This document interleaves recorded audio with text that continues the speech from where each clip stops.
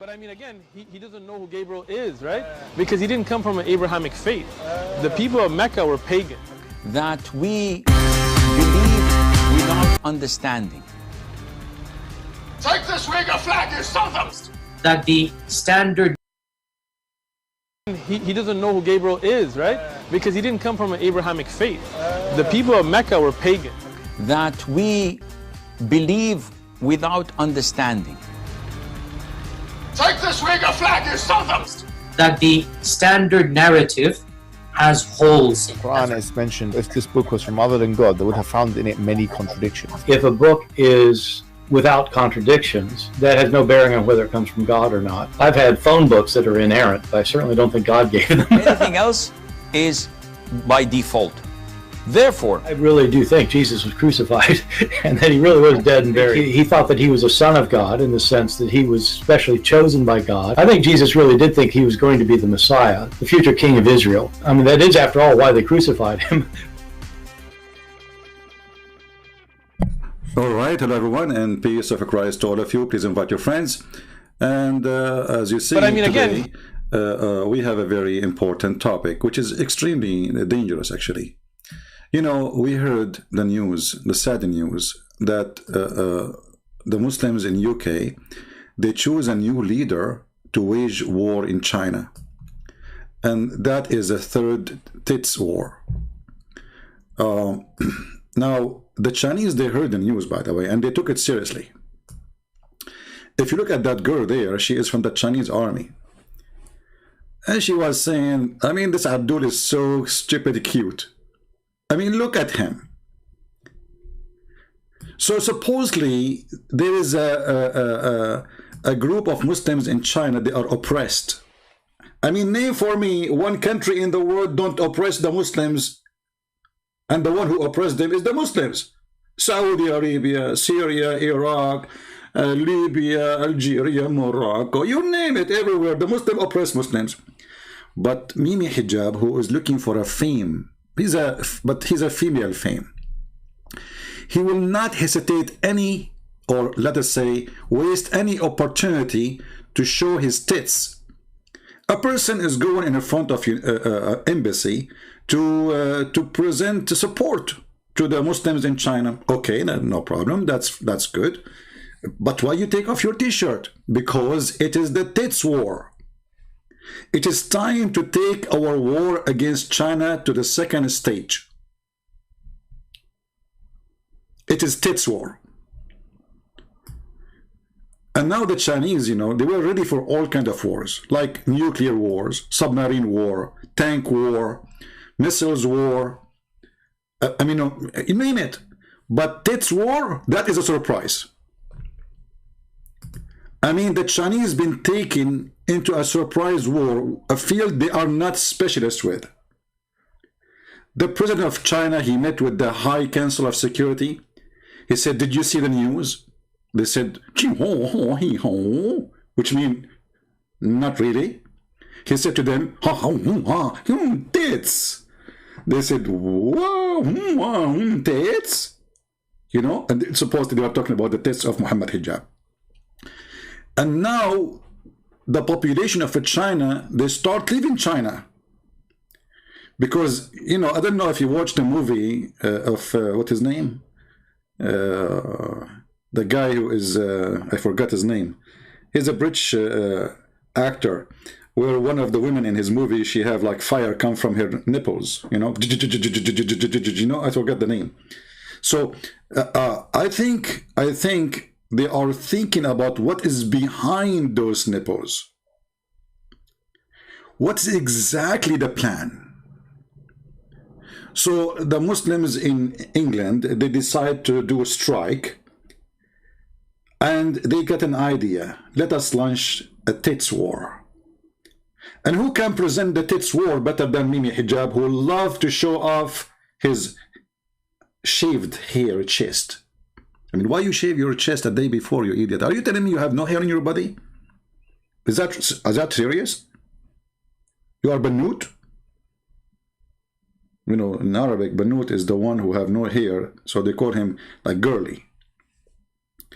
So I was thinking about this situation, and I said to myself, I saw in the news there's a bunch of lesbian girls, they were protesting against the Christians, so they took off their topless.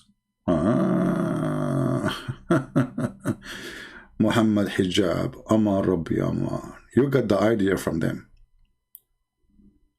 I get you. You got the idea from them, so you decide to take off your t-shirt.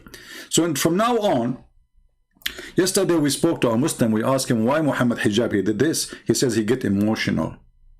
And you know, yes, we have to be truthful. Those people who they are true believers in Allah, when they get emotional, they get naked. Actually, Muhammad, he did that. You remember the hadith where a man, he started kissing down the belly of Muhammad? So, you know, I heard the news that England is preparing or already announced Hamas as a terrorist organization. What Mimi Hijab will do? I think in this time he will take off his bikini to show support to Hamas. Mimi Hijab. I mean, this is the best you can do. You coward. If you claim to be a man, China is there. Actually, the embassy was a few steps from you when you were there. And you can go there anytime. At least knock at the door. You coward. Mut'a boy. You did not even dare to touch the door of the embassy. So those cowards who claim that they are doing jihad, this is mut'a jihad, this is nipple jihad, this is a fake jihad, and that jihad means nothing.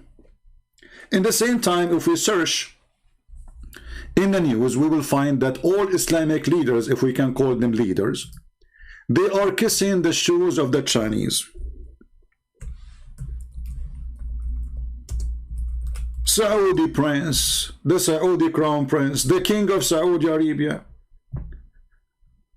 This is now, look, this is the news now. I just searched in Prophet Google, peace be upon him. It says the following. Saudi Arabia turns toward China. Look, what the heck? They are not turning toward the Kaaba no more. They are turning toward China. Like, what?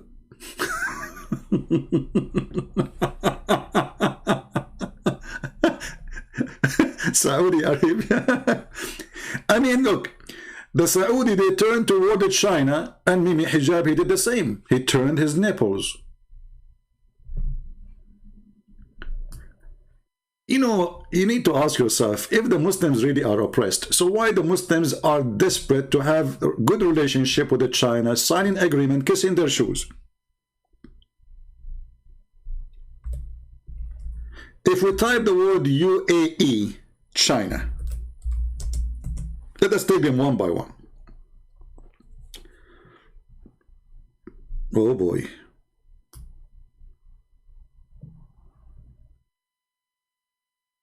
United Arab Emirates, soon they are going to give the Chinese a base. Like, what?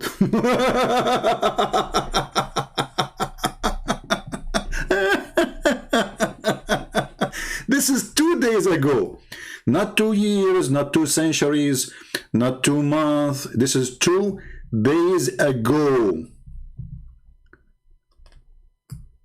And Mimi Hijab is giving them his tits. I mean, your jihad is helping. We have to admit. Yeah. We have to take into consideration that such a jihad by nipples is way more powerful than all those who they are trying to get close to China from the Muslims. I know that you worship YouTube. I know that you are getting rich from YouTube. I know that you like to show off, and you are a coward. And the proof, you did nothing. You know who's holding this guy from doing real jihad? There is a group of terrorists in Syria. They are called the Turkestan, and they are from the Uyghur. They are the most aggressive terrorists. Criminals. They chop the heads of children, and when the Russians come, they run away. Why you don't join them? Why you don't do? Coward. Tits boy. Let us type different country. Forget about Saudi Arabia. Forget about Emirat. Let us see if we type China, Qatar.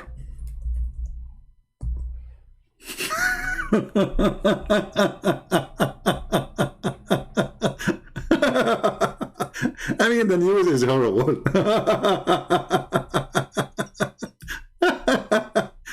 Look at this. China Qatar Corporation benefit both countries. This is the website of the government of China. China Qatar vote to boost ties. Did you say ties? I thought it was going to use the word tits. But look, it says ties. And the Prince of Qatar, he went there. Look, this is 4 days ago. I mean, look how fast they are desperate. Man. That Qatar relationship with China, Saudi Arabia, UAE, Qatar, Oman, and have a mixed feeling about China. What mixed feeling? They are dying for China. A China-Qatar strategic partnership. That's deep. Year after year, senior Chinese diplomat to meet Taliban. Even Taliban. Unbelievable. Hey, hold on. Hey, Sheikh Uthman, what do you think about Taliban meeting with the Chinese, kissing their ass? Excuse my language. Because remember, this guy from Afghanistan, so he's an expert. Taliban, even the top mujahideen in the world, they are kissing the bum of the Chinese. I mean, does it say they're Taliban? Or I'm making things up? Taliban. Let us type the word Taliban so that we can get a special deal. Man.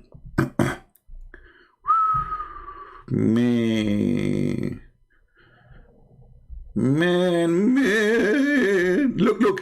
The Uyghurs in China, in Afghanistan, fear China will push Taliban to do something to them. I mean, do you see how much the Muslims, they care for each other? Brothers and sisters, this is 11 hours ago. China backed Taliban. Its firm line up as a China back up Taliban regime. Chinese firms make beeline for mineral rich in mind. What? Okay, whatever. I mean, look at this. I mean, the Muslims, they are really against China. But hold on. Here it says, in a website, it says, foreign policy. It says, China is jihadis' new target. Eyewitness for that. We just saw it not long ago. The boy who sucked tits, he started that jihad. Can you imagine how many terrorists will be motivated by the speech of Mimi Hijab? How many they will take off their t-shirt to show support? I heard that Mimi Hijab, he took off his t-shirt because it's made in China. Hey, Mimi Hijab, I will shave my 25-foot beard if your t-shirt and your panty and your trouser and even your beard and the microphone you are holding is made in China. So you potato, how you claim that you are going to support the Muslims in China when you are buying the Chinese product? Isn't it the t-shirt you took off made in China? Go to any store in England, find me one t-shirt is not made in China. Just go. Try, just give it a try. Find me one microphone is not made in China. Find me one computer is not made in China. Even Apple phone and Apple computer made in China. So those coward potatoes, they claim that they are fighting China. You eat it. If you go against China, you will be naked. Actually, already you are naked. I will take it back.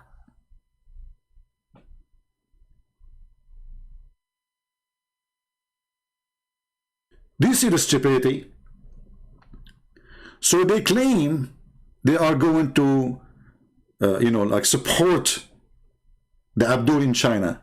But in reality, they are the one who buy the product of the Chinese or the world, not only Middle East, not only Muslims. I mean, here in America, you go to the store. I mean, what you will find, anything we have around me, anything I have around me is made in China. The microphone, the computer, anything, you name it. It's a reality. So if you want to go really against China, as you claim, potato, you go naked, totally naked. Because the first thing you should do, you should stop buying their product. Because that product is making the Chinese government rich and powerful. So if you mean really what to say, we'll do what you say. Do you say what do you do? Or you do what you say?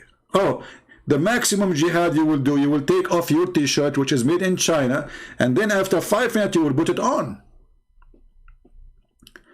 I want the Muslims to make an announcement around the world that they will not buy anything from China anymore. Let us see. Let us see. I'm going to open my Skype. And again, welcome to your brother Christian Prince program. And this program is made for adult. So if you are under the age of 6 and you are a Muslim, you better leave, because according to Muslims, Aisha, she was adult, mature at the age of 6. In fact, she was dating at the age of 4. So if you are kids, keep them away from the Mujahideen. Welcome and invite your friends. But then the Prophet Muhammad sallallahu alaihi wasallam, Allah put around him those people that will console him, like his wife Khadija.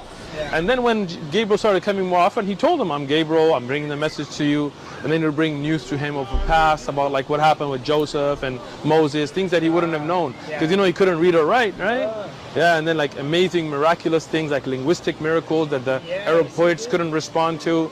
So that's cool. That's so cool. He didn't know it was Gabriel. The angel didn't tell him it was Gabriel. He did, sure. Any later? No, even at that time, right? But I mean, again, he doesn't know who Gabriel is, right?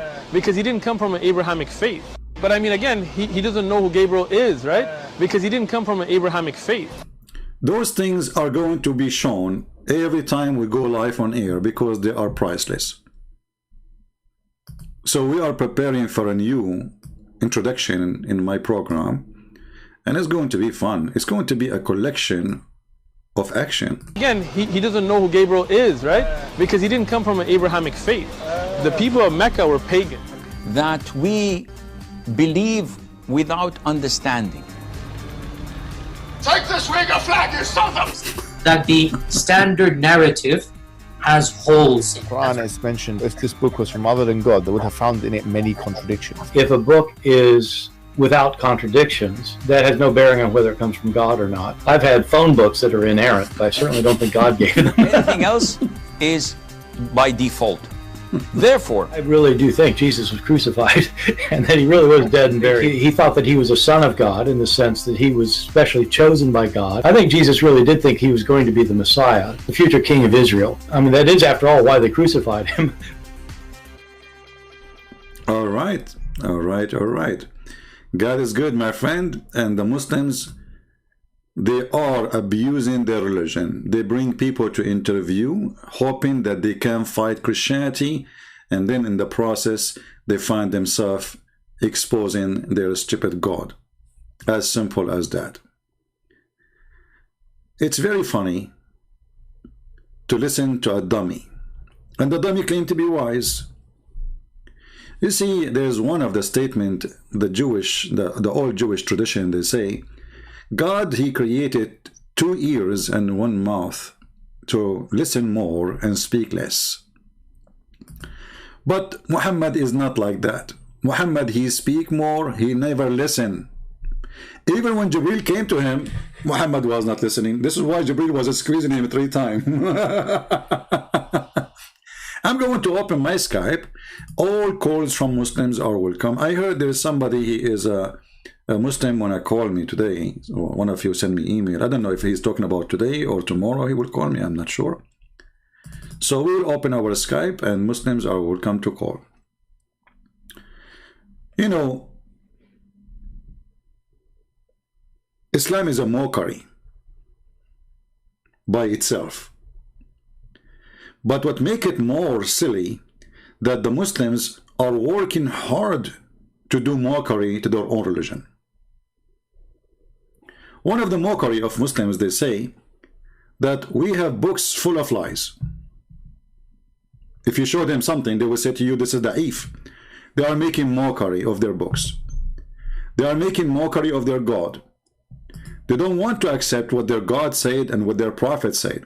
It's a mockery cult. As an example, when we show them that Umar al-Khattab, he go out watching the wives of Muhammad doing poo-poo. You ask yourself, this hadith is written by who? Reported by who? If you ask me, honestly, I believe that this hadith is written by Muslims who they are trying to make a mockery. But look like, for the Muslims, this is not a shame. So what? The companion of the Prophet, the best companion who became a caliphate, he was staring at the bum of the wife of the Prophet when they are doing poo-poo. And not only that, he was harassing them. Saying to Sauda, as an example here, when she was doing poo-poo, we recognize you. You see, the first one who came with the face recognition, I think it was the Israeli. But there is something we do not know until you read the Islamic books. There is something called ass recognition. And that was exist by Islam. All right. Let us see, we have somebody, he is saying he's a Muslim. We will see if he is.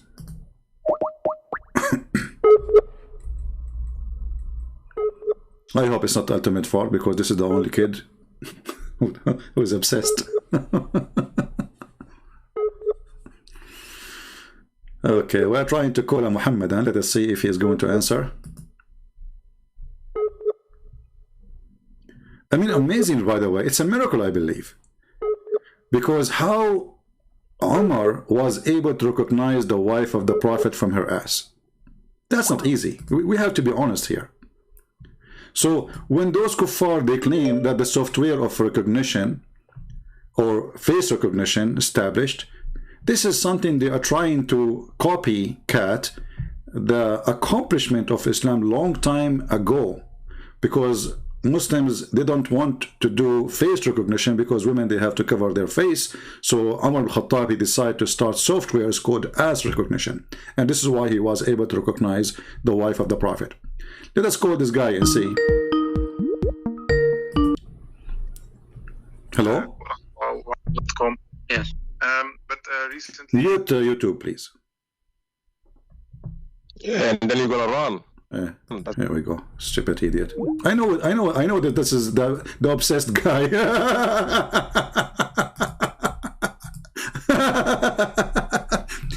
You know, listen, Ultimate Ford, I really am sorry for I did what I did to you. I mean, I made you made you to joke everybody, but I didn't mean it. It's you who keep calling me. So for the sake of your soul, and not to be humiliated over and over, don't call me again. I will not let you talk no more. That's it. We have you recorded. Go and be proud. Show it to your kids. Didn't you accomplish the mission? Why you keep calling? Potato, didn't you have enough?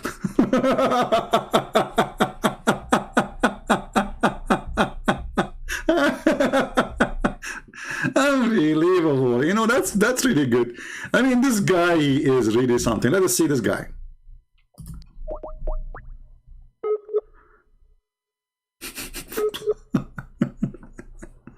That's it. He want to take revenge.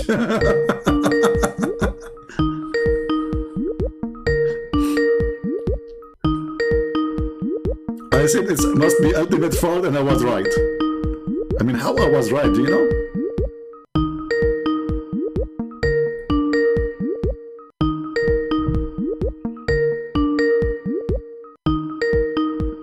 He's not answering, this guy. Okay, if you are a Muslim, text me please and I will call you. Alright? If you are a Muslim, text me and I will call you. And we want adult Muslim, not like this ultimate fart.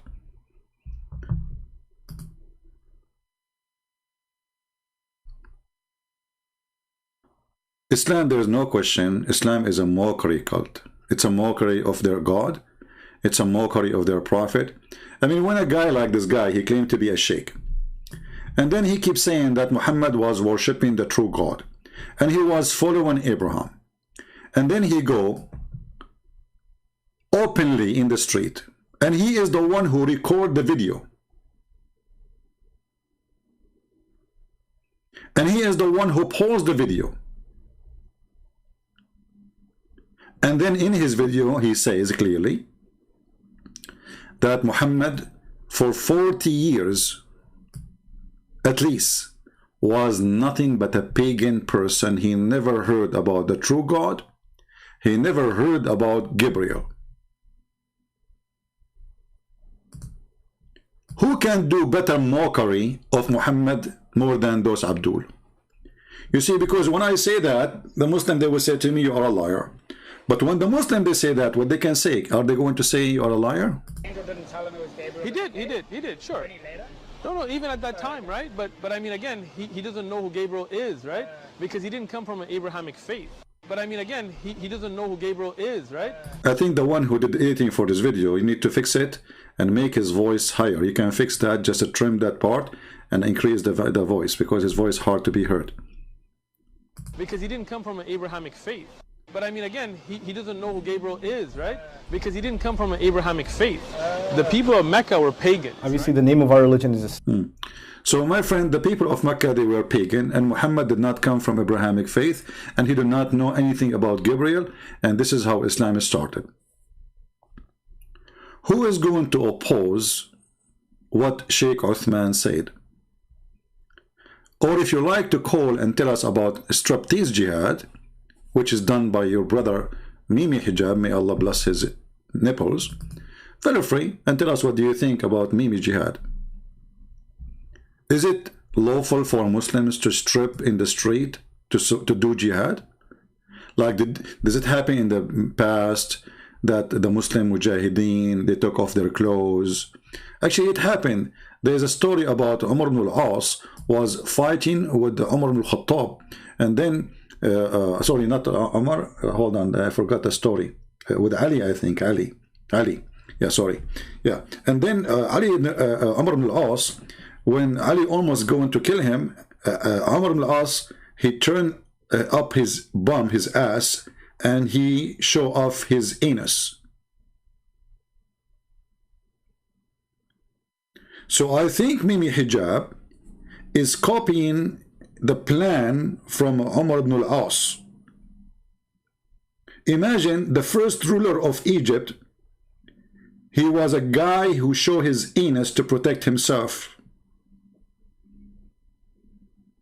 The one who is hired to rule Egypt from the Muslims. He showed his anus in order to stop the attacker from killing him. It worked. According to this story, Ali, he turned his face and he did not kill him. So I'm thinking that maybe Mimi Hijab is inspired by such a story. So the first step, he take off his nipples, you know, showing. I mean, where is this girl coming from in the picture? I mean, look at her, she is scared, man. I mean, do you see the impact of the threat of Mimi hijab. Look at this girl. She's taking selfie with Mimi hijab. I mean, because they never saw such a thing before. A country like China is under the threat of a striptease boy. Time to take it seriously, China. I think you are under nipples attack. Sooner or later, fire will come from those nipples. You know what? I thought about it. Maybe Mimi Hijabi is giving like a password to do jihad to stop milking themselves and give China milk. I mean, because I'm trying to find what the connection between taking off the t-shirt. You see, like, I like to read books about like intelligence and etc. But I never came to such a plan. This plan is confusing me. I mean, what is the plan exactly? Okay, we take off the t-shirt. And then the t-shirt is made in China. We flip the t-shirt, and then it says there's a sticker says made in China. I thought maybe Hijabi will say, we will stop buying clothes from China, but he put it back. It turned to be no. The microphone in his hand is made in China. The chair he sit on is made in China. The table he sit in China. Everything is made in China. So the guy, he decided to do jihad against China by buying more stuff from China to speak against China. I mean, that is genius.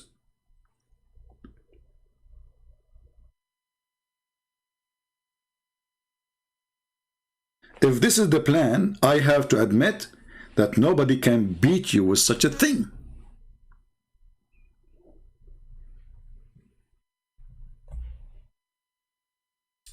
Someone saying this is not interesting topic for someone to call me. No, my friend, the topic is about Islam. No problem. Forget about the naked boy there.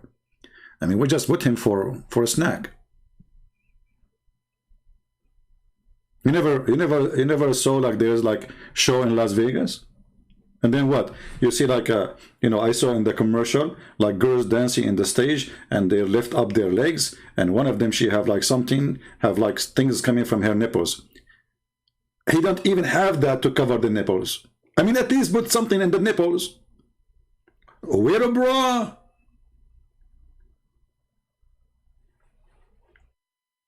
By the way, how many Muslim women they get tempted by seeing Mimi hijab naked now?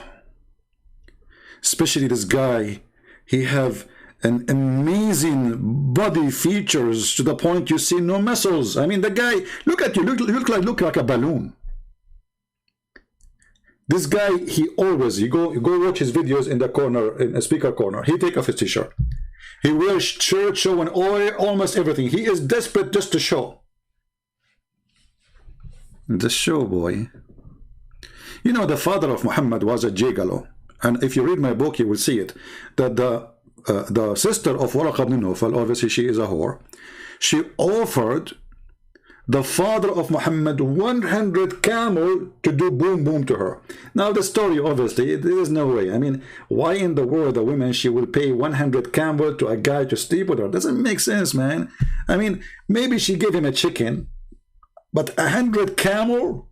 I mean, Muhammad himself is not worth a goat.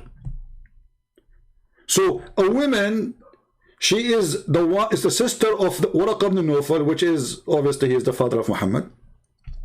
She offered the father of Muhammad 100 camel to sleep with her. The father of Muhammad did not say no. He said, hold on, I'm going to Amina, supposedly she is the mother of Muhammad, and I will be back to you, which means I will do Amina and I will come back. This guy is working officially as a gay girl. So maybe Mimi Hijab was thinking about doing business. But how much they will offer you? How many chicken? YouTube will pay. Who is a Muslim would like to call us? Who is a Muslim would like to show us that Muhammad really a prophet of God?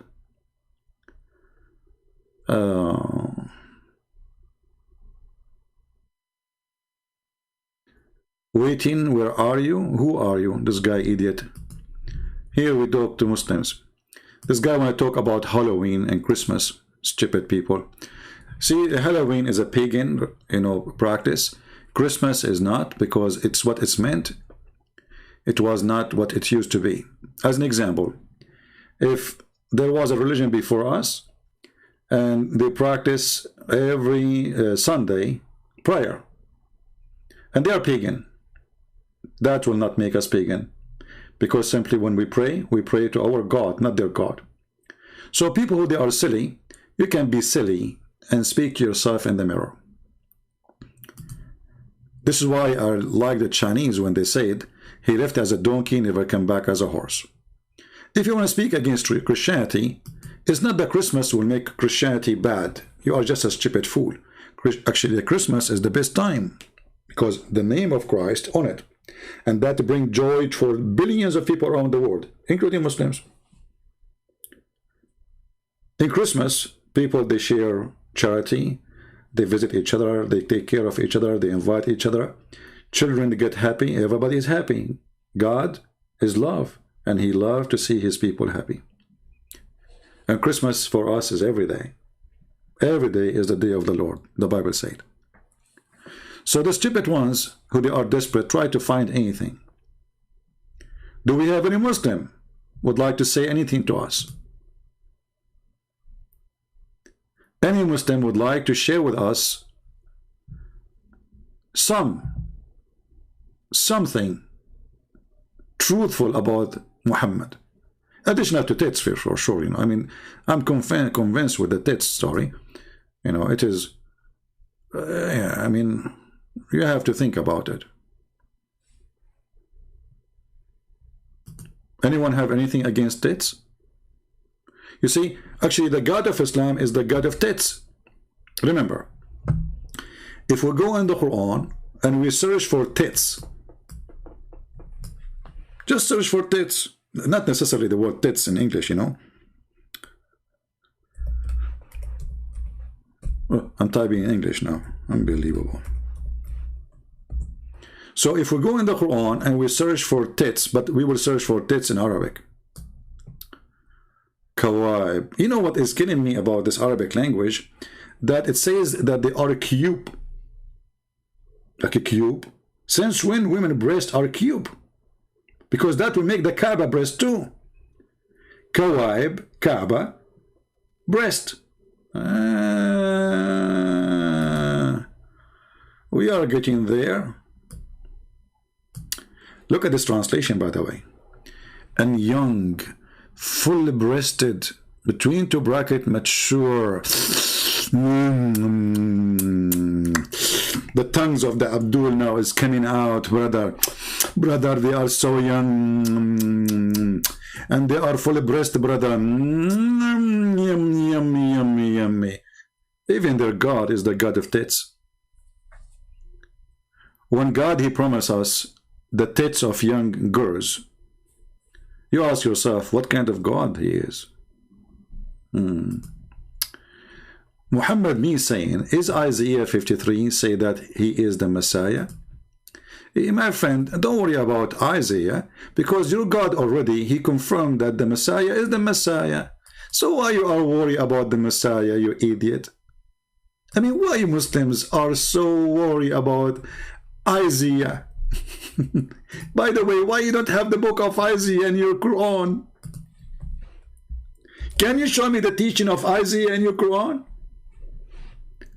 Dummy. Dummy with certification. Is it saying that he is the Messiah? Don't you think it's too late? Abdul, don't you think it's too late even to ask this question? Your God, Allah, he confirmed that he is the Messiah. That Jesus is the Messiah. And the Abdul is worried about Isaiah. They are not worried about full-breasted, mature little girls. He's worried about Isaiah 53. That's deep. I mean, we have to confirm that Muslims are people who think deeply. He did not see all the garbage in his Quran. My friend, if Isaiah is about Jesus or not, that will not change anything. Jesus is Jesus and he is the Messiah. And even your stupid God confirmed that he is the Messiah. So eat it. There is not. What is not? What is that? I mean, look, guys, look at the sentence. Sometimes people, they say to me, your English is not good. Even Muslims make fun of my English. But sometimes I read the Muslims' answer to me. It sounds like Quran. There is not. What the heck is that? Is that your answer? There is not what? I mean, imagine this guy become a professor in university. And he explained any problem by saying there is not. That's deep. We don't care, Muhammad. Even your name is stupid, Muhammad. I never heard of a guy whose name is Muhammad.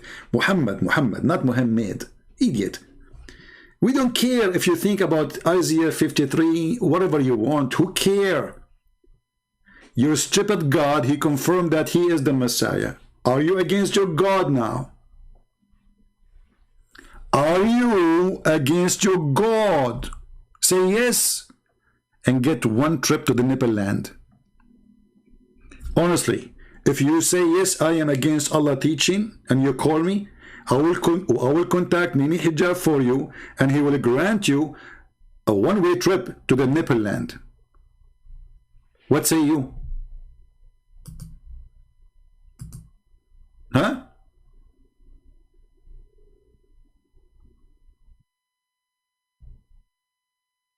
Huh?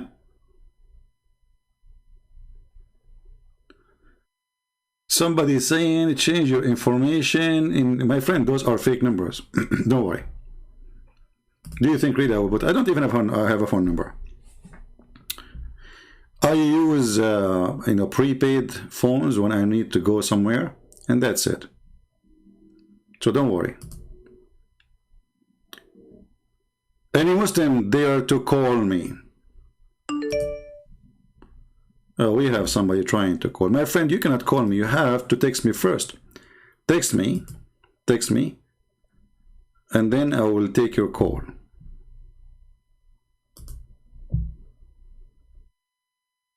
Let us see this guy. Hello?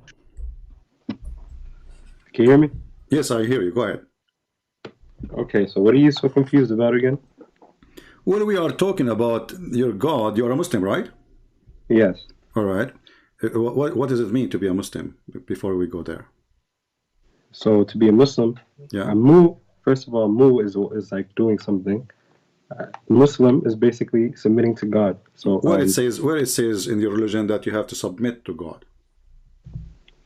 The first verse, the opening of the Quran. No, where it says that. Okay, no, read it for us. Go ahead. Okay, let me bring it up real quick. All right. Actually, if you show it to me. So basically, that the first surah of the Quran basically explains the oneness of God. Really? And explains that no other worship is worthy except for that one God. But you said to me you can find the word submitting to God there, but it's not there then, huh? What does submit mean? I don't know. You are the one who chose. It means submitting is worship, is a form of worship, correct? No, because simply there is people who worship, but they don't submit because if I submit to something, that's me worshiping something, right? Because I'm idolizing it. Okay, let me ask you: do Allah submit to somebody else? No, it's God, and God does not submit to nothing. All right. So if Allah wanna forgive you, do He ask another God to forgive you? No. No. Are you sure? Does He ask another God to forgive me? Yes. Or He forgive you by Himself? He forgives me by Himself. Okay, open for me chapter 48, verse number 2. Chapter 48. Okay.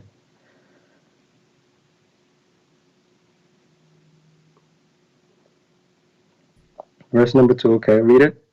Go ahead, read it. You read it. My English is bad, as you know. Okay, it says that Allah may forgive thee of thy sin, that which is past, and that which is to come, and may perfect His favor unto thee, and may guide thee on the right path. So who's talking? God is talking through Muhammad. No, who's talking in the verse? Muhammad received the verse. Muhammad is not talking there. Okay. He's talking through God. So through God. Muhammad did not say anything. This is Allah talking right now, correct? How do we get this information from where? This is not the question, my friend. We know that Muhammad later told you that he heard this from the angel. This is not the question. Listen carefully. Who is the one who said this verse or this sentence first? Who says the sentence first, you said? Yeah. Yeah. What do you mean? I'm confused. Is that your God, Allah, or Muhammad, the first one who made it? I mean, how else are you going to get information from God unless somebody tells you something? I'm not asking you how you get it, who deliver it. I'm asking you who is the first one who said those words? Technically, Muhammad, yes. Muhammad's saying it. No, the first one is Allah. Are you saying that the Quran made by Muhammad? No. What do you I don't understand your question. I don't know why you cannot understand my question. Listen carefully. Who is the one who made this verse? Who made God. What is the name of your God? Allah. Okay, so if Allah there's is 99 talking, names. He has 99 names. That's wonderful, guys. Allah have 99 names. I'm so happy that he got many names because soon he will be out of them. Listen carefully. If the one is talking is Allah, so how Allah he say, may Allah forgive your sin? He's speaking in first person. Like that's I mean, what first person, my friend? If I say may Allah, I'm making a wish, correct? Yeah, he's saying if Allah, he says that Allah may forgive thee if they sin. He's telling you that if you sin, Allah will forgive you. He's not saying that. He's saying may Allah. He is not saying Allah will forgive you. Yeah, he says Allah, inshallah, if he does, if God wills, inshallah, he will forgive you. Okay, hold on. Yeah. Did you say that inshallah? Did you say that Allah, he said inshallah? No, inshallah means if God willing. If he feels like you just said that. Okay, let's go back to zero. That's when what God willing means. means. When Allah he says that Allah may forgive your sin, the one who's talking supposedly is Allah. So when Allah he say may Allah forgive your sin, he is asking another Allah to forgive the sin of Muhammad. Because if he is the one who's talking, he should say, I forgive your sin. It's not a wish, because he is the one in charge. When we make a wish and we add a name before it, we say that Allah may forgive your sin. Obviously, I'm making a prayer.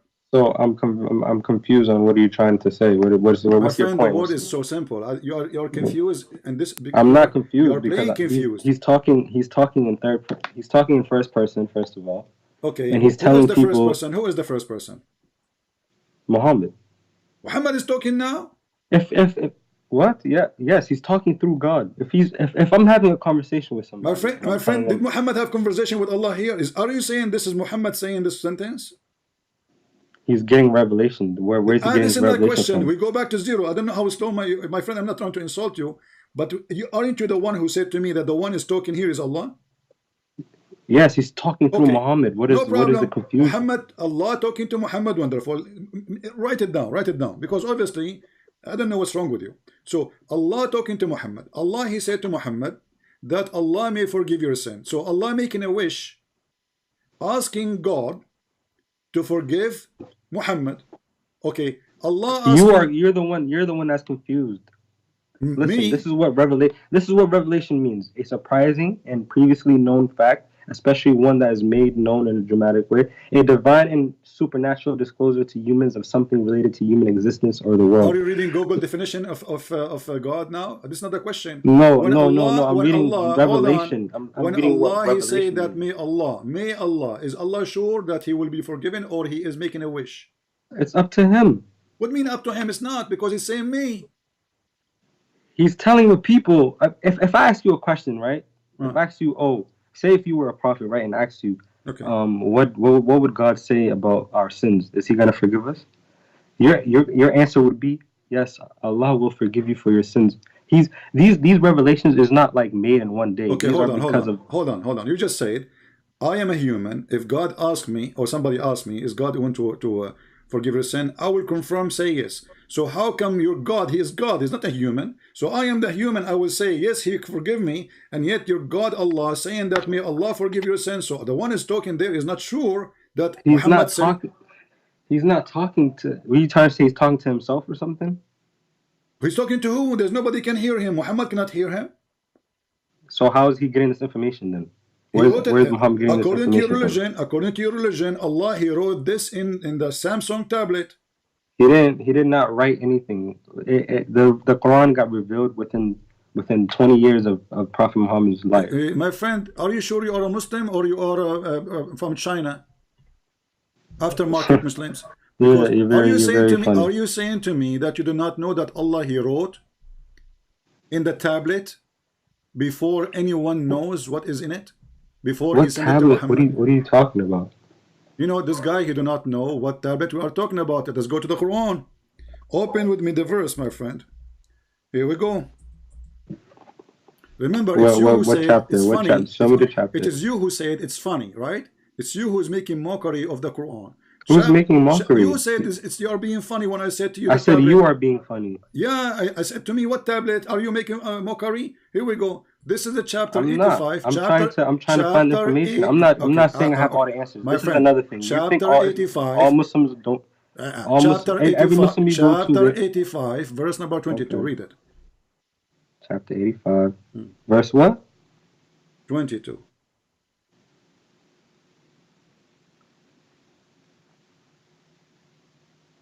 Verse 22. Okay, I'm here. Yeah, so I'm here. You are here? I am there. Okay. Okay, and you said there's no tablet. Hold up, let me see. Hold up. I missed it. Let me see. Hold on.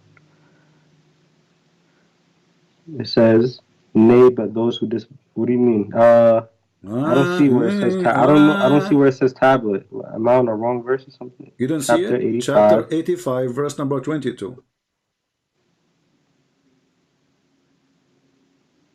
Are you using iPad or Samsung tablet? Because I think the translation will change depending on the tablet you are using. It says okay. It says on a guarded tablet. So there's a tablet. So Allah was talking to himself. But it says but is a glorious Quran on a guarded tablet. Okay, so Allah did not send the Quran to Muhammad right away. Allah, he wrote it in the tablet. And you are the one who made fun of the tablet. He did not say right in. You're understanding the Quran the wrong way, sir. My That's friend, not what it means. Okay, which interpretation book you like me to show you? Interpretation might be done by Muslims, so we can read together. As long as I understand it wrong. So what are you trying to understand right now? That I'm not trying to understand. I'm trying to find out. This is what you're trying to say. You're basically saying that God is talking to himself, basically. Yes, you are the one who said that, not me. Remember, when I said to you that Allah, he wrote it for himself first, you said, are you saying Allah talking to himself? I said, yeah, because at that time nobody can read it. Actually, even the angel Jibreel, he can read only what Allah allow him, and Allah, he put the tablet between the two Just like eyes. Allah, how he allows us to read, of course. My friend, he allows you to hold on. Give you wisdom. Allah, he put the tablet between the two eyebrows of the angel Israfil, and the distance between his two eyebrows is 500 years travel. So when you are saying Allah is talking to himself, absolutely he is talking to himself. He's not talking to himself. You just don't understand the basis of the Quran. So he's talking to who? When he he's said talking the word, how did Jesus reveal to the people? What was he saying? When Allah he wrote I'm just relating the topic. When Allah he wrote in his tablet, who was there listening? What tablet? It's not like a tablet was coming down from the sky and just dropped on the floor. That's not how No, it's not in the floor. It's not in the floor. It is a tablet he kept in the sky. Obviously, you have no idea what you are following. You do not know what is your religion. Listen, I did not read the Quran from front to back. Okay, so first of all, that's not even important though. The question you're trying to say. This is important because we are trying to find out if Allah is God or not. Remember, we said if Allah is God, then how Allah the God, he asked other God, may forgive Muhammad's sin. You're confused, bro. You don't understand what the Quran is talking about. It's basically saying Allah is wishing. He's speaking through Muhammad in first person. Okay, he's telling him to tell the people he's telling him what to say to the people. So that's what he's doing. What is the business of the people? He's saying, may Allah forgive your sin. This is obviously, it's a wish. Have nothing to do with the people. This is between you and God. So if you are Muhammad, Allah speaking to you, correct? So yes. Allah forgive my sin or not, this is my business and between me and God. He said, may Allah forgive my sin. So what's wrong with that? Because, so how Allah says, may Allah forgive your sin? Allah's not saying it. Allah is Muhammad saying it. I ask you, listen, this guy, did you drink something before you call me? Listen. If Aren't I'm you the talking one? to you, I asked you. Let's go back to zero. if I'm talking to you Let through us go God. back to Wait, zero. Let me finish. Did I ask you who is the one who's talking? You said Allah. Let me just make one statement. If I'm talking to you through God, right, and we're having and I'm getting these revelations, and I'm trying to tell the people what God is saying, am I gonna say I? Am I gonna say me?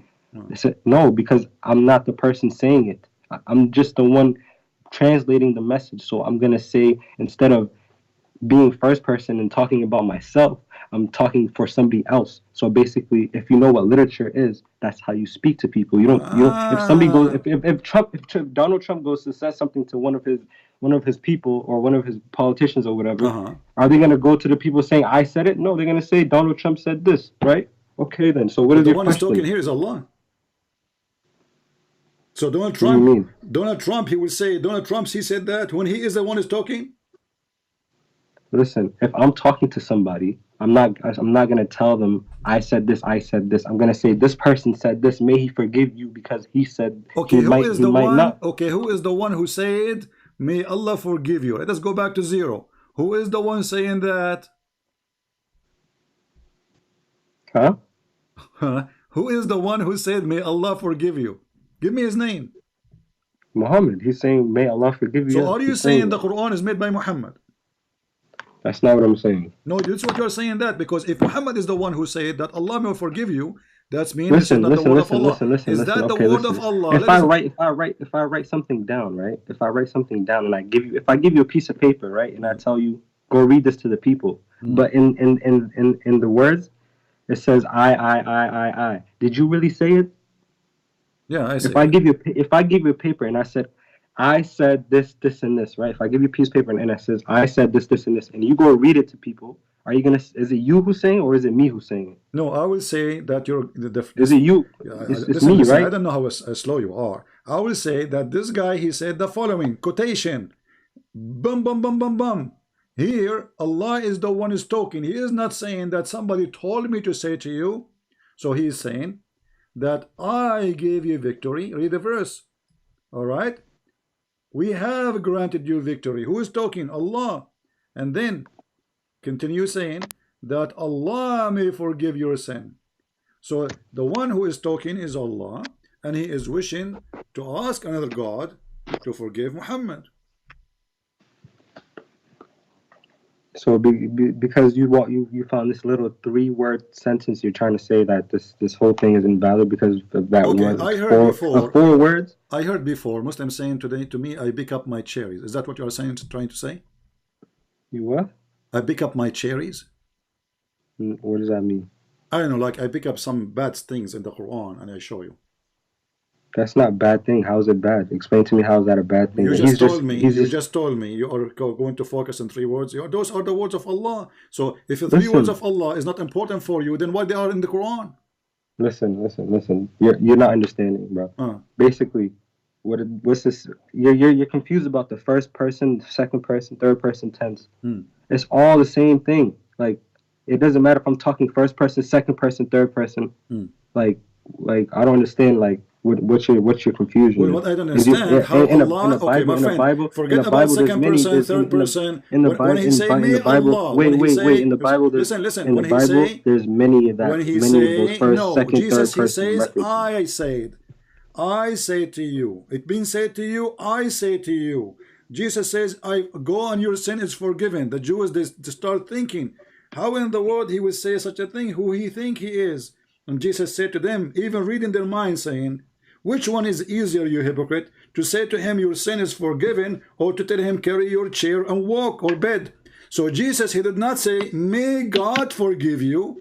Jesus, he said, go and your sin is forgiven. So here, Allah saying, may Allah forgive your sin. So you're saying because Jesus said your sins will be forgiven, and Muhammad said it's not that. He did not say your son will be forgiven. He said your sin is forgiven, not will be. Yeah, no, I didn't say son. He said is forgiven, right? Is forgiven, like definitely, right? Okay, and you're saying because Muhammad has said the opposite thing it's not Muhammad who said that. What's wrong with you? Aren't you the one who said the one is talking there is Allah? How you gonna talk? How you gonna talk to people without a prophet? Like obviously, Who cares about the prophet? you don't understand. Who cares Who about cares the about prophet? The Who one cares is about you? Hear talking yourself. there. The one is talking So who cares there. about Jesus The then? one Who is cares about speaking Jesus? there. Bro? Is he Muhammad Why or Allah? why doesn't God just come and Look have at this a madness. large microphone and just talk to Look everybody at with this a large madness. microphone? Abdul, listen. Who is the Why one does he is need a talking? prophet? Why does he need Who a is prophet the when he could one just talk is to us with a large talking? Who microphone? is the one who is talking there? Allah, If right? God wanted, Is it Allah or somebody else? huh? We go back to zero. Who is the one is talking there? Isn't it Allah only? Allah is talking through Muhammad for the Who 100th care? time. Who care talking to Muhammad or not? This is not the question now. First of So what all, is the Allah question? did not talk to Muhammad. Secondly, because Muhammad never heard Allah. He never saw Allah. He never witnessed Allah. He never heard the thought of Allah. So stop saying Allah talking to Muhammad. What do you mean? Yes, yeah. He's still talking to him. Even if it goes through 10 people, if you give me a message My and it goes friend, through 10 people, my, it's still from you. my friend, So what are my you friend. saying? I am saying, If I give you a not letter, saying, if I give you a letter I and am it goes not through the saying, U.S. I'm Post not Office, saying. then it goes to FedEx, then it goes to this, it's still, it doesn't matter. It's still coming from me. I'm the source. So what are you Okay, saying? you are the source. Abdul, guys, take note. He is the source. Who is the source? I'm Allah. talking about Allah. I'm not talking about me. I'm saying if I'm the one, if the message is getting from one place to another, it doesn't matter who's in between. There could be 100 people Who in is between. between? It's Who still care about coming the from between? me. Who is the one is talking? Allah making a wish, and the wish is, may Allah forgive your sin, correct? Okay, can I ask you a question? Right, this is the same argument I can make. Right, Ask me a question. when Jesus was getting his revelation, was he talking to God or was an angel coming down to speak to him? No, he was talking to, he is God. Why angel? Directly. Why he didn't angel? need an angel. Why angel will didn't come need and the give him angels or nothing. You know, Abdul, let me show you. Even in your Quran, Jesus, he did not receive revelation from an angel. When Jesus was born and he was supposedly a child in the cradle, Jesus right away he spoke, speaking as a prophet of God according to Quran, correct? Huh? Jesus, when he spoke in the Quran, in the cradle, did he receive revelation from an angel or he is just born? I don't know, man. What do you mean you do not know? What you know? What kind of religion you have? Jesus in the cradle, he spoke. I don't. He's 1 hour old, 1 minute old, and then he spoke to them in the cradle. Who? Jesus. Okay, so as a baby, Jesus right? do not need an angel to give revelation. Even in your Quran, when he is just a child. Okay, everybody's different, right? Just like no, not everybody is different. It is you who said. It is you who said.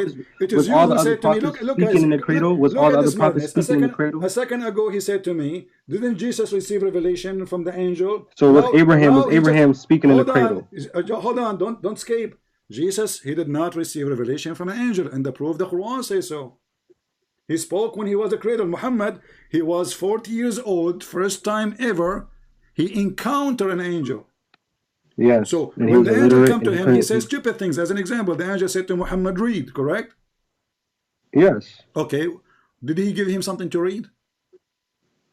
What do you mean? You don't need to get something to read. You just if Allah wants to give you the power, if Allah wants to give me the power to read something that I don't know how to read, then I can read it, even if it's not there. If it's just coming out of my mind. Thank you, guys. Did because you hear it's coming. It's the word of God. If Allah it's is the word God, of God. if Allah is God, and He gave me something to read, even if I cannot read, I will read it. Okay. Yes, so, because He gave me the power to read it. He said to Muhammad, Allah said to Muhammad, read. Did Muhammad learn how to read after Allah said to him, read? Yes. I thought Muslims believe Muhammad never learned how to read. What do you mean? What do you mean? You told him read, right? You just said just take a hike. You know, you're just a kid. I'm wasting my time. I want somebody, a Muslim, he knows what he's talking about. Let us see this guy here.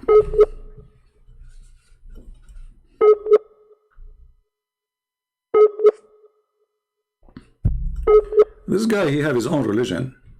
He can say whatever he wants. You don't know that his God have a board. You don't know that his God. He the first thing he did, he wrote in the board. I have no idea where it says that. I never read this before. Okay, let us see this guy. Maybe this guy is Ultimate Fart. He changed his name again. It sounds like it. And they say to you, you know, can you, Christian Prince, you need to be more patient. How many thousand times we heard the Muslims saying Muhammad never knows how to read, how to write? But because he said something very embarrassing, Allah, he said to Muhammad, read. Still Muhammad cannot read. Jesus said to the blind man, see, he see. He said to the man who cannot walk, walk, he walk. Allah, he squeezed Muhammad 3 times, ordering him to read. Still Muhammad cannot read. Oh, hold on. Let me call you back.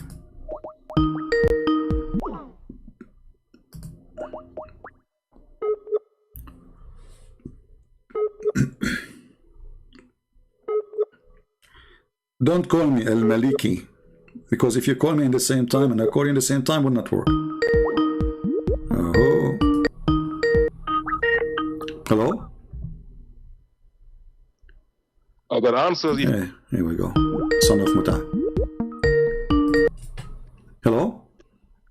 I got one more question for you before you go. You got a question for me? You did not answer. You know, did your prophet learn how to read? Yes or no?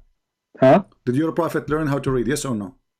Can I just ask you one question? No, I want you to confirm. Did you search Google? What? Did your prophet ever learn how to write, how to read? I want an answer. No, he was illiterate. So why Allah, he ordered Muhammad to read, still Muhammad can't read? If you can't read today and I want you to read tomorrow and I'm God, I can make that happen. So what are you saying? No, he can make it happen right now. And you just said Muhammad never learned how to read. So Muhammad, he became a prophet at the age of 40. He died after he became 60. So Allah, he have more than 23 years to make him learn how to read. Did he make it happen? That's not what's important. No, it's important. Why not? If God, he said to you, read. Jesus said to the one who cannot walk. If God wanted to do anything, Jesus, he said to the one. If God wanted to stop Hitler, he could stop Hitler too, right? The one who cannot walk. Right? But why didn't he stop Hitler? Okay then. You make no sense. I just have one question for you. Hold on. If you're a real Christian, why don't you believe what the Ethiopians believe? Because that's the real, true Christianity right there. They prostrate, they bow down on their heads. Still, the Ethiopian believe that Jesus is God, and you are a fool. What? Ethiopians still believe that Jesus is God. How can people denounce the Ethiopian religion, the Ethiopian Christianity? Who said that? Who said that? What do you mean who says that? Mormons go there. Mormons go to Ethiopia all the time. Mormons go to Ethiopia. How are you going to tell me Mormons go to Ethiopia all the time trying to change these people? Don't change topic. The Ethiopian, they believe don't change the topic. We're talking about Christianity and Islam, right? Do the Ethiopian believe that Jesus is God? Yes or no? What happened? What happened to the Ethiopian Christianity? How come people don't? That's the Orthodox. That's the real Christianity, right? Do they believe that Jesus is God or not? The answer is yes. So you are a potato. No, don't change the topic. Whatever. You don't believe in nothing. You said if Allah wants something to happen, it's going to happen. So here you go, coward.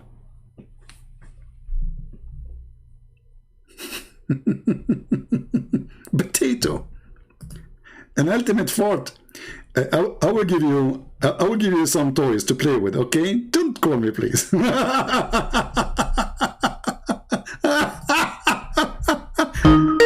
mean, this guy is ultimate fort. He cannot that it. Ultimate fort. He will keep changing names and he will keep calling. He will keep calling because he wanna return his honor, which is in the disposal machine from long time ago. You cannot fix it, ultimate fort. It's recorded. It's over. We made you shish kebab long time ago. You are overused and abused. Oh boy. This is a great example of the stupidity of this religion. None of them knows what he worship. None of them knows what he's talking about. Ultimate fort, he believed the Arab are stupid people. But your prophet is an Arab. He believed that the hadith is made by donkeys. I agree.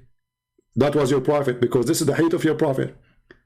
He believed that all the interpretation of the Quran is made by a human, therefore we should not listen to it. But he is willing to make his own interpretation. Look like he is not a human. I agree, you're a donkey. We cannot take interpretation of a human. We have to take donkeys. The logic of ultimate fort.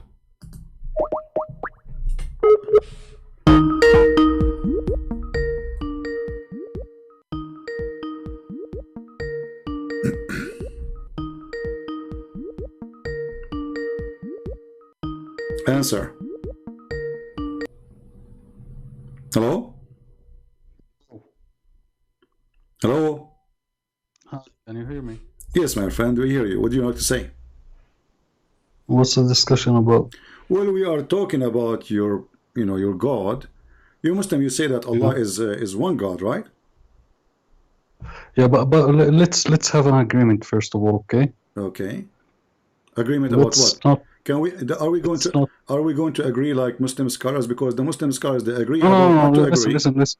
Listen to me. Uh-huh. Because we're not here to entertain one another, so let's not start mocking each other up. Let's just have a. I'm not mocking. Did I say anything to you? Did I insult you? No, because I've been watching some of your videos. My friend, if somebody is stupid, he says something stupid, I will say to him, "You are stupid." You can say the same to me. What's wrong with that? If I say something stupid, say to me, "You are stupid." Anyways, okay. Anyways. Yeah. So what's the discussion is your God Allah is one God or he is many? He is one. Okay. What is the proof that he is one? What is the proof that he is one? Yeah. What's your proof that he's a three? Well, here we go. As an example, chapter 48, verse number 2. Allah is speaking, saying that may Allah forgive your sin to Muhammad. No, I'm asking you, what's your proof that he's three? I'm not saying he's three. Do you believe in one? Do you believe in one God or in three gods? You see, you're changing the question. We believe in one God, but the question. No, I'm not. I believe in one God. You ask me. I will tell you what is my proof, but don't jump my question, please. What is your proof? I'm not jumping in question. You ask me how. No. Listen. You ask me how many gods. How many? Okay. Listen to me. You asked me how many gods I believe in. I answered you. I said we have one God. Now I will go back to you. So you have one God and I have one God. So why should I prove it to you if we both have the same belief? No, but because the Quran says you don't have one God. Read with me carefully. It says in chapter 48, verse number 2, that Allah may forgive your sin. So there is who is the one who's talking? Chapter 48, verse number 2. You can read verse number 1 if you want to. Just a minute. Chapter 48, which surah is that? My friend, I give you chapter 48. Just open chapter 48. He's asking me which surah is that. I'm asking you. If you don't want to answer, just say it. I don't want to answer. I give you the number. This is the easiest way because you might pronounce it wrong. You might get it wrong. The number is the best. For chapter 48. Okay, verse 48. 2. Which verse? Verse number 2. No, you're giving me something. Which says what? Say it in English. You read. Don't you have the Quran in front of you? Yeah, but I'm. Yeah, okay, I got it. Thanks to Allah. Finally, he got it. So yeah, what do you read it? Read it for me. Who's talking there? Who's talking? God is talking. What's his name? His name is Elohim in the Hebrew script. His name is Allah in Aramaic. His name is in Arabic is Allah. So his name is Elohim. So how come the Quran never mentioned Elohim? Why is Elohim mentioned in the New Testament? Yeah, I mentioned many times. Where? From the first, go open the first book. Where? So which chapter? Tell me. Don't change topic. Don't change topic. Don't change topic. No. I'm not changing. I'm asking you where the word Elohim is mentioned in the New Testament. All over in the Bible. You can go right now. Search in Google. No. I'm asking specifically about the New Testament. Don't change the topic. Don't change the topic. I'm not talking about the Torah. I'm not talking about the Torah. You said to me, where Elohim mentioned in the Bible, right? I said to you all over. No. I did not say Bible. I say the New Testament. I was specific about it. I was specific about it. Abdul. I'm specific about it. Okay, let me ask you. When you said to me that Allah is the same as Elohim, is your God Allah is a spirit? Is he what? Is he a spirit? No, he's not spirit. But don't you know that when God he mentioned the word Elohim, he said, and he's a spirit? I don't know what you're saying exactly. I don't understand what you're saying exactly. Is your God Allah is a spirit? No, he's not. I already replied to you. So He's I not. am saying, when you say to me that your God Allah is the same as Elohim, Elohim in the Bible, he is a spirit. Is your God Allah is a spirit? Maybe that's your personal interpretation. That's not the Rabbi and Hakam's interpretation. This is the Bible. No. Bible. God created the heaven and the earth, and his spirit was above the water. So when I ask you, he's a spirit. Yes. He's a spirit. Okay, he did not say God is a spirit. Okay, no, he's a spirit. He's a spirit. He's not created. He is God, and his spirit. Do you have a spirit? Do you have a spirit? My spirit is not. You see, okay, I have a spirit, so that makes us two. No. Do you have a spirit? Yes, I have. Are you spirit? No. So the same concept then. No. Go ahead. Next question. Just answer yourself. I am not the spirit, but I have a spirit. I have a soul. So God the Father is not the spirit, but he have a spirit, which means God the Father, God the Son, God the Holy Spirit. Now I'm asking you. You said God is a spirit. When you said yes, God the Spirit, God the Holy Spirit is God for us. God the Father is God. God the Holy Spirit is God. Christ, the man who came to us, is God. So when we say God, we talk about the person. My friend. You said that Elohim is the same as Allah. You said, I asked you, is Allah your God, is a spirit? You said no.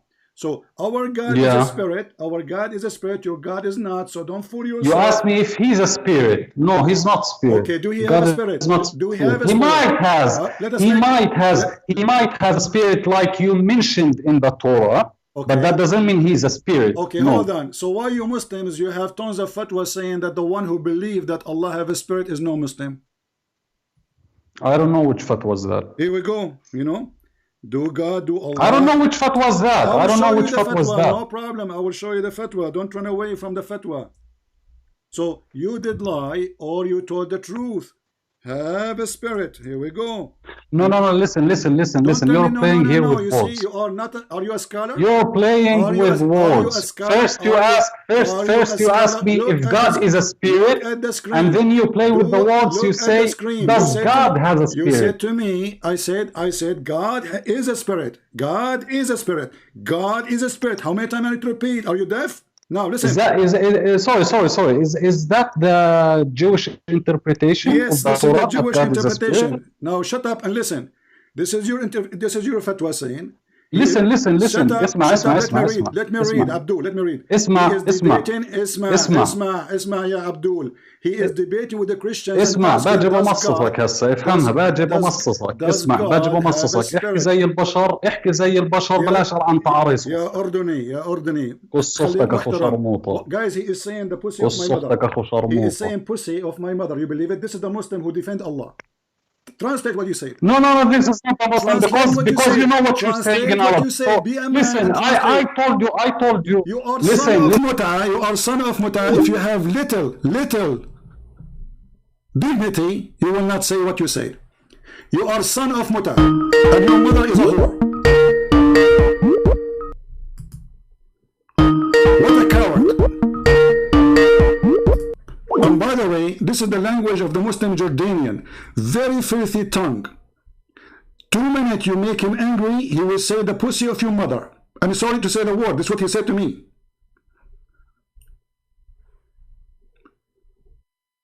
This is how filthy this cult is. They are the one who defend Allah, but they are filthy as a vagina, which is not clean. The coward, when he called me, he said, let us make an agreement not to make a mockery. And the second I corner him, he started insulting my mother using filthy language. Thank you for saying that, because we are trying to convince people that Islam make people filthy. And we prove it. son of Muta? Did your mother do 3 days temporary marriage when she got you? You can ask her.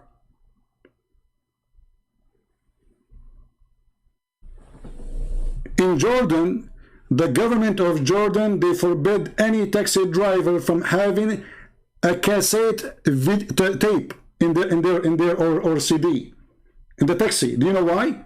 Because when a female she get in the taxi, they start playing porn sounds. Welcome to Jordan.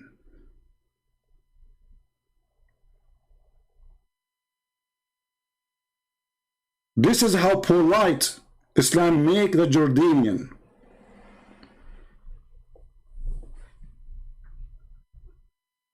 You don't want me to read. They lie, they say we have the same God as Elohim. Well, our God is a spirit. He is a spirit. And we repeated that 1,000 times. This is the fatwa, Islamic question and answer. He is debating a Christian. Obviously, it is me. Does Allah have a spirit? The answer, no.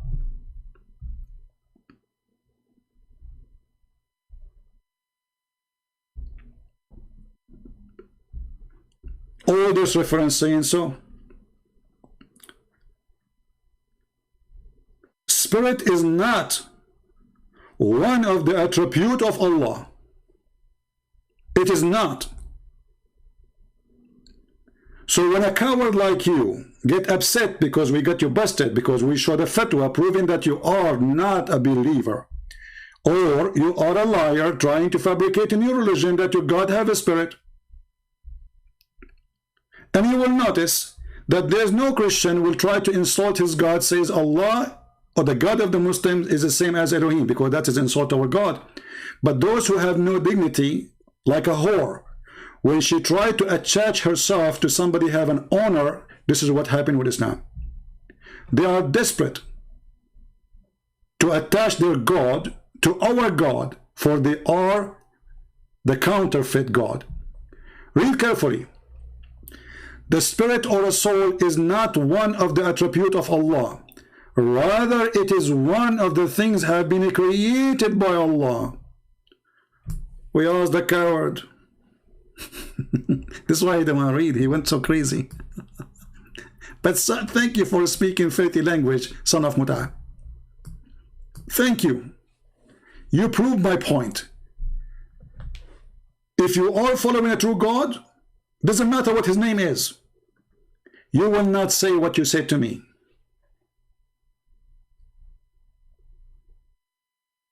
I did not say the F word to your mother. And there is no need for me to say it. Your mother is not part of the conversation. And even when I say son of Muta, I'm using a term Muslims use. You Muslim believe that you can do Muta. Your prophet, he have a chapter in the Quran about it, chapter 4, verse number 24. So I'm not even insulting. You Muslims, you go, you rent a woman for 3 days, 3 nights. You will say to me that your prophet, he forbid that? Still, it's in the Quran. And if your prophet, he forbid that, why? Is that because he noticed that this is prostitution? Huh? The funny is, when you read for them what is in their book, they get upset.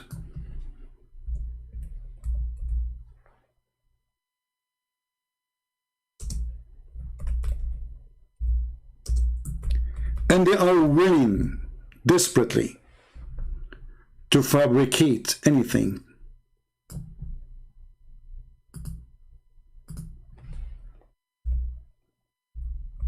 Let us put the hadith of the Muta.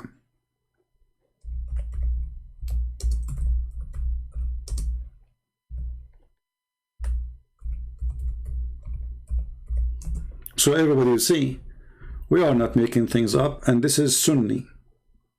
This is not Shia. This is not Shia. Remember.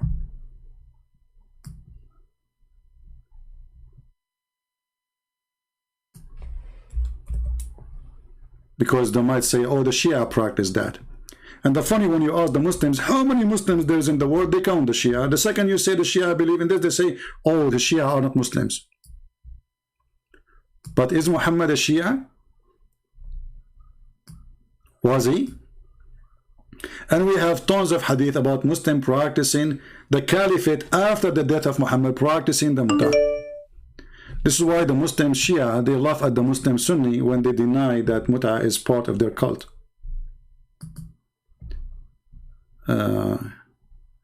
You have no respect even for your God? Well, you can say whatever you want. It's you who don't have respect to your God. Let us call you and see.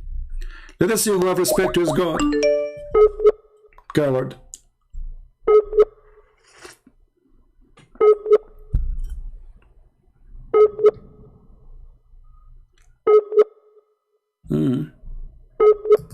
Look like your God is not helping your internet too.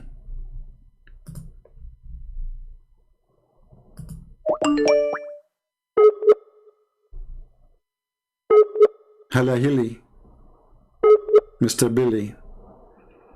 Allah is a fraud.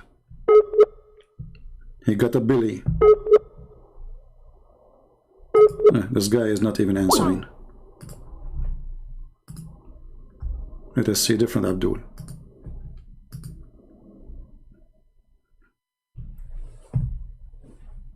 Allah is one God. By the way, who cares if Allah is one God or not? I mean, if he's one, he is 10. He is what he is, but still at the end of the day, he is a stupid God. Did you ask yourself what kind of God he allow a man and a woman to have sex for 3 days, 3 nights for fun? And even he called it muta, which means sexual boom boom. There's no marriage. He didn't even use the word marriage. He said muta. The Muslims, they make fun of the Buddhas, they make fun of the Hindus, they make fun of everybody, claiming that they have honorable religion, when this religion is the last one to speak about any kind of ethic. A Muslim, he can lie. To me, to you, to his wife. The Muslim wife, she can lie to her husband, to you, to me, to her friends. This is Islam. And we can prove it right now. Muhammad, he says, a Muslim man, he can lie in 3 cases. To his enemy, to his friends, to his family. Who's left? Who's left?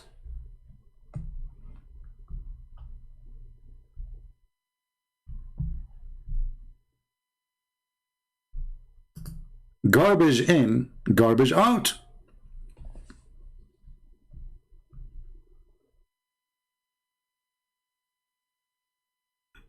As simple as that. Well, this is why I had to hang up, because it just, you see, this is why when I go live, I lose my voice, because I have to shout, repeat the question 1,000 times. Because, and by the way, some of them, they play slow in order to avoid the question. So the second we show this guy the verse, Allah asking Allah to forgive Muhammad, you have to jump to speak about Elohim. Is your God is a spirit. Elohim is the same as Allah. The word Elohim, you stupid idiot, means gods. The word Elohim, just how stupid you are. Because if the word Elohim is the same as Allah, that means you just agreed that there is a word which is equal to Allah, which is gods. The word Elohim is not a singular word. You are a certified donkey, like your prophet. So the second you say that Elohim is the same as Allah, you just admitted that you Muslims don't agree with the oneness of Allah as one person. He must be 3 or maybe more, because Elohim is a word meaning gods. Gods. So when you say to me, is that the interpretation of the Jews in the Old Testament, you stupid? Yes. Go right now, open any Jewish interpretation for the word Elohim. Don't open a Christian website. You are a certified idiot.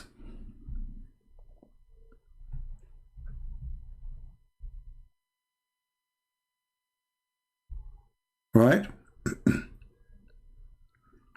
In Hebrew Bible, Ezra 5:01, it is ilah singular. Yeah, just skip it again. The word el ilah, which is even exists in we use it in Arabic. El-ilah, ilah, il is a word meaning God. Il alone is a word meaning God. Ha is a sound of holiness. It's not even part of the word. So this is why you see, if we go right now and we read the Quran, we look for the angel names, or even Ishmael, Mikael, Gabriel, Israel. We will find that all of them, they end with il. Do you know why? Because those names are stolen from our book. And because Muhammad is a fool, he do not know what those words mean. He took them, he put them in the Quran, but by taking them, he admitted that he is a thief and Allah is not the God of the Jews.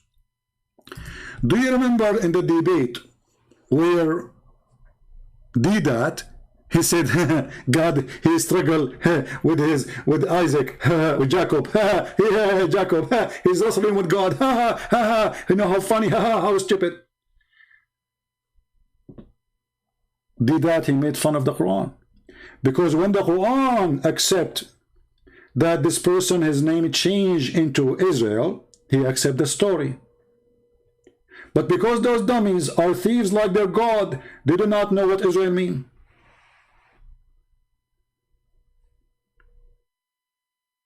If we ask the Muslims, who is Israel? Listen carefully. We have more than 1,300 people watching and listening. At least there's 100 Muslims watching.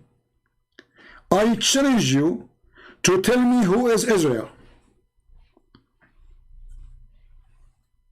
Any Muslim?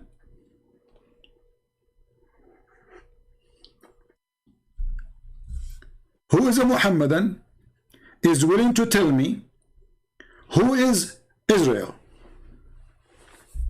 What he was exist? What his father name? Any Muhammadan?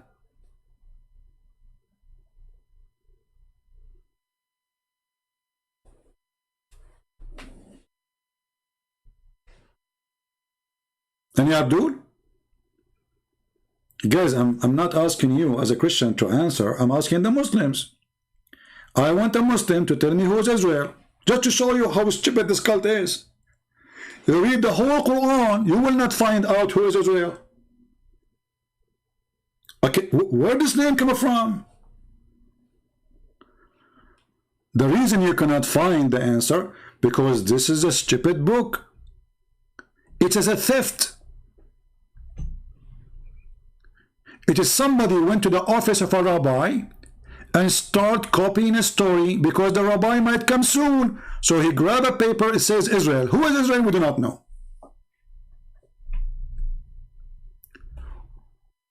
Who is a Muslim can open his Quran and tell me who is Israel? The second you say Israel, you are talking about the God of the Christians, the God of the Jews. El is not one of the names of Allah. Didn't this guy, he said to me that Allah have 99 names? Okay, wonderful. Not even one of them is El. So how Israel is Israel? How Mikael is? Mikael, this angel belonged to El. Gabriel, this angel belonged to El. Ishmael, this person belonged to El.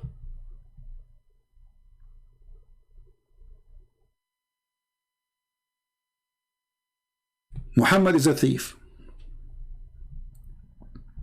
Look what this Abdul he said. Just to show you, a Muslim, he found a solution for the answer, for the question, for the challenge. He said, let me put it in the screen just to show you that when I say stupidity is amazing and the Muslims are blessed with the stupidity of Allah, I mean it. Look at this. Oh, this is Mimi hijab with his tits. Not now, Mimi. Go.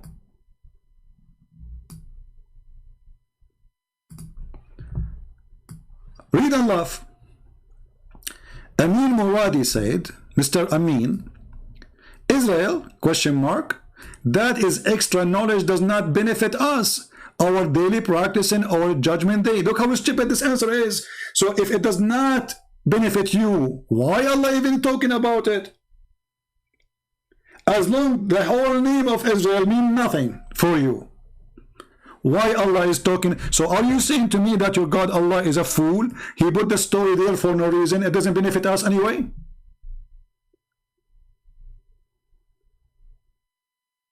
This is what you just said. This story does not benefit us.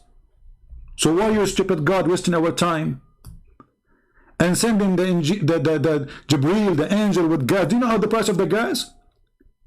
1,000 years to go, 1,000 years to come back. For what? For a verse doesn't make any difference. Do you see the stupidity?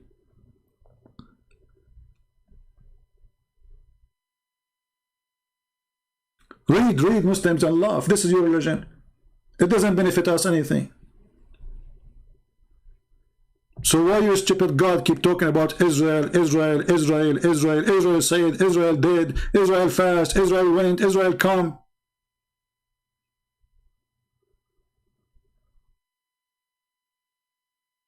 As long as it doesn't benefit you. But look what happened. Because they have no answer how such a stupid book is even come to be together. If this is a book of God, shouldn't he introduce to us who is this guy? His name is Israel. You go in the Bible, you see the story that this person, Jacob, he was given a name by God. Now we understand that Jacob is Israel.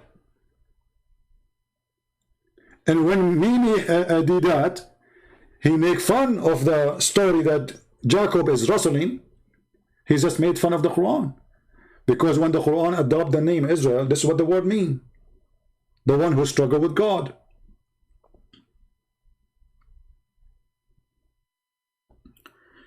Then we go in the Quran all over, it says the children of Israel, the children of Israel, the children of Israel. But shouldn't we know first who is the Israel first?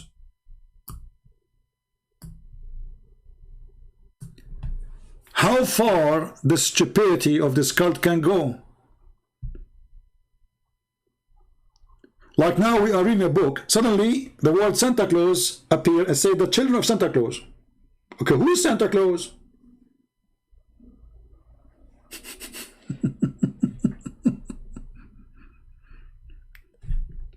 Who is Santa Claus? Shouldn't you tell those people? They never heard of this person. The Arab, they are not Jewish, so they do not know who is Israel. Was Muhammad talking to the Arab? Or he was talking to the Jews? Isn't it Muhammad himself is not from the Jews? Isn't it this guy, he just said that Muhammad, he never even know what is Jibreel, who is Jibreel? He don't know who is Jibreel. Shouldn't you teach him who is Jacob too? So he do not know who is Jacob, he do not know who is Israel, he do not know who is Mikael. I mean, those names are historian names. Sure. No, even at that time, right? But I mean, again, he doesn't know who Gabriel is, right? Because he didn't come from an Abrahamic faith. But I mean, again, he doesn't know who Gabriel is, right? Because he didn't come from an Abrahamic faith. But I mean, again, he doesn't know who Gabriel is, right? He do not know who is Gabriel. So why you are asking if you know what Gabriel mean? Copy, paste, cult. Any Muslim can tell me what Gabriel mean. They don't know.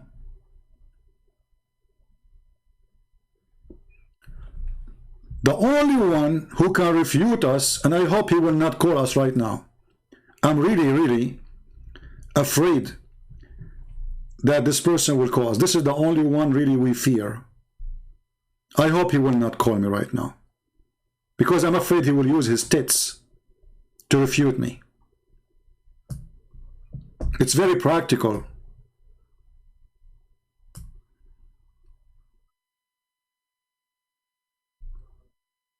In order to make a point, they deny and they lie. Like when they asked this guy, your God have hands. He said, who said so?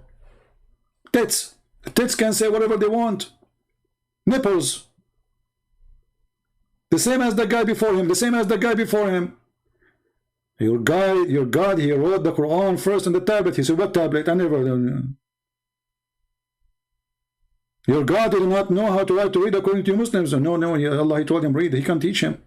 Did he teach him? He went to Google search and he said, no.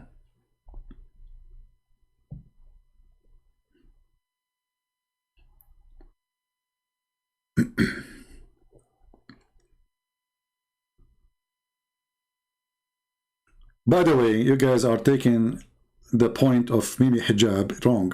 He is not doing striptease. He was just taking off a t-shirt made in China. But I'm not sure what about the trouser and about the panty he's wearing and the shoes and the microphone in his hand. Everything is made in China. And I don't know why he put it back. What a kid. What a stupid kid. But remember one thing. When we allow Muslims to call us, and I say only Muslims, it's just to give you an example about the hypocrisy of this cult. Those people, they want to defend their God. They claim that their religion teach ethic. The second you put them in the corner, he said the F word to my mother, using the vagina word in Arabic. He thought, I'm not going to translate what he's saying.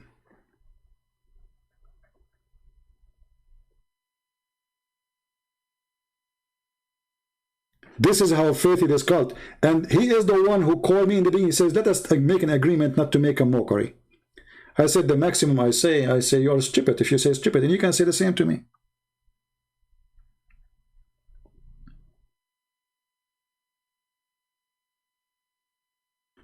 But why you are surprised? If they have a God, he described the vagina in the heaven of Islam. Have you ever heard of a God describe the vagina, how it looked like?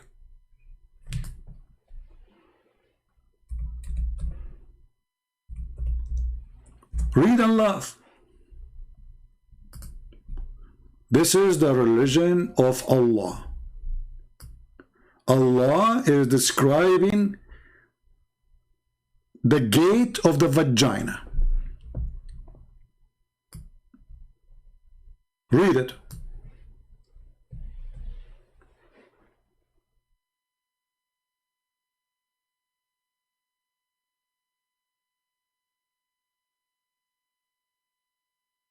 Do we have any Muslim have a comment? How many times we heard the Dada speaking about the Song of Songs? The Song of Songs. This is the word of God? You stupid idiot. It's a song of song. If it's God talking, then it's going to be God's song. But obviously you do not know even who is talking there. If I made a poetry about God, it doesn't mean that God is talking. Secondly, what you claim it is sexual, it is not. When the guy he speak about two cities, he is not speaking about two females. But then the Muslims, after making fun of Song for a century, the Dad himself make fun of it. Then somebody told him that the name of the Prophet Muhammad is there. Suddenly, the Song of Songs became holy. Suddenly, it is not a bad adult language. Suddenly, every Muslim is proud about the Song of Song.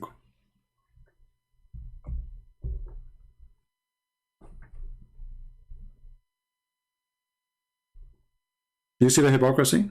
Yesterday it was a porn. A week after it is holy. Just because an idiot he told him that Muhammadim is there.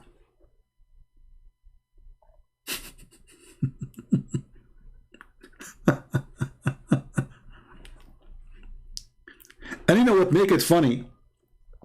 That the Quran said that the name of the Prophet will come after me. Isa saying his name is Ahmad. So how Ahmad became Muhammad? I want to know.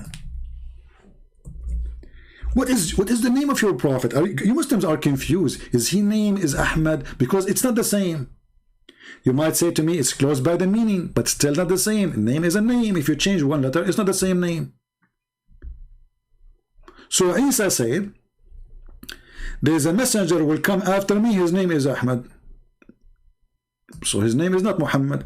So if we find a name in the Bible, it should be Ahmad. Read it. How come the Muslim they found Muhammad? Muhammad is found even Zakir Naik, he have a video about he found the name of Muhammad in the Hindu scriptures. But you go and read the Hindu scriptures that says that this is an evil spirit. Yes, the word Muhammad exists. It's an evil spirit. The spirit of evil. They are so desperate to find their prophet anywhere.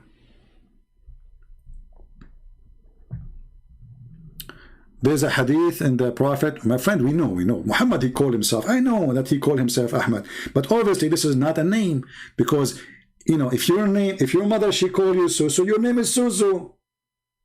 You don't change your name every 2 seconds. But because it is a title, so the real name of Muhammad is Qatham. Qatham. When he was born, his uncle gave him a name. Or his grandfather. Why? Because there is he have a son. He passed away just before Muhammad was born. And what the Arab they do, the first baby come, after the first one died from the family, they name the new baby by the same name of the person who passed away. This is the real name of Muhammad. Muhammad means the praised one, and this is obviously clear evidence that Muhammad is a filthy person who is trying to be God, because the word Muhammad means praised one.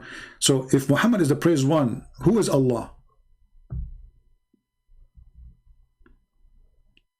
Do you understand? Muhammad is trying to hijack the names of Jesus.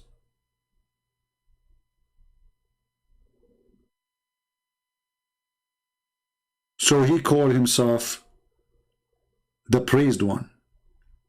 So when the Muslims, they say, we believe in one God, and they follow a man, his name is the praised one, obviously they are cult following a cult leader. There's a guy in the Philippines, one of you, he asked me to make a video about him. He's a cult leader, he's a scammer. He's a child molester like Muhammad. Let me find his page, hold on.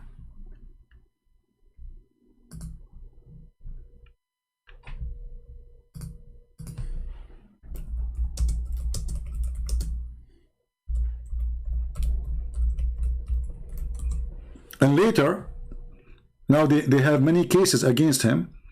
He's raping women. He's doing sex trafficking. He's a scammer. He's a fraud. He have all kinds of crimes.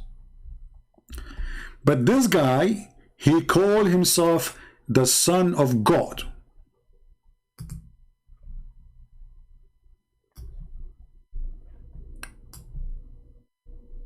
He created an organization, huge one, a lot of money.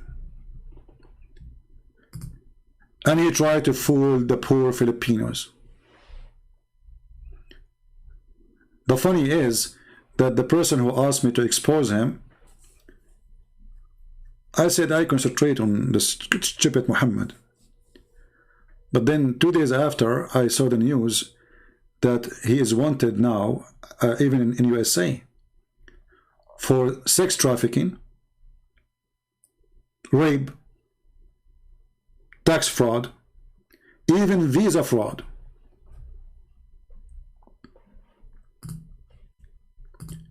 It's a great example of all cult leaders.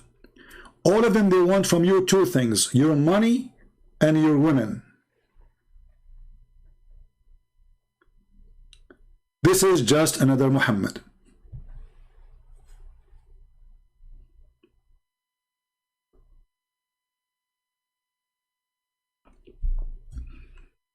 And I'm so glad that soon this person will go down and he will be punished for lying to the poor.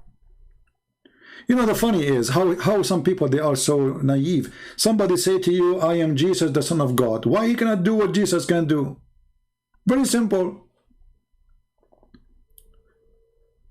if you are Jesus, the Son of God, then you don't go and have sex with women. You do not need money of any, because you can make the dust gold. You can make the water wine. You can make the sky rain diamonds.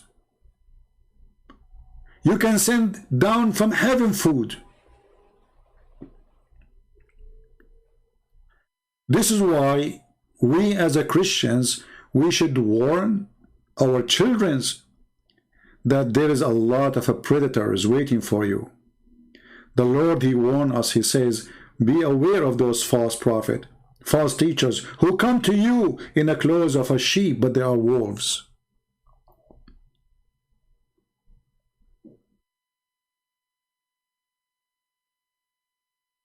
And this is Muhammad. Muhammad is a prophet, and made a chapter in the Quran saying any Muslim woman, she want to give herself to the prophet. What does this have to do with God?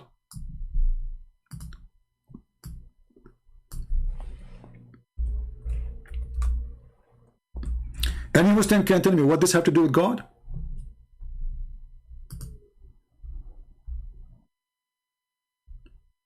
God in his office, which is way behind Santa Claus office. Sorry, Muslims don't have Santa Claus, they have bomb clothes.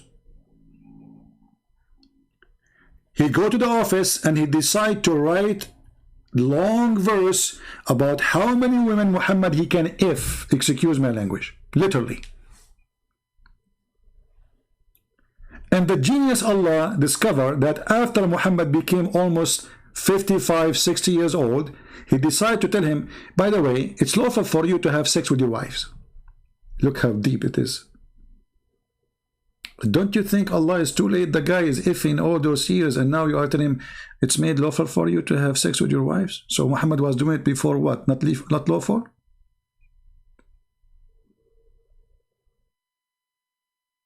Now remember, you have to pay them money. And you can have sex with your cousins, and you can have sex with the etc., etc., etc., etc. And by the way, here they're saying whatever you own in your hands, so you can rape the slaves. And those you own by your right hand possess. And then he continues saying, and any believing woman, she offer herself to the prophet. What does this have to do with God? I mean, the guy, he have tons of females in the bed. Why he need such a license? Hey, women, offer yourself to the prophet. And then every hooker in Mecca, she said to herself, uh-oh, I got a free retirement plan. I will go sleep with this pimp. And then I became the girlfriend of Muhammad. Nobody will dare to touch me. And I will have retirement forever. Any believing woman, she offer herself to the prophet. Any. Is that from God? And then after that, when women who they are not good looking, excuse my language, I'm talking about the standard this man he think about, women who they are not good looking, old women, they start offering themselves to Muhammad too. And now what he will say to them, he says any woman she offer herself. He did not say any women I choose. So he had to fix it. Right away he made a verse saying, Allah, he told me this. Hey Muhammad, Habibi Muhammad, you can post porn, any of them, and you can receive any of them. And whosoever you desire of those whom you have set aside. Like, what the heck? So women now are lining up in the front of Muhammad's house. Some they are old, some they are yummy. Muhammad, if he sees someone she is yummy, he says, you come here, okay? Yeah, come here. You go to the bedroom. No. You know, Allah, he told me, no, yeah, okay. You, next. No. Don't even take off your veil. No. Don't, please, don't, no. Have you ever heard of a God, he makes such a verse? So he made a verse saying, you can F any woman she offer herself, and then after that he start getting women who they are really old. Nobody want to marry them. Looking for retirement plan. So Muhammad, he made a verse saying, Allah told me I can postpone whoever I wish. I can put aside whatever I wish. And I can do boom boom to whoever I wish. Because my God is a wish God. And then Aisha, she noticed that Muhammad is a fraud. She said to him, Inni ara rabbuka yusari'u ila hawaka ya Muhammad. I see that your God, he ran into your temptation, Muhammad. your penis. The penis God. Read carefully what Aisha said. I felt jealous. I felt jealous. Come on.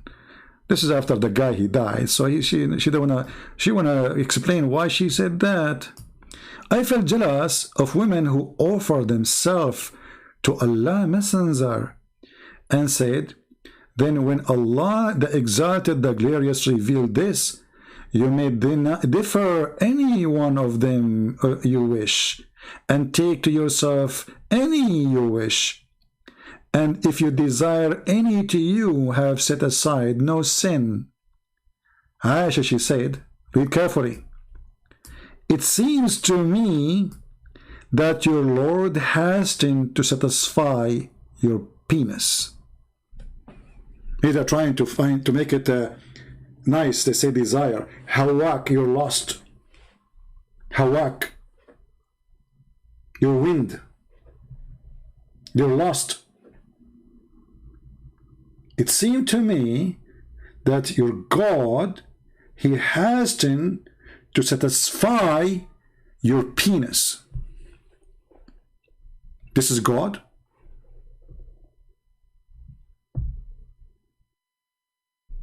Muslims, is that God?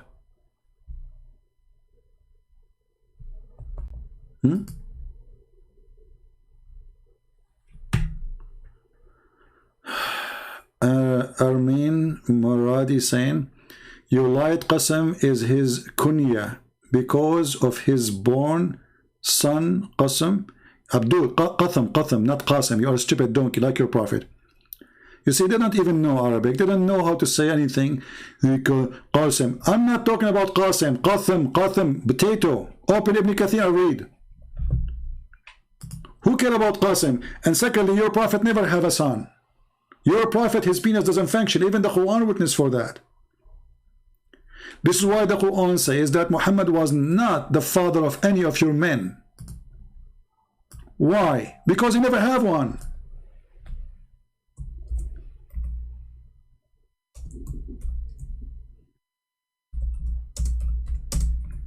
So all those who claim that they are descendant from Muhammad, they are a fraud.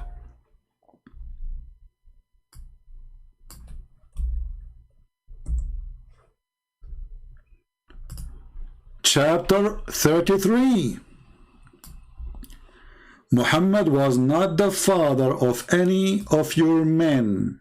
Do you see it?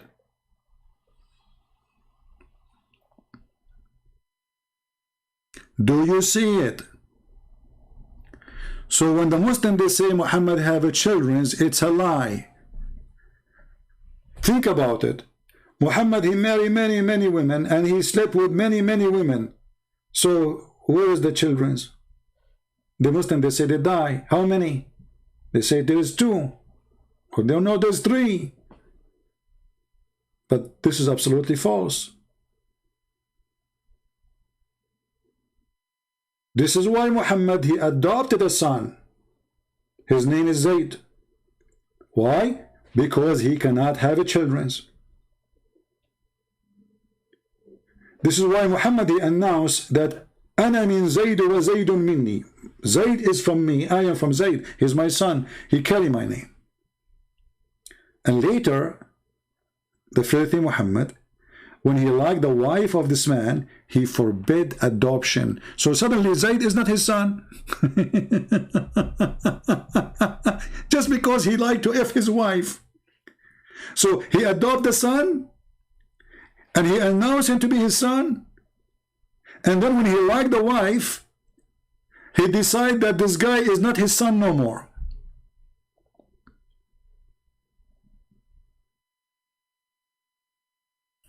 And even their book says that when the prophet, he went to his own son when he is not home. At that moment, he was his son, supposedly. He went, and Allah, he sent the wind. Look how nice Allah is. What a decent God. Allah, he sent the wind, and she was wearing see-through Victoria's Secret. The Prophet said, Subhanallah mu'alliful qulub.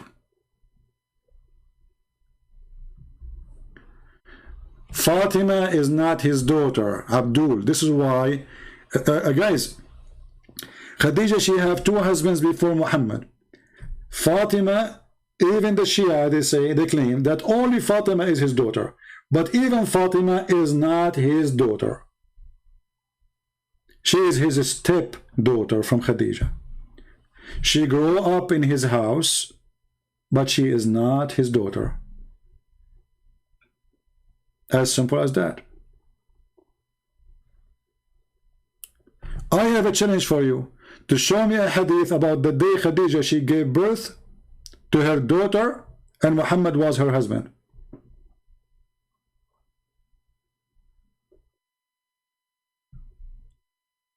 This is why the daughters of Muhammad, they are close to the age of Muhammad himself, of Khadija.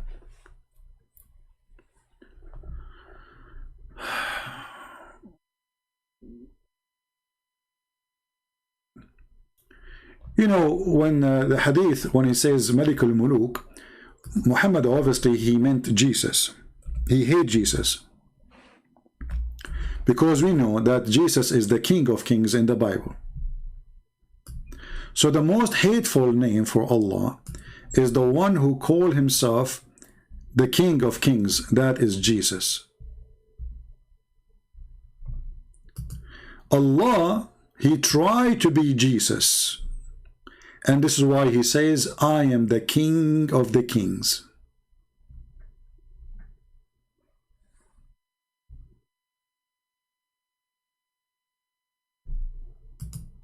I am the kings. We're the kings. You see the translation, he says, I am the Lord. It doesn't say that. He says, Ana al-Malik. Not I am the Lord. False translation. I apologize today. You know, when I use those words, when this guy, he insulted me, and I translated what he said to you, because I felt I have to show you how those who grow beard in Islam, they are the most disgusting. The second you corner them, the truth come out. So he come to us in the clothes of a sheep. He said to me in the beginning, please let us not make mockery of each other. I said, what mockery? Did I say anything to you? If I say, I will say you're stupid. If you say something stupid, you can say the same to me. The second, we put him in the corner, showing him that his God is not a spirit. He starts saying the F word to my mother in Arabic.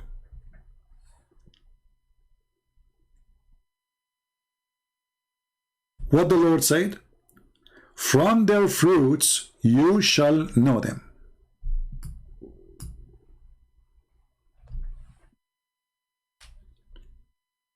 From their fruits you shall know them.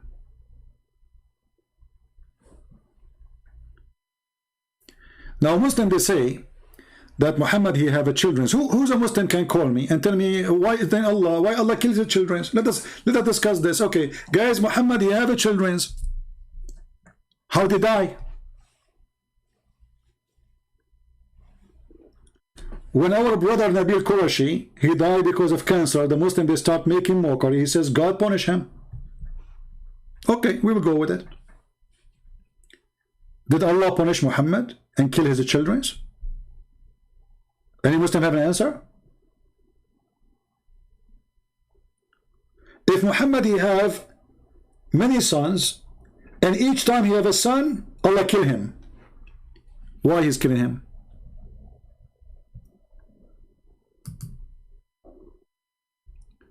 Stop making lies by yourself. There is no dispute among Sunni and Shia that he had his own daughter Fatima. You know, you Muslim Sunni, you claim that all the daughters are daughters of Muhammad. Shia, they say only Fatima, so you are stupid again. However, if Fatima is the daughter of Muhammad, how Muhammad he do such a thing to her? Is it true that somebody left the skirt of Fatima to check her private part? What Muhammad did about it? Do you want to call me? If you are a father and then your daughter who was young, somebody left her skirt to check her vagina, to see her legs, and then the daughter, she come back to her father, what the father should do?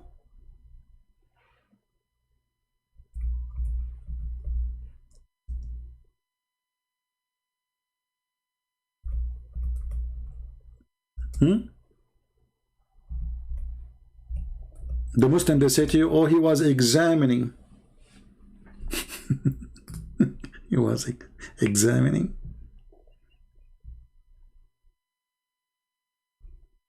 Examining? Who is examining? Examining what exactly?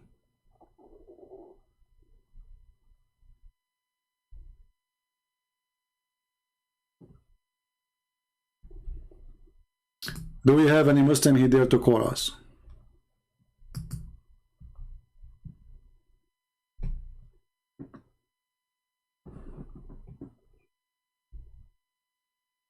Any Muhammadan?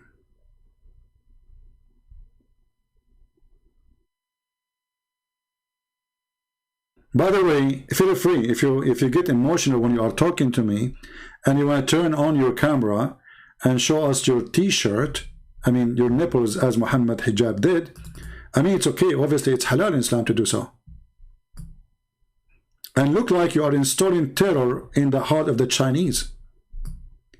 I received a phone call from the Chinese president. He says, what we would do? I said, you know what, I can refute him, but I do not know what to do with his nipples. And I can make him shish kebab, but nipples war, I am not really expert. So now the Chinese, they are asking the United Nations for the Security Council, because Mimi Hijab, he waged war, Islamic tits war number 3 against China. And the Chinese women, by the way, this is the danger. The Chinese women, they are looking at Muhammad hijab, says, wow, how cute he is. Look at those nipples. I heard that Mimi hijab is planning to do attack on Nepaline Island.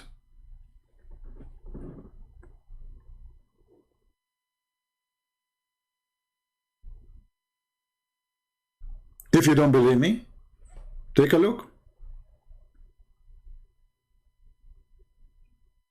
And look, the Chinese men behind says, no, no, please. They are scared. Those Chinese army, they are terrified. I mean, look at this. They said, like, what the heck?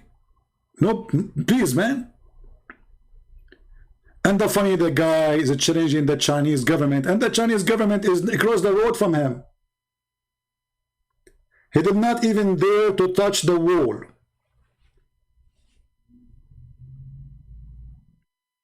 But you know what? I am surprised that he did not make a video. He did not have in his hand the negla seed. I mean, how he wasted such an opportunity? Shouldn't you sell the negla seed with you?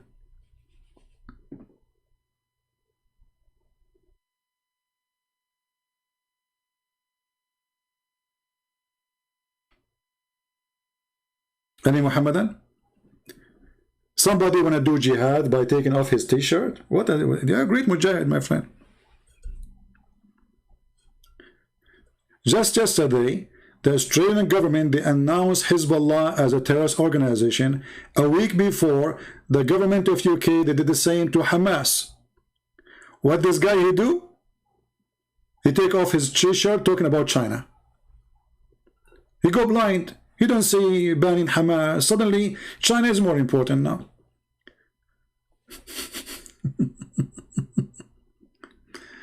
But my friend, the necklace seed is a solution for anything.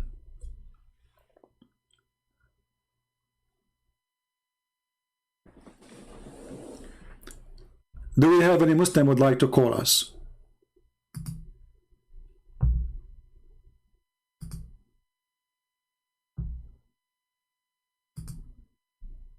Anyone? We have this guy, he tried to call, but I could not take his call. I was talking. Yeah, let's call him. I don't know how to stop this speaker ring. You know, it's very noisy. I have to take down the sound, the audio, when I call.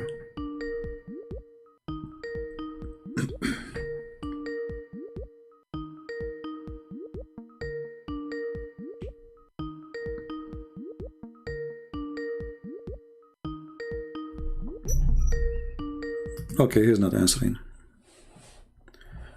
Let us see if he can call us.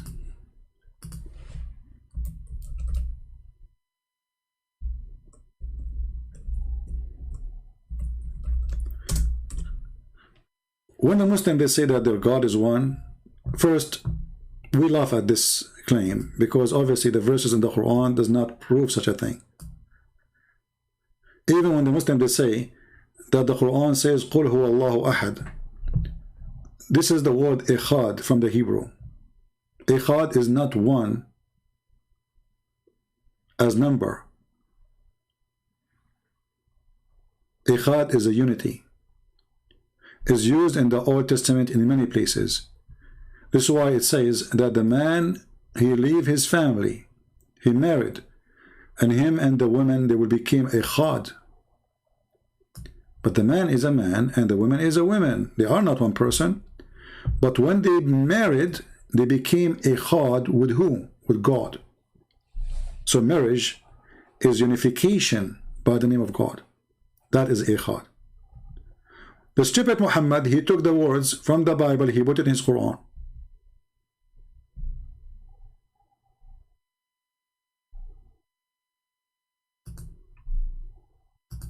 And the Muslims are so confused with it.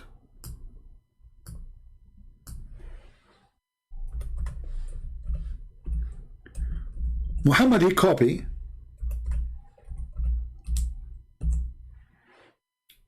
from the Aramaic prayer that say that Allah is a Samad. The Aramaic didn't say Allah, they say God. Okay, what is a Samad? You ask the Muslim, they put for you between two brackets, the self-sufficient, the master, who is the create, all the creatures need. He is neither eats nor drink. All of those is one word. All of those, I mean, all of them, they are one word. Are you serious? But because they don't know, they try to find an answer. This is not an Arabic word. Samad, you can go and ask anyone. There is something until now we use in the Middle East, it's called masmuda. Masmuda simply is a little thing made from clay, and you make a hole in it and you collect coins inside. I don't know what they call it in English. So this is usually what kids do, you know. So like in order not to break it and get tempted to, you know, to spend your money, you buy this clay thing, have a hole, and then you put the coins inside, or even whatever money. And in order to get the money, you have to break it. This is what Samad mean. Then we find that there was an idol, his name is Samad. There was an idol around Mecca. And the funny is, just to show you how corrupt this religion is, the Muslim, they took it from the book of Ibn Kathir.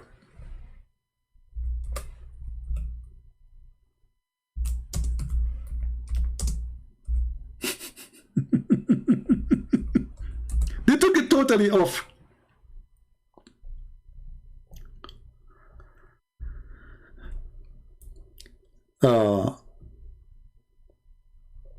Let me show you. The good thing is that there's many people, they took images of the book before they delete the word. Let us see. Here we go. What a cowardly religion.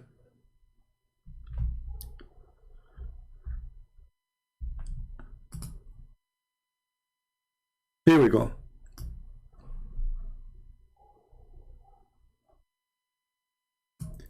Around the Kaaba there was, and this is the book of Ibn Kathir. This is copy page as it is from the book. So if we zoom here, let's go down. There was an idol, his name is Sada, and the other one, his name is Samud. Samad.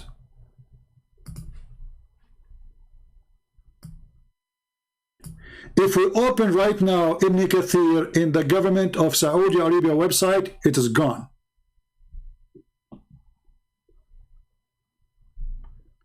It's not there.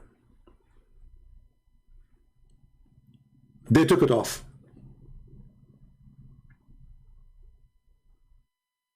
And I challenge any Muslim to say we are lying.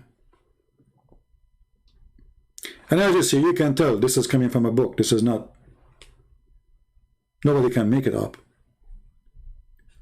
So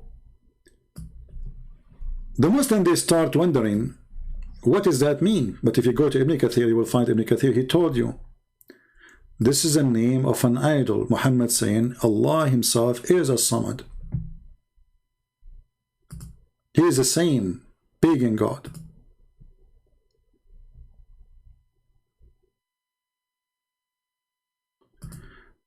Somebody saying to me it exists in Ibn Kathir. I don't know if we can find it. Let us see, because I looked many times before. I could not really find it in the website. Let us see.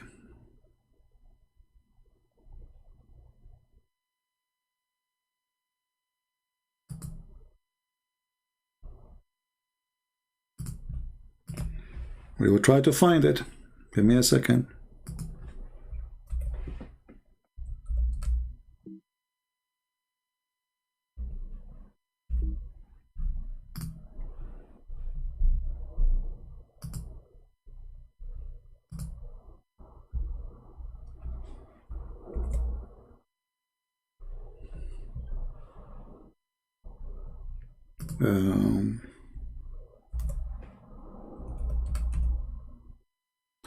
Actually, I found it. Unbelievable. Look at this. Maybe people, they start exposing them, they put it back. I found it. Hold on. Thank you for the admin who sent me the link.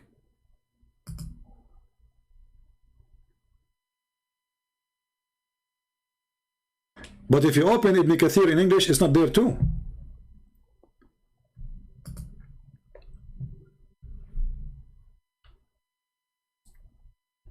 Here we go.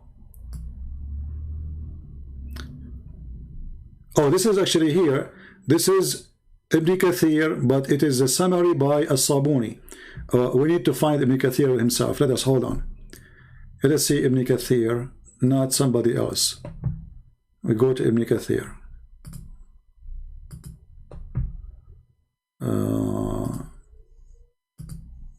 Ibn Kathir, Ibn Kathir. Okay.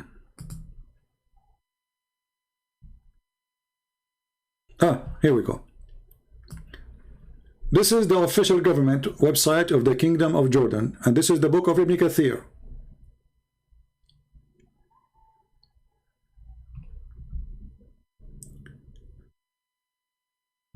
And here we go.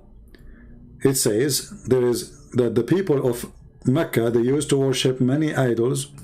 One of them, his name is Sada, and the other one, his name is Samud. Let us translate to English. We need to go out of the frame, I think, to be able to translate. No, it's not translating. Hold on.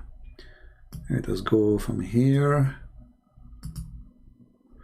It's not showing translate. Oh, hold on. Because I need to use Google browser. Hold on. Give me a second.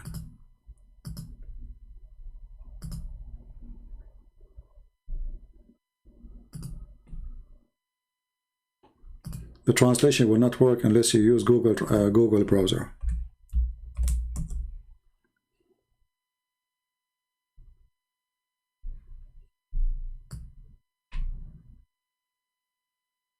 Okay, this is now Google browser. Translate.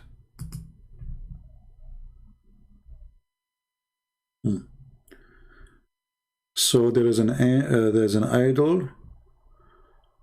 Okay, worship. Okay, and then mentioned worship idols. So idols in place.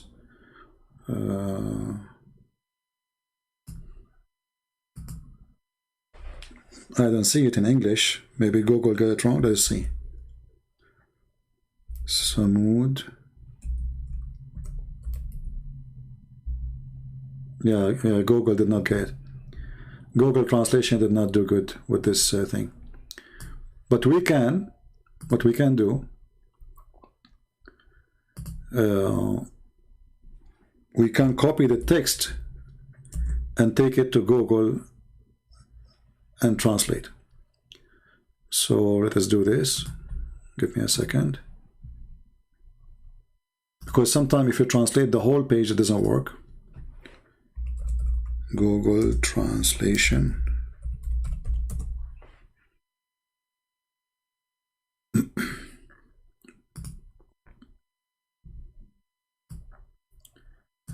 All right. So now this is Google translation. I will copy the text from their website. Actually, I will do it in front of your eyes.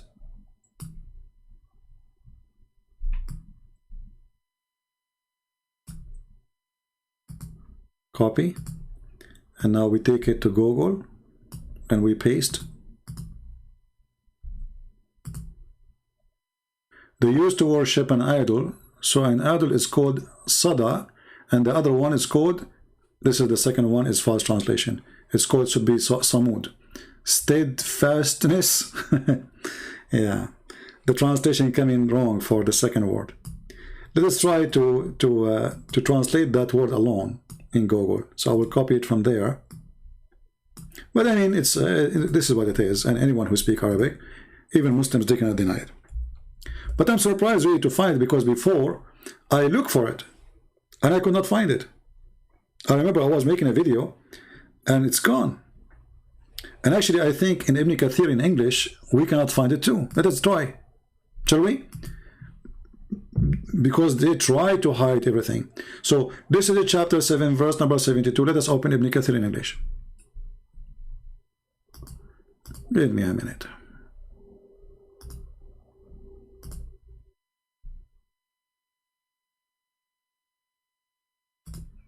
Word of Allah. This is the Muslim website. And we go now to chapter 7. And I don't think we will find it there.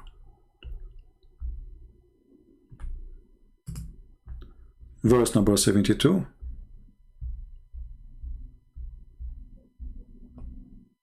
Here we go. And we zoom out. And let us see if we can find it.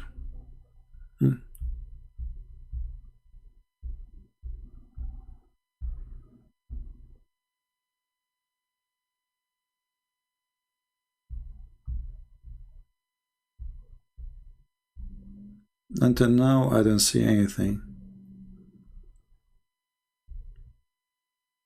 It should be in the top, actually.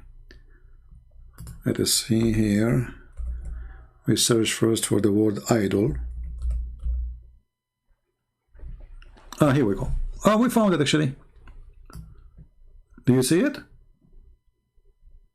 Do you see it? I am really surprised that they have it.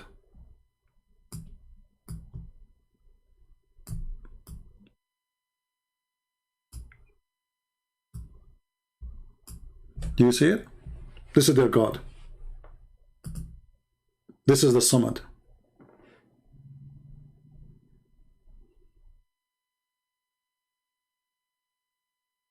No, I'm very sure, because before, I remember I was debating somebody and I looked for it. I could not find it. It's gone. This is why people, they make articles about the scandal that the Muslims are hiding. They changed the book of Ibn Kathir.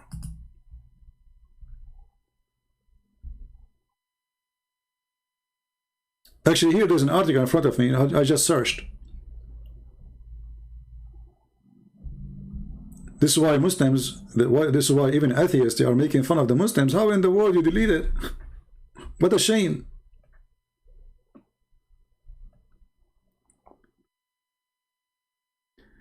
And the funny, one of the interpretation the Muslims they have from a guy, his name is Ikrama, he says that a samad is that the thing which something come out of it and you don't eat. Other one says it is something he have nothing inside. He have nothing empty inside. Other one says this is the one who don't eat food. But this is idols. This is exactly idols.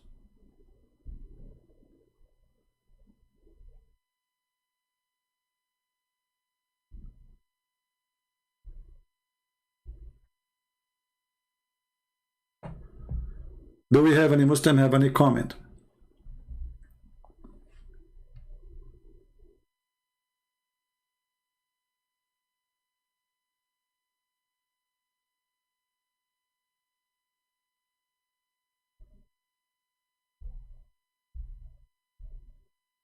Anyone?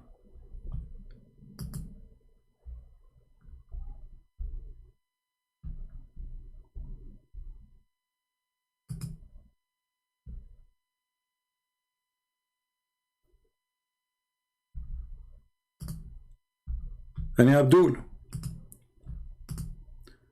Too bad, you know, I was expecting some Abdul to call me, convert me to Islam so I can get women with big boobs. I always wanted to have a God who appreciates tits. This is the best example for all gods. This is what works these days. True gods is the one who promised you tits. Not like you Christians, your God they promise you will be happy in heaven, that's it? No tits?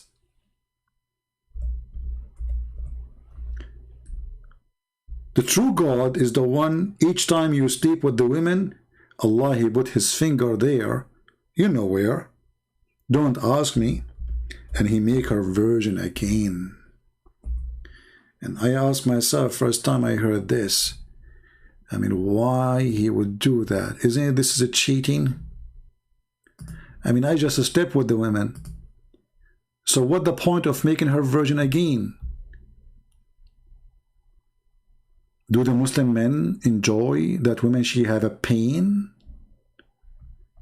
Or he wanna always believe he is the first? You Abdul, you are the one who made her losing her virginity, so you are the first. You want to be the first again? No, how cute you are. But because this God is a filthy God, he knew that those Arab are obsessed. Arab, they live in the desert. What they have for joy? Drinking and sex and poetry. That's it. They sit at night, they say poetry, because there's nothing inside us. There's nothing. There's no trees. There's no rivers. There's no nothing. Their life is so simple. They have animals. When the spring comes, they marry new wives because now they have more babies for their sheep and their camels. The spring is sex time. And the end of the summer, everything is dying. There's no water. This is why you will see the people of the desert, which is Arabia, This is what the word Arabia means, desert. They worship the moon god, for the moon is always nice to the Arab in the desert. The moon never kill. They never dry their water. The sun do kill them. The sun kill their animals. The sun kill their grass. The sun is the most dangerous part of their life. This is why you see that at that time, people who live in cold area, they worship the sun. Like in Europe. And people who worship, who live in a dry desert area, they worship the moon.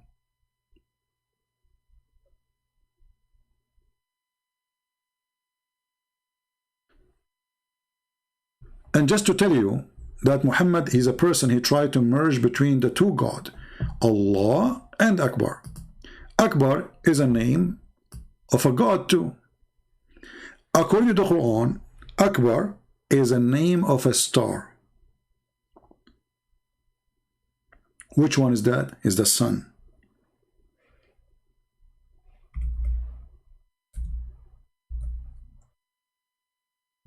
So what Muhammad he did, this is why the Muslims they say Allahu Akbar, Akbar, mean and. So when Abraham he saw the moon rising, he said, "This is my God." The Quran says that Abraham he worshipped the moon. And then when he saw the sun, verse number 78, when he saw the sun, he did not say, "This is only my Lord." He says, "This is Akbar." You see the translation here says the word the greatest. It doesn't say that. Akbar is not the greatest. Akbar means bigger.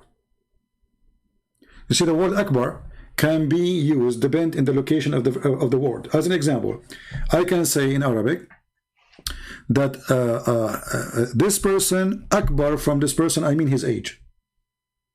When you see it to use it with a person, you talk about his age.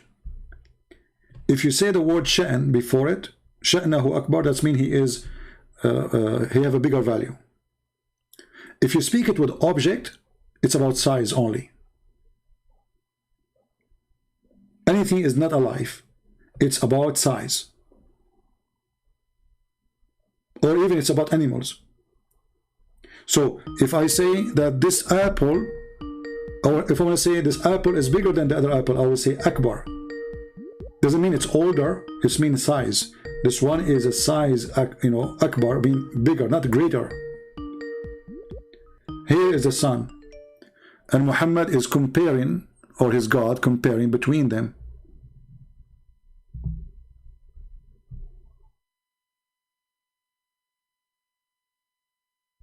Claiming that Abraham,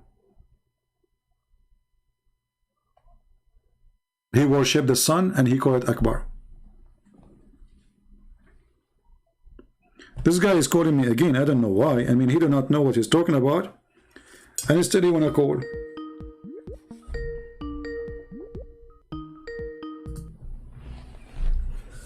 Hello? Yeah, now you're giving out false information, man. That's false. What? That's false. You're giving out false information. Which false? Which one is false information? You're interpreting the whole thing the wrong way. Okay, which one is false? Give me one. So everything that you're saying about just give me one so we can go over them. Give me one. Choose one. Choose one. He's talking about the non-believers. That's what he's talking. That's what Allah is talking about. What non-believer? What do you mean non-believer? This is about Abraham. No, it's talking about the non-believers. It's not talking about Abraham. Okay, read with me. Chapter 6, verse number 75. It says, and when Abraham, do you see the word Abraham? Hold on.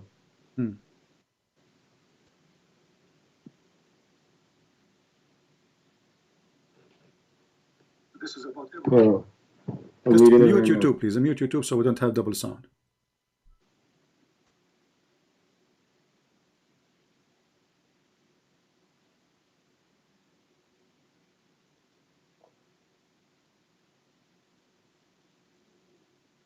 So admit that you are wrong and you do not know, and you are learning from a Christian. No. He's talking about You know, so you know when Abraham was at the time of Abraham, Islam wasn't even Islam.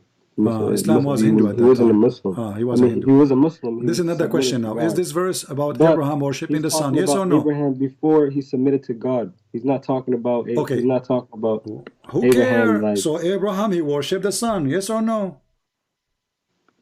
Did he worship the sun? Yeah. I don't. You tell me. What do you mean? You tell me? You call me to tell me that I am lying, and You now are, you are telling me. You are. You said this is not about Abraham. Everybody heard you. He wasn't a Muslim. He wasn't a Muslim at the time. Okay, he wasn't a Muslim. He was worshiping. No problem. He was worshiping what? What does it say? It says the moon, the stars, and the heavens, right? What? And then what happened after that? Okay, but did he worship the stars? Did he worship the moon? Did he worship the sun? Yes or no? What does that have to do with anything though? Like, what are you trying to say? Why you are calling me? I mean, what's wrong with this guy? He called me to show me that I'm wrong. I'm saying he's lies. He's talking about the non-believers. That's not what non-believers? He is. The Quran is talking about. He is. Read. Do you know English? It says, and when the night covered him who? So you trying to tell me the Quran is saying that Abraham was a Muslim? It's not saying that he was a. My friend, at the Abraham, time, Abraham is a Muslim. He turned Muslim. Abraham, he turned Muslim. The Muslim when, Abraham. When, the Muslim Abraham is a Muslim. That's why he's worshiping the moon. When Abraham was growing up, or whatever, he's talking about when he first looked at the sun and the moon or whatever. Okay, so when now you agree. Okay, so now you agree he said that the first time. Hold on. Let's go slowly. The first time you said, "Here, look at the moon," he worshipped the moon. Is that what you're saying? He's saying, "Is this my Lord?" He's asking if this is my Lord. Then it's set. He is saying, and then the sun came okay, up. hold on, guys. And then the sun, hold on. Guys, and then the sun came up. Then he asked, "Is this my Lord?" Okay, what it says is this. It says, "This is my Lord," not "is this." He's not questioning. He's saying, "This is my God." You are adding words, my friend. I don't see "is this." Why you are adding words? Where in the verse it says he said, "Is this my Lord"? I mean, when you think of something, you can still have a question about it. You can still question it without. Is he confirming or questioning? The English is very simple. The English is very simple. Is he questioning or confirming? Read it again. He's not confirming. I think my interpretation is he's questioning. Okay, what is your name, my friend? Is your name Ibn Kathir? What? You said my interpretation. How you got this interpretation? In the verse in front of you says that he said, "This is my Lord." He didn't say, "Is that my Lord?" So how you got the interpretation? How you got the interpretation? You can have a tone. You can have a tone of voice questioning something. Just go, man. Let your dad call me.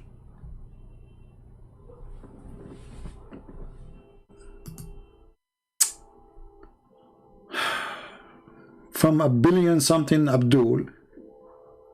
This is what I get. He is saying, "Is this is my Lord?" So Abraham, he said at night, he put his finger in his nose, start looking for boogers, thinking. Because this is what Middle Eastern do when they think deep, like they dig deep in the boogers. So like he dug booger. Is that my Lord? And actually, if you read, you see how stupid this verse is. Because when the moon disappear, he start worshiping this Lord. Why? Abraham all his life he did not notice that the moon disappear. Like what happened? Suddenly Abraham he saw the moon. Maybe Abraham and his family, they were living underground for millions of years. And then when he came first night brother, he came in the top, it was nighttime. You look, moon. Are you my Lord? But he didn't say that. He said, "You are my Lord." But for sure, Abraham at that time was digging hard in his nose. And then Abraham, because he never saw the moon setting before, it was a surprise for him, disappointing, brother. You know, by the morning, the moon is gone. Abraham said, "Oh no, what kind of Lord this Lord is? He disappeared. He disappeared." Then, hold on. The same happened with the stars. And then when the sun come, surprise, surprise. And then when he saw the sun rising, this is the first time Abraham he see the sun. Before that, his mom told me she used to put a bandage over his eyes. That's it. He never saw the sun before. And then this something in his eyes fell down. Made in China, you know. Because his mother, she keep washing it. Like she had two bandages. She washed one, she put one, she washed one, she put one. And you know, so he would not see the sun ever. And then one day, this Chinese thing fell apart. And oh, the sun, oh. And he said, this is my God, this is Akbar. This is what it says in Arabic. هذا ربي هذا أكبر. All of you, you know how the word Akbar is written, even if you don't speak Arabic. Go compare it with the word Allahu Akbar. So the guy, he said, oh, this is Akbar. I'm going to worship Akbar. And then, brother, surprise, surprise. Mr. Akbar, Akasan, she disappeared later by sunset. And then he says, I don't worship, I don't like the one who said. What kind of a story this is? I mean, how deep the reasoning of this Abraham, how stupid this story is. Because if Abraham worshipping not the one who disappeared, how he worship Allah when Allah never appeared to him?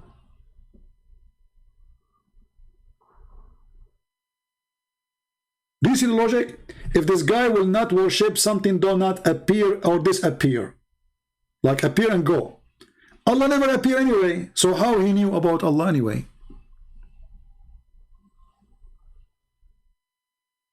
Cuckoo. This is the cuckoo Muhammad making cuckoo chapter, and the one who called me, he's a cuckoo too. We say to him, he says, this is my Lord. He says, no, he's asking if this is his Lord. He's asking where it says that. He said, this is my God. He's not asking, is that my God? I mean, their answers is hilarious. I feel sorry for this guy, by the way. He's a nice guy. But what I can do to him, I mean, talking to him is a waste of time, because you can come with the only answer you want. Go and read any Islamic interpretation. Even the text is so clear. فَلَمَّا رَأَى الشَّمْسَ بَازِغَةً قَالَ هَذَا رَبِّي هَذَا أَكْبَرُ. When he saw the sun rising up, he says, this is my God, this is Akbar. He's not asking if this is my God or not.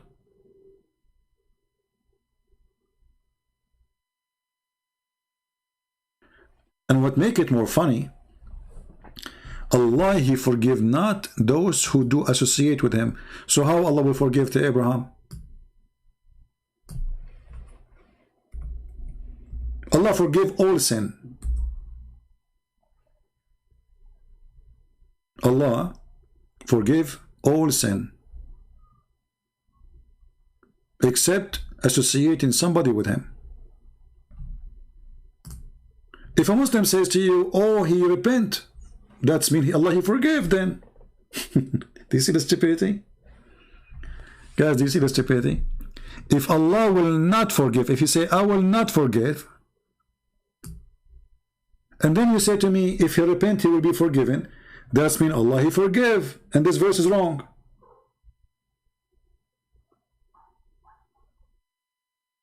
You guys, are you listening? Because all the sin, in order to be forgiven, you have to repent. So the verse saying there's an exception. Allah forgive anything except committing shirk, which is associating someone with him.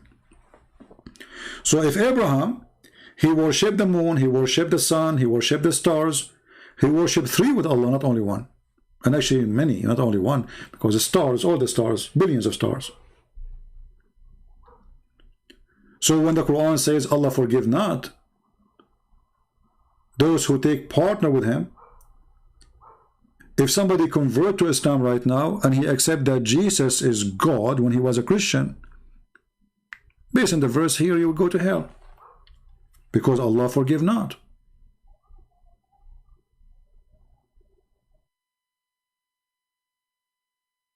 Do you see how silly this religion is? It is literally the most silly, stupid cult.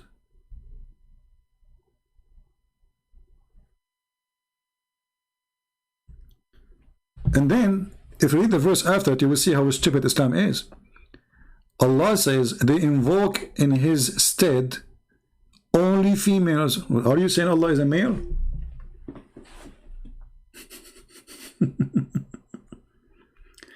See, He is not focusing that they are false God. He is focusing in their what is between their legs.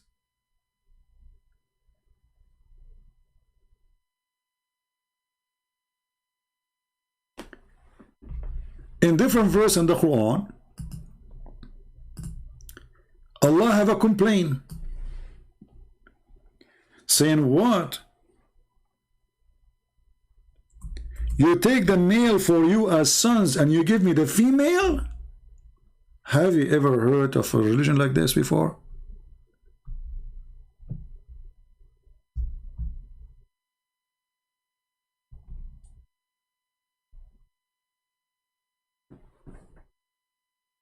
The Muslim, they say to you, oh, Islam does not make a difference. No, Islam make a difference.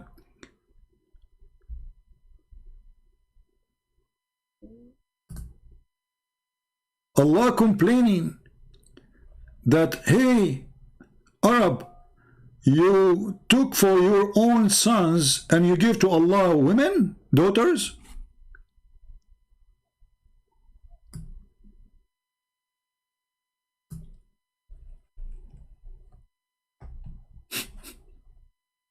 So what the complaint is? Like, hello, for you get the boys, for me I get the girls? What kind of logic this logic is? And Allah, He don't like to have a female angels. Allah did not create female angels, so are they male?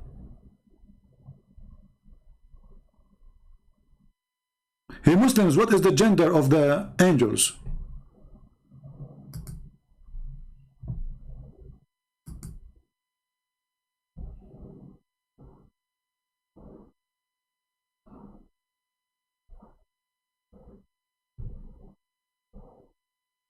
Anyone?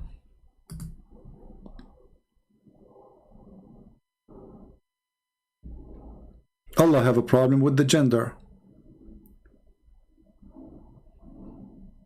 Anyway, we will finish for now. We are here for long. And we hope that China will be safe. I'm really worried about China. Now, since Mimi Hijab, he decided to declare nipple war on China. I mean, somebody please talk to Mimi Hijab. Tell him please, I mean, take it easy, Mimi. Don't do that. Chinese, I mean, this is too much. You showing your nipples to China is really too much. Big risk. I heard that the Chinese are willing to give their nuke and their submarines just in exchange of you just putting your t-shirt on, which is made in China. So please, Muslims, speak to Mimi Hijab. I mean, do something. We don't want all of China destroyed by the anger of Mimi Hijab nipples. It's true that the King of Saudi Arabia preparing himself to fly soon to China. It's true that Emirat is going to give a base to the Chinese. It's true that Qatar, they are desperate to have Chinese weapon and Chinese even base to protect them. It's true that Iranian government is the same. It's true, it's true, it's true. All of you, from you name it, even Somalia, they want the Chinese to come. But all of this will not protect China from the anger of the nipples of Mimi Hijab. When the true lions of Islam, they get angry, they show their nipples. I heard today in the news, and this is a true story, by the way. As you know, Prophet Muhammad don't lie. I heard today in the news that Chinese are buying everything's in the shelves. Actually, I heard it in the news, true, the Chinese government, they told them to prepare themselves for what is coming. Let me show you in the news. Hold on, maybe you might think I'm making fun, you know. Hold on. Here we go. Let me search for it.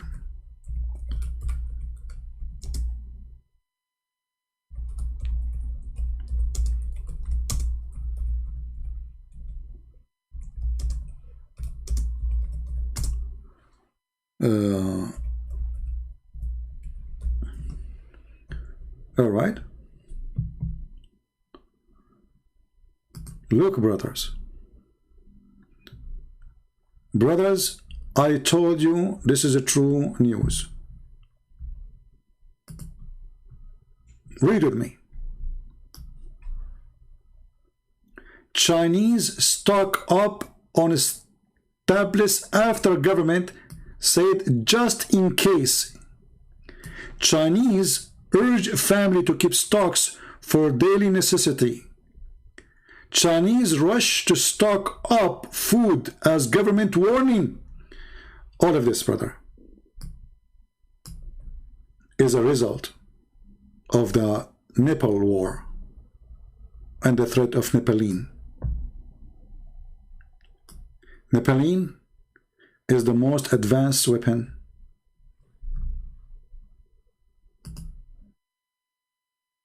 it uses laser, sound, and even milk. Chinese are terrified, buying food like crazy. I have a neighbor, he's Chinese. He was rushing, like I said, hey, Mr. Lee. Oh, by the way, all the Chinese, their name is Lee. You know, you go to China, you say Lee, everybody say yes, you know. Like the same, you go to Egypt, you say Ahmad, everybody is Ahmad. Muhammad is everybody is Muhammad. Okay. So I said, hey Lee, where are you going? He said, I received a warning. You know, I speak Chinese, as you know, because I speak all languages. You know, Al Hassan, he speaks like 72 million language. I speak 71 million. You know, he beat me. Still, he is better than me. So I said, what happened? He says that I received a text message from the Chinese government, and they warned me that I have to buy food as soon as possible. I said, why? He said, I cannot tell you really. And then I went home. I did not think about it seriously, really. I thought he maybe was joking. But then the guy, he came back with a lot of food.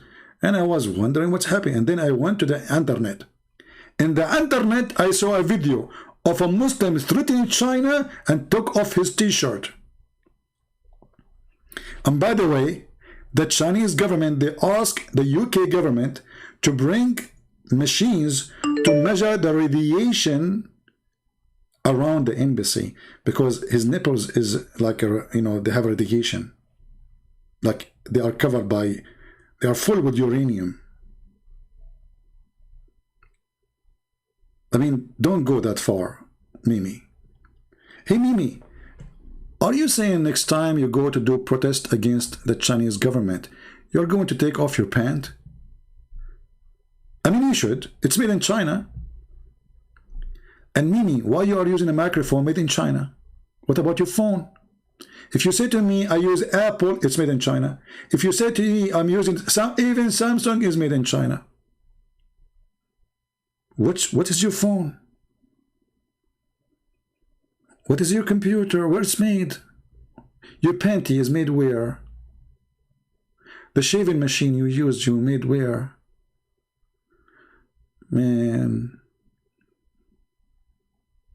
And what is making me upset, this girl behind Mimi hijab, she jumped from the middle of nowhere when I take selfie with this cute kid. Because her dream is to show the Mujahideen nipples. You know, people, they go join Al-Qaeda, join ISIS, do jihad, etc. Mimi hijabi take off his t-shirt. What do you want more? Who can beat that? Actually, me myself, I wish that all the terrorists in the world, they do this. That's it. Actually, I heard that Hamas, they are learning from Mimi hijab. The coming war with the Israeli, they will take off their t-shirt. And the Israeli, they are giving their soldiers are welding glasses because they don't want them to go blind when they see those tits. We have somebody saying he is an ex-Muslim. We will take him for a 2-minute or 4-minute call. Let us see.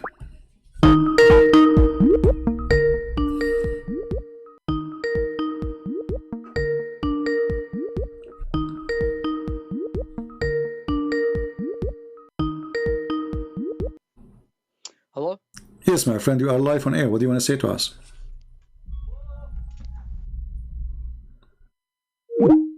Okay, maybe he don't want to be live on air. No problem. Well, my friend, if you don't want to be live on air, I don't talk in private.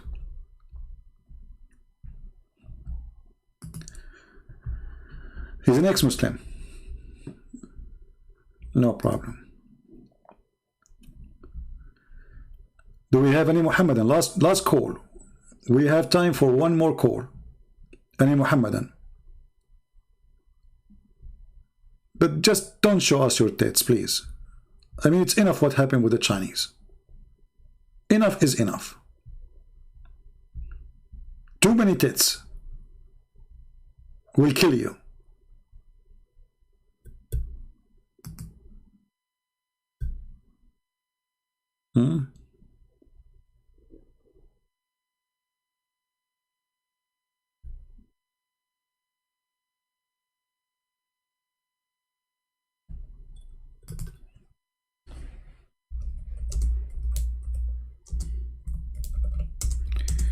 All right.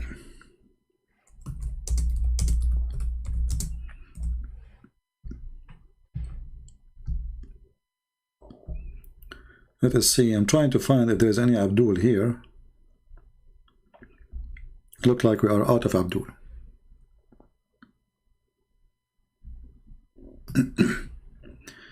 Mayday, Mayday, Mayday. Last tits call.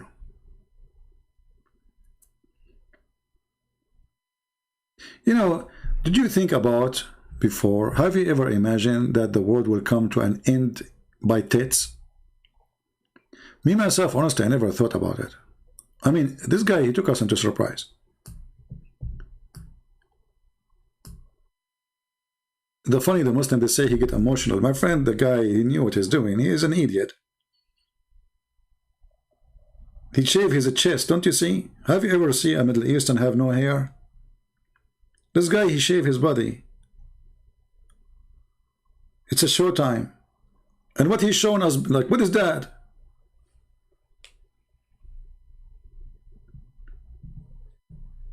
I feel sorry really for the Chinese government in England. I heard that the Chinese government, they decide to move their embassy because they feel they are not secure now in England. And I heard that they have a sign next to the embassy says, no tits allowed. You know? Like, you know, like there's bridge guards. When you approach the Chinese embassy, they put their hands over your tits, you know, to see if you have them with you or you left them at home. You know? So like, there's a checkpoint. Even if we want to enter the Chinese embassy now, they don't check their bags or no, they check your tits. If you have your tits with you, you are not welcome. They might shoot you right away because it's dangerous, you know? So, like, they are really worried about the nipples and the tits. And look what happened in China. Look at this guy. I mean, look how he's screaming he is. Look his mouth, man. This guy, they are terrified, those Chinese. Abdul, those Chinese, if they decide not to eat bread, they can eat you and your army with you. Just by using hands. This guy, he think really he is something. I mean, a Chinese kid, he can kick you, he can make a mockery of you. Go right now and search in YouTube, Chinese kids karate. Mimi hijab, not only he will lose his tits, he will lose his pant when he see a Chinese kid coming to him. But this guy is obsessed. He think like he is a Hercules. He think, you know, he's a potato. If you really have missiles, then use them, potato. Show us what you can do with them. Taking off your t-shirt, showing us your nipples, doesn't make you anything except a striptease boy. By the way, I heard, I don't know if it's true or not, that Mimi Hijab, because he is so handsome and so good looking as missiles, he got a job in a striptease club for blind women.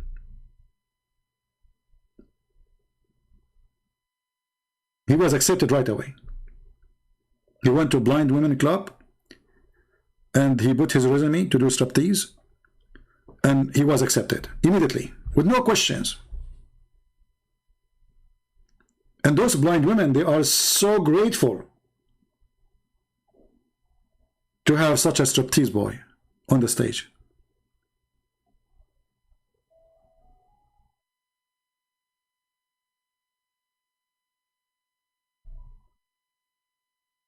I wish I can get such a job.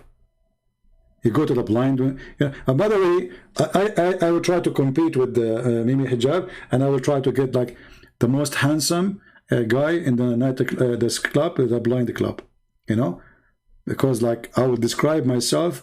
I will play for them the video of this.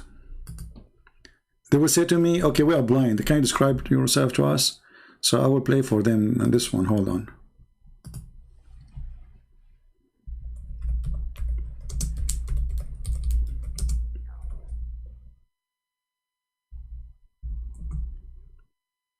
In order to make them see how amazing the situation is.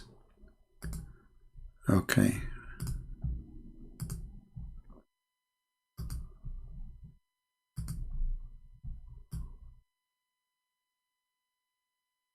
Oh, my internet is going bad. I don't know why. From my side it says good. Okay, hold on. So they will ask me, describe yourself. I will say to them, well, you know, I don't want to lie to you, but listen to this.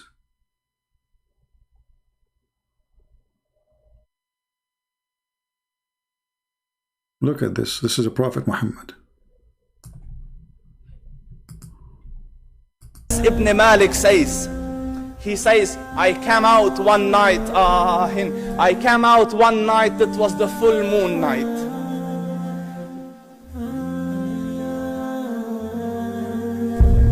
And I looked at the moon, and in the desert, understand, the moon is an awesome sight. It is smooth, it is radiant, it is clear, it is gentle compared to the scorching sun at which they are used to.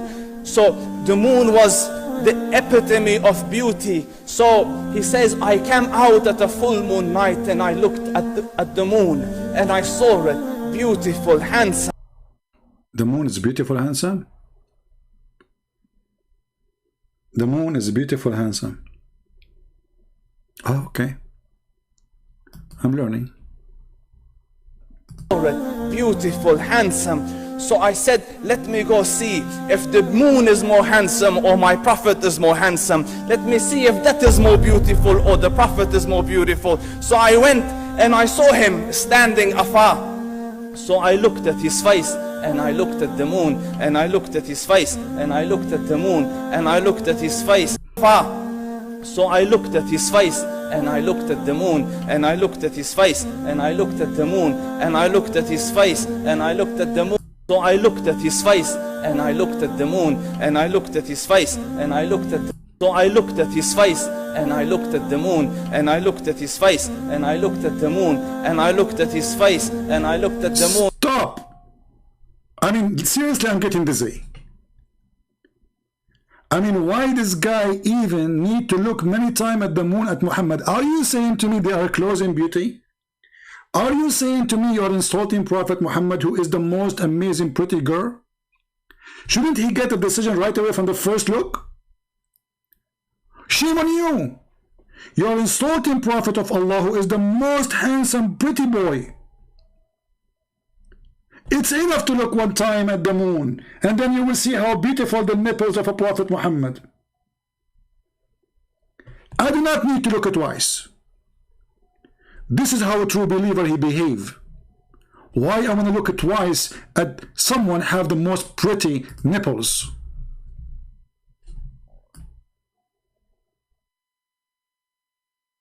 How in the world even I compare between stupid moon and the most pretty prophet?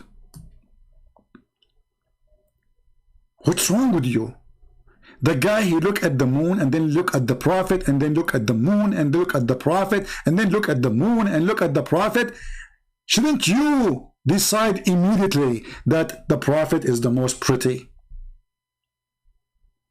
What's wrong with those people insulting the prophet of Allah, who is the most pretty sexy boy ever? Notice with me, there's many religions in this earth.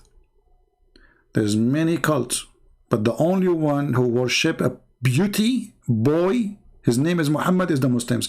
And by the way, all those descriptions obviously are a fraud, because women, they were running away from this guy.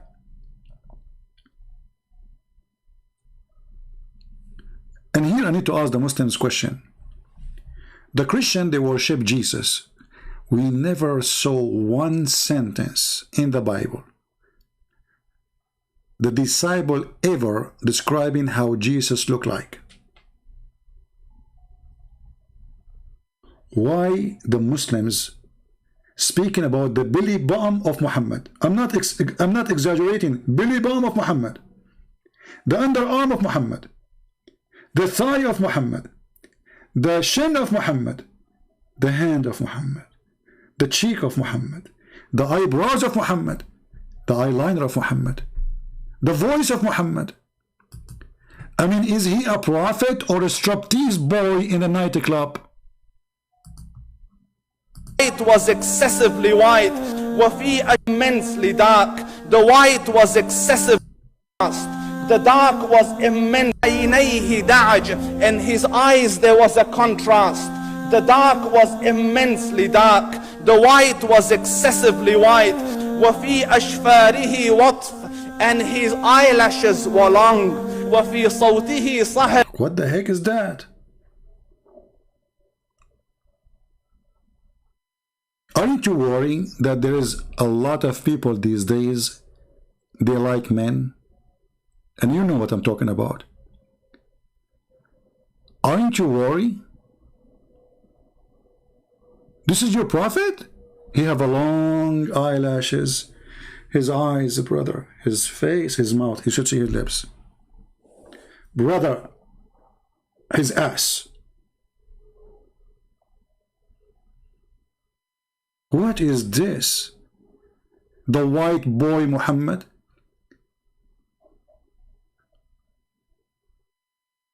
How white his underarm, how white his thigh, how white his ass, how white his cheek. And now he is comparing how white he is comparing to the moon. And now after all this, should we accept Muhammad or not to be a prophet? Abdul, let us say for the sake of argument, Muhammad is what you are saying. There's a lot of handsome men these days. Should we accept them as a prophet too? When he used to say something, they used to hearken to what he used to say, and they used to compete to fulfill the command. This is Muhammad Rasulullah. This is Muhammad. This is Muhammad Rasulullah. Anas ibn Malik says, he says, I came out one night. I came out. You know, this, when you hear this, what is that? What are you doing? Out one night, it was the full moon night.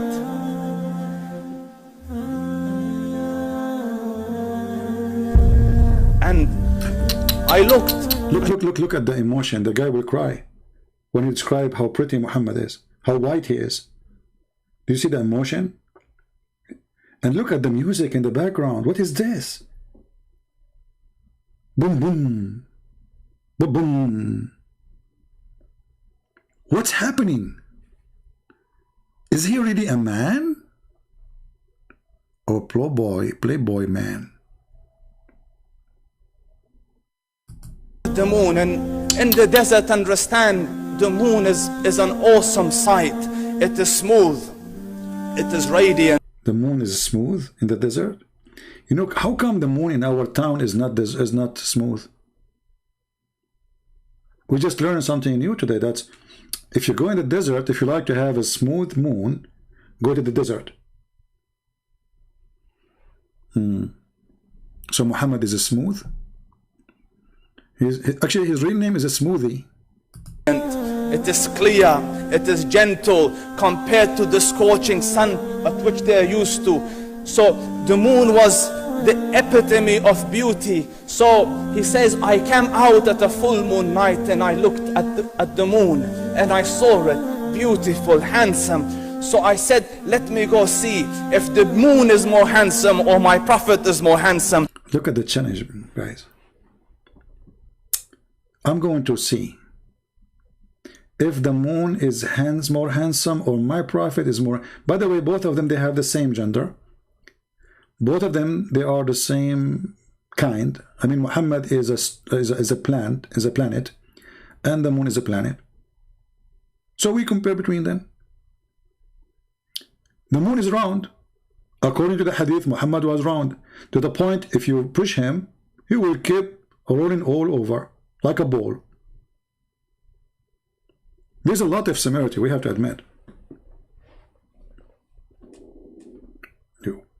Why in the world you are comparing the moon to Muhammad?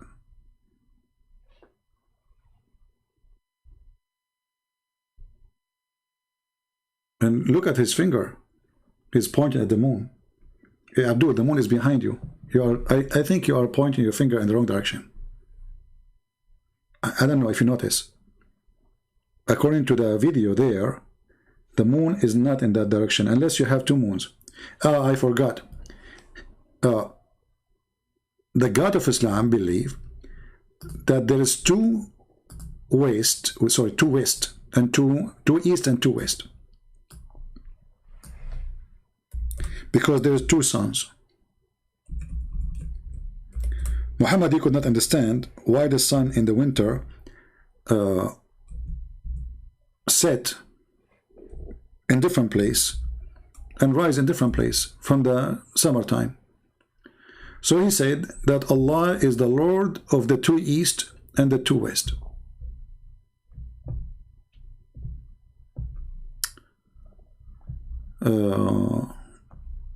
Let us see.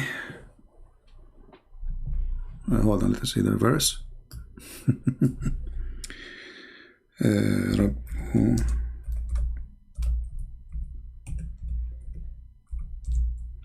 Science. You know, this is pure science.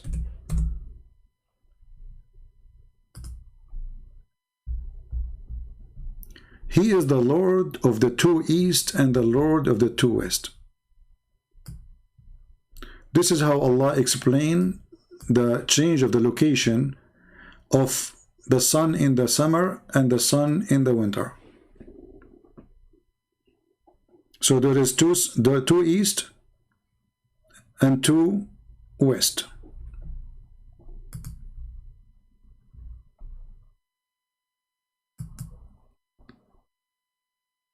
You know, what is the punishment if a guy, he says he is more pretty than Muhammad? What the Muslim would do to him? Just ask yourself. What if somebody, he decide, somebody, you know, I'm not going to name his name, you know, somebody, I'm not going to say, like, I will not even mention one letter of his name. Like, I will not say Trump. What if Trump, he say that I am more pretty than Muhammad?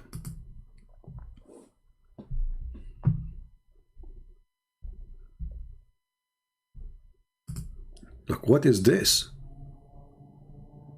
Donald Trump with the Chinese doing karaoke? I told you, Mimi Hijab, he scared the hell of everybody. Now the kuffar, they gather together to take a course for karaoke because they heard the threat of the nipples of Mimi Hijab. Here we go. The Chinese, is that the Chinese guy or who is this guy? I'm not sure. You know, for me, I don't know. Like, So,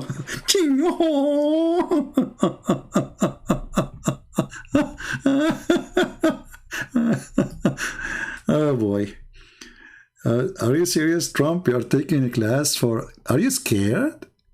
Oh, come on. Really, seriously, are you scared from Mimi Hijab? I mean, the guy, he just show his nipples and you do this? What if he show his his ass?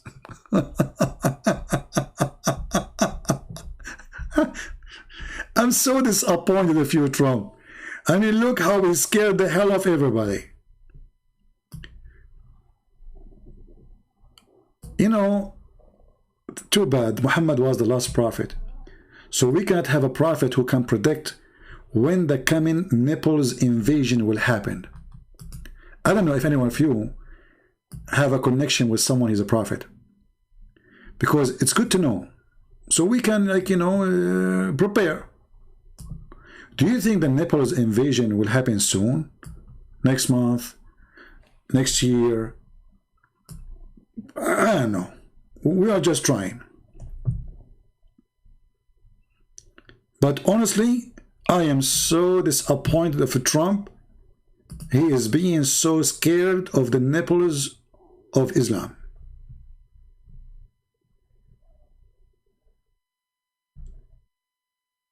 How he do that to us?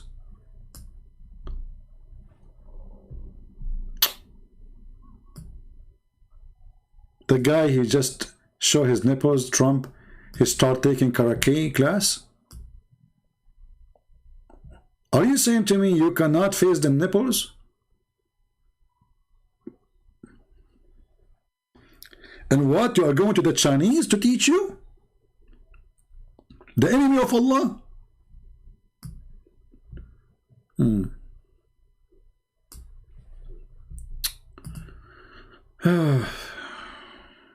Very disappointed. You know, do you think now the Chinese in the airport, like, they will change their customs rules? Like, the first thing they check nipples? What do you think? Like, now in the X-ray machine, are they going to make like a special X-ray for nipples?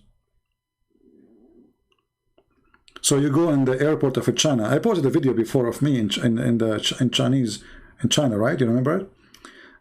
When you go in the airport, there's no English. No English. Most, like, maybe there's a sign or two. But I think they will put a new sign, like Islamic nipples from here, especially because they discriminate the Muslims, right? So Mimi Hijab is coming with the army of Nepalese, and they are really scared from the nipple. So they will design a new machine, Chinese machine, who can scan nipple.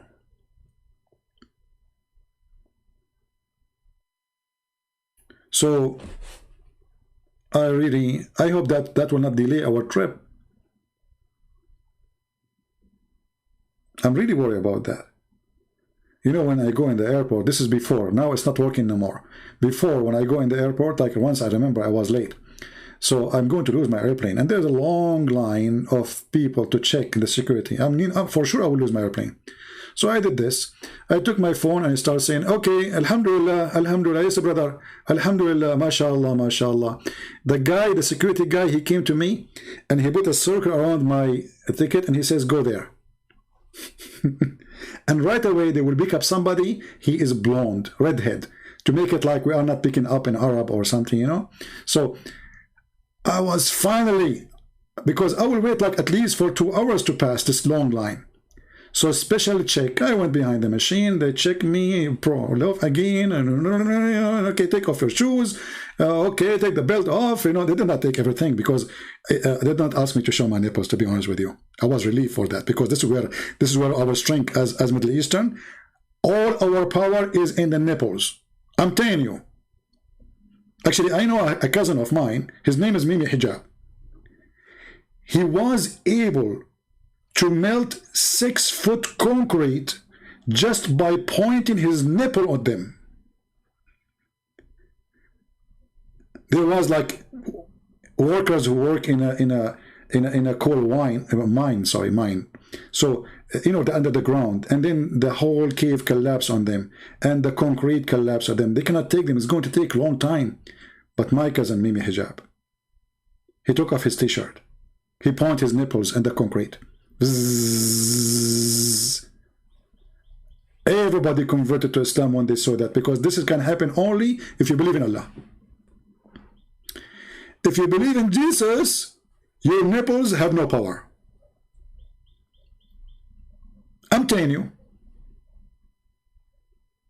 Hey, hold on. Zakir Naik have a comment.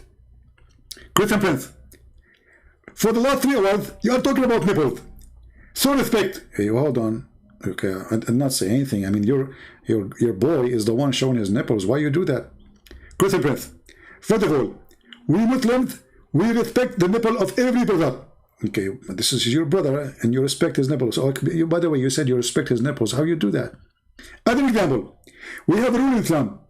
We have rule of shaking hand. Okay, shaking hands, I get that. And we have another rule. As an example, we shake nipples. You shake nipples? Are you serious? Yes, the Prophet, he said that a woman, she can give her breast to adult, and he can take it and he can suck it. Okay, but this is a guy. Are you going to shake his nipples and suck his nipples? Christian Prince, first of all, nobody knows his gender because he's wearing the clothes. So it's possible that he's a male or a female. Yeah, I got your point actually. You got a point there. He might be male or female, we don't know. How we will know, you think? Very simple. Look at his face. He has a beard. Yeah, well, he have a beard. That means he is a male, correct? Exactly. But at the same time, if you look at his face, he has no hair. Okay. So he's a female. What the heck? So is he male or female now? I think he's a male, female at the same time. Is both? Hello? Hey, Zakir, don't leave me here, man. We want to go. Where you go? I mean, look what Zakir Naik did. We look at the face, there's a beard. We look at the chest, there's no hair. The beard says he's a male. The chest says he's a female.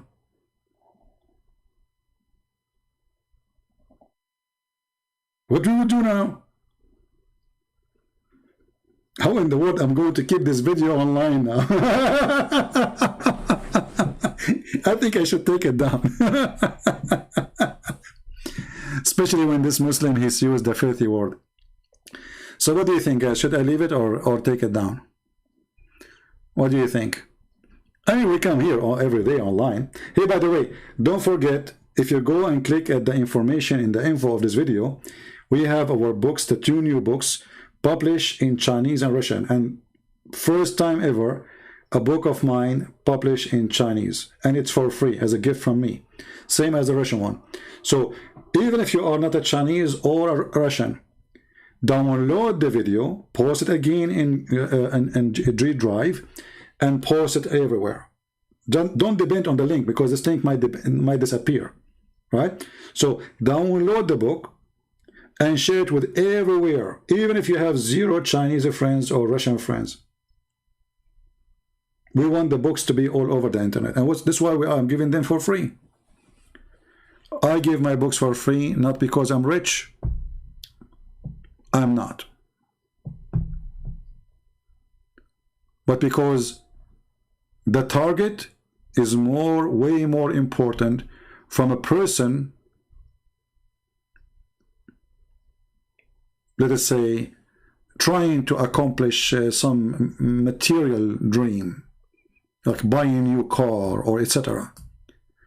Saving life of millions, changing life of millions is way more important. And I believe you agree with me. And this is why I say, please share the books with whoever you can, because people need to know about it. It's not enough for us to translate the book and post the link. If not everybody help, how people will know about it, right? And it costs you nothing. I mean, we are the one who made the book. We are the one people who they help in the translation, etc. So all what we're asking you for, just post a link, share the book with your friends, right? And even if you do not speak Chinese, this is not an excuse, because you never know. This is how we can make the book more popular. If you are a person who have a contact with the Chinese, send them the link. Let them post it in their Facebook pages, etc. And this is how we can make the book very well known. And because it is for free, so it's legally for free. It's not like you are hijacking. I am the author, and I am the only one who have authority over the book, and I am giving it for free. You know what I mean? So nobody have the right to question or to say, oh, maybe he's downloading illegal, maybe this is dangerous, maybe I will go to jail. This is my book,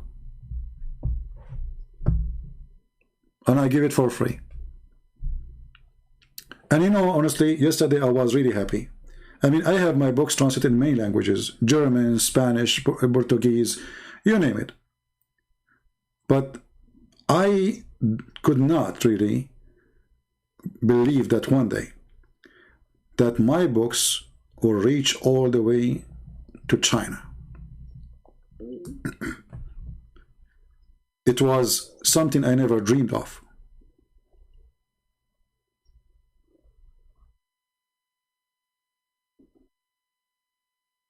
Honestly, you know, when I started, first people make fun of your English. You are not born in USA. You are not a British citizen who was born in the country, speak a perfect English. And then how in the world you are going to accomplish such a thing? And look today, we have our books translated. And I say ours because the people who helped me in the translation, they are part of this book now. Indonesian, we made a revolution in Indonesia. Christian there, they have no answers. Poor Christians, they are left alone. They don't know what to say to the Muslims. Today, every single Christian in Indonesia, he can refute any Muslim so easy. He can get him busted, not only refute him. Malaysian language, Indonesian language. I mean, so we gave a great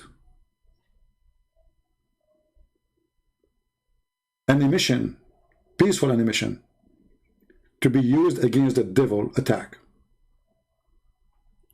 And the more we translate, the more we will have people who can stand up against the cult of Muhammad and laugh at it.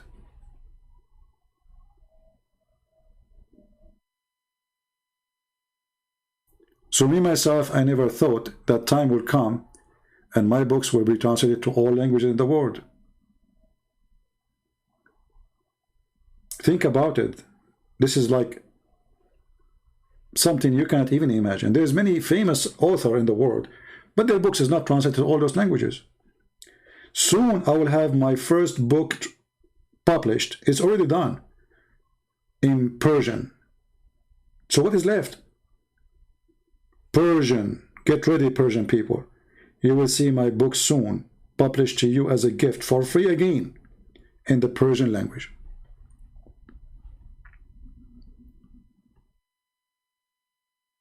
So I'm very grateful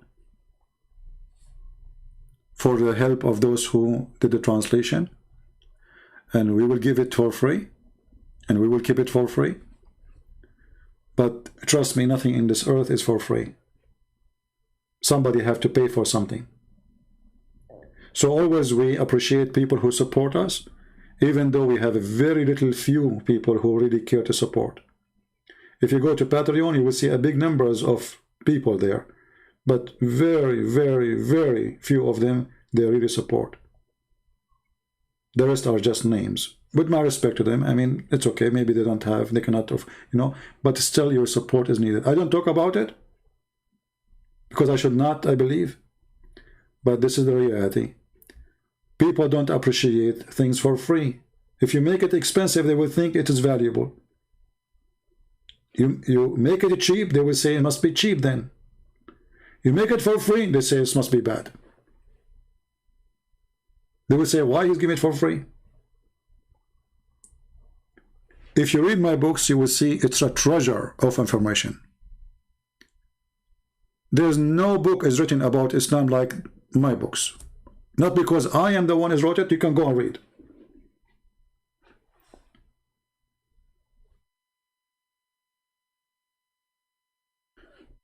But people, because when they give them for free, they think things for free must be bad.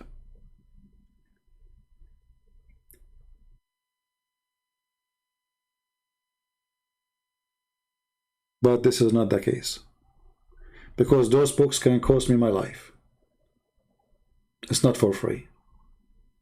It's very costly.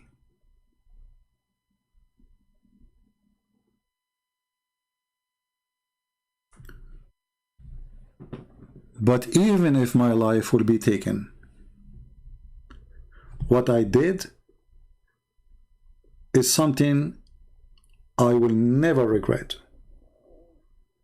It's something I'm so happy to do. Every single Muslim, he left Islam because of the work we did, is a treasure for me. So I really appreciate all of you, those who support us and those who cannot, and they wish they can. At the end of the day, the Lord always, he sent the good ones, and the good ones, they come in my way. Like the one who offered to translate to Chinese or Russian or Portuguese or Albanian or Croatian or Indonesian or. Those are good people, and they did not get paid too. Those are the unknown soldiers.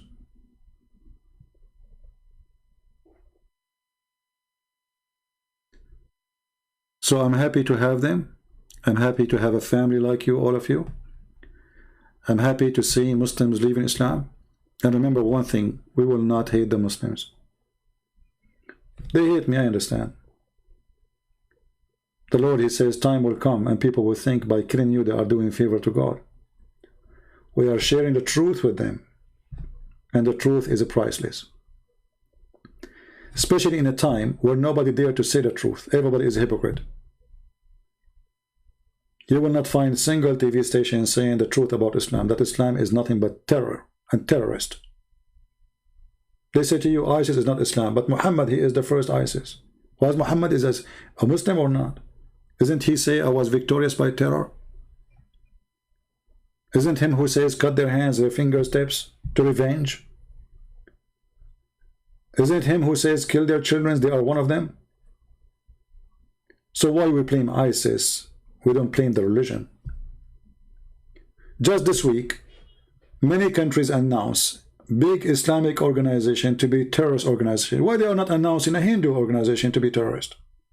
What about Buddha's organization to be terrorist? Why all of them, they are Islamic organizations? What is the secret? What they share together? What Hamas and Hezbollah they share together? What the Muslim Brotherhood and Hamas and Hezbollah they share together? All of them, they share one thing: terrorism.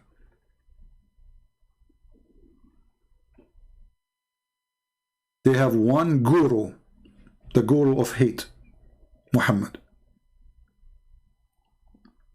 That is the truth.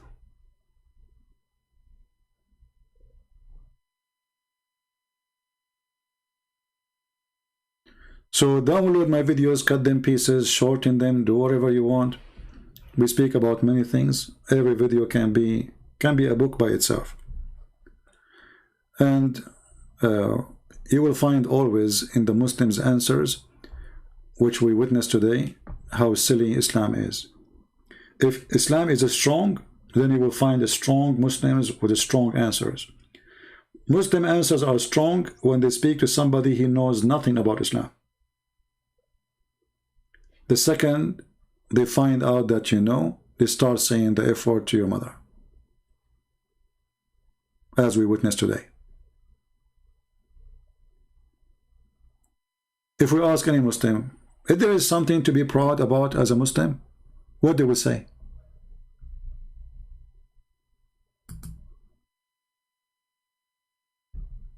What they can say?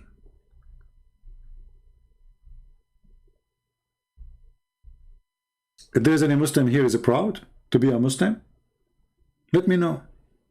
Text me in Skype. I will call you.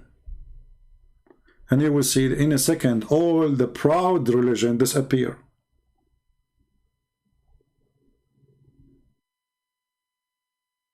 The most corrupt, the most unethical, the most unhealthy. I mean, this guy Muhammad, even garlic is his enemy.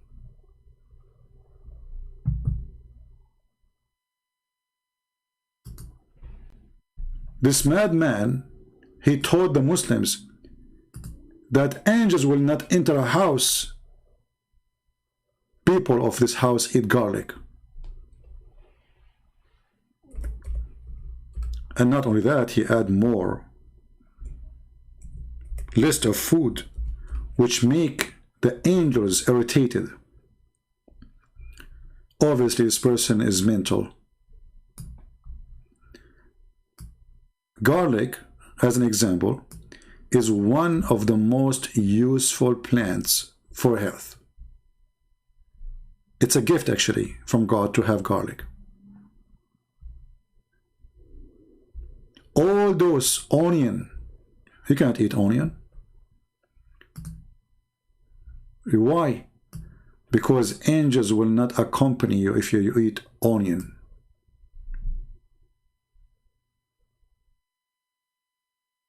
Who in the world can believe in such a silly, stupid man? Why angels will not accompany me if I eat garlic or onion? Or leak? Is he going to be leaking? So Islam is a religion as long you don't know. Islam is a serious religion as long you do not know. Islam is an amazing religion as long you do not know. The second you start reading, you will see that this guy is mentally ill. What does this have to do with angels? Garlic will be irritated and they will run away from garlic. So I can stop the angel of death from coming to me, Muslims, by having garlic every day? How the angel of death will come to me? Don't you Muslims believe in the angel of death, which Allah will slaughter in the last day? All what we need, we eat garlic or leek or onion.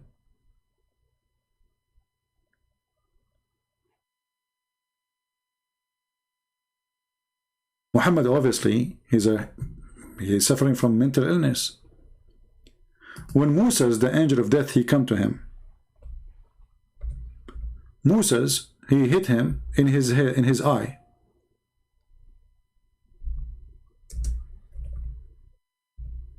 He did boxing.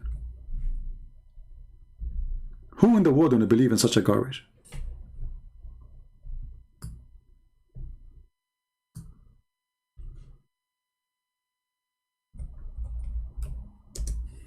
Let us find the hadith, hold on. Because they might say it's not true.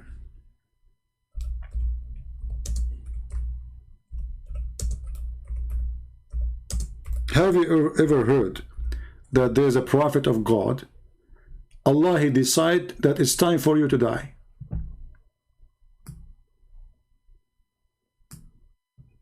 Moses don't like to die.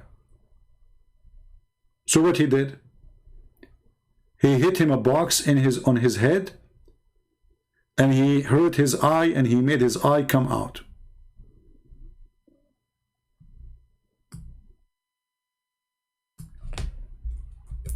This is a prophet of God.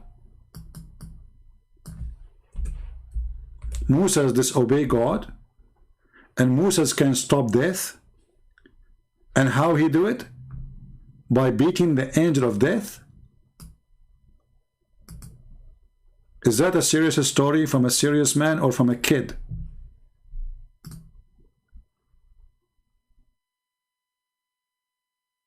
I am suspecting, based on this story, that Moses was a Chinese. He played karate.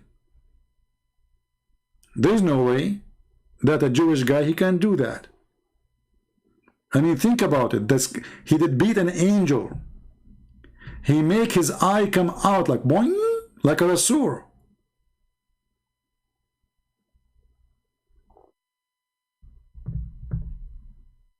Is that a story coming from a true prophet?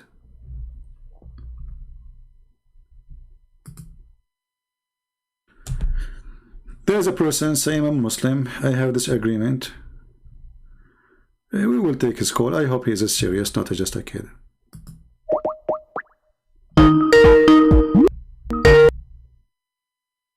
I will mute the sound until he answers. Oh.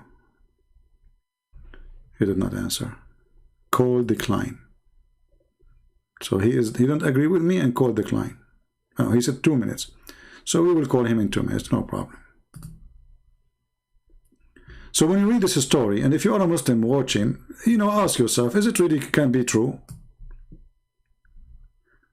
The angel of death was sent to Moses, and when he went to him, Moses slapped him severely. I did that before, but it was not the angel of death, to be honest with you. It was the angel of union. So God, he decided to end the life of Moses.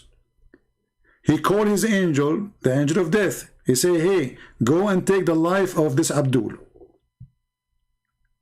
The angel of death, he go to Moses. He knock at the door. Moses opened the door. Hey, Habibi Moses, I am the angel of death. I'm going to take your life. Moses, he don't take that friendly.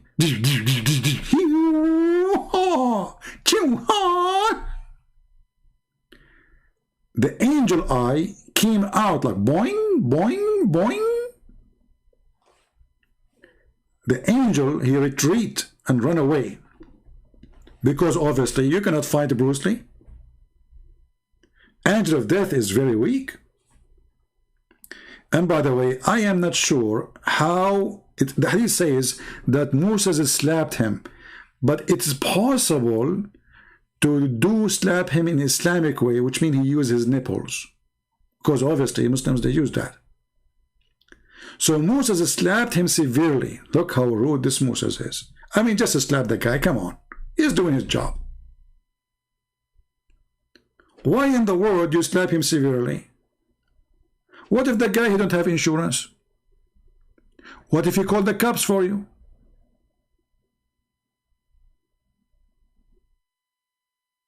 Put yourself in his shoes. Imagine Moses, Habibi Moses, you are an angel and you are going to take the life of somebody, and then this body, he hit you. Actually, I believe that Allah, he should do more training to his angels, especially the angel of death. Because obviously, we can refuse to die. Very simple, it's very easy. Angel of death come to you, we beat the heck of him, he ran away.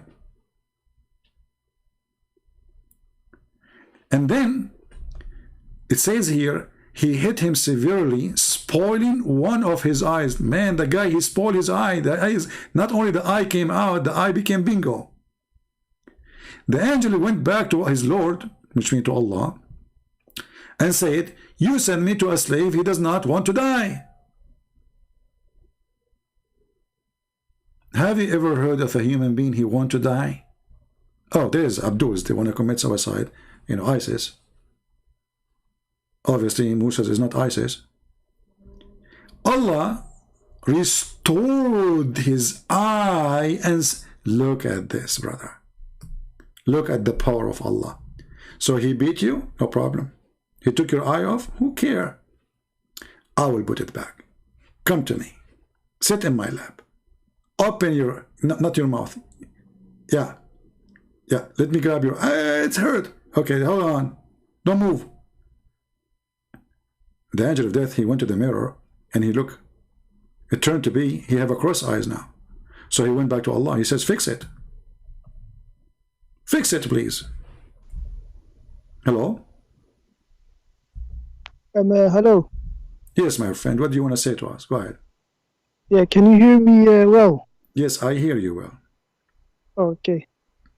Well, I have a couple of, how do I say this? I have a disagreement with you. About what?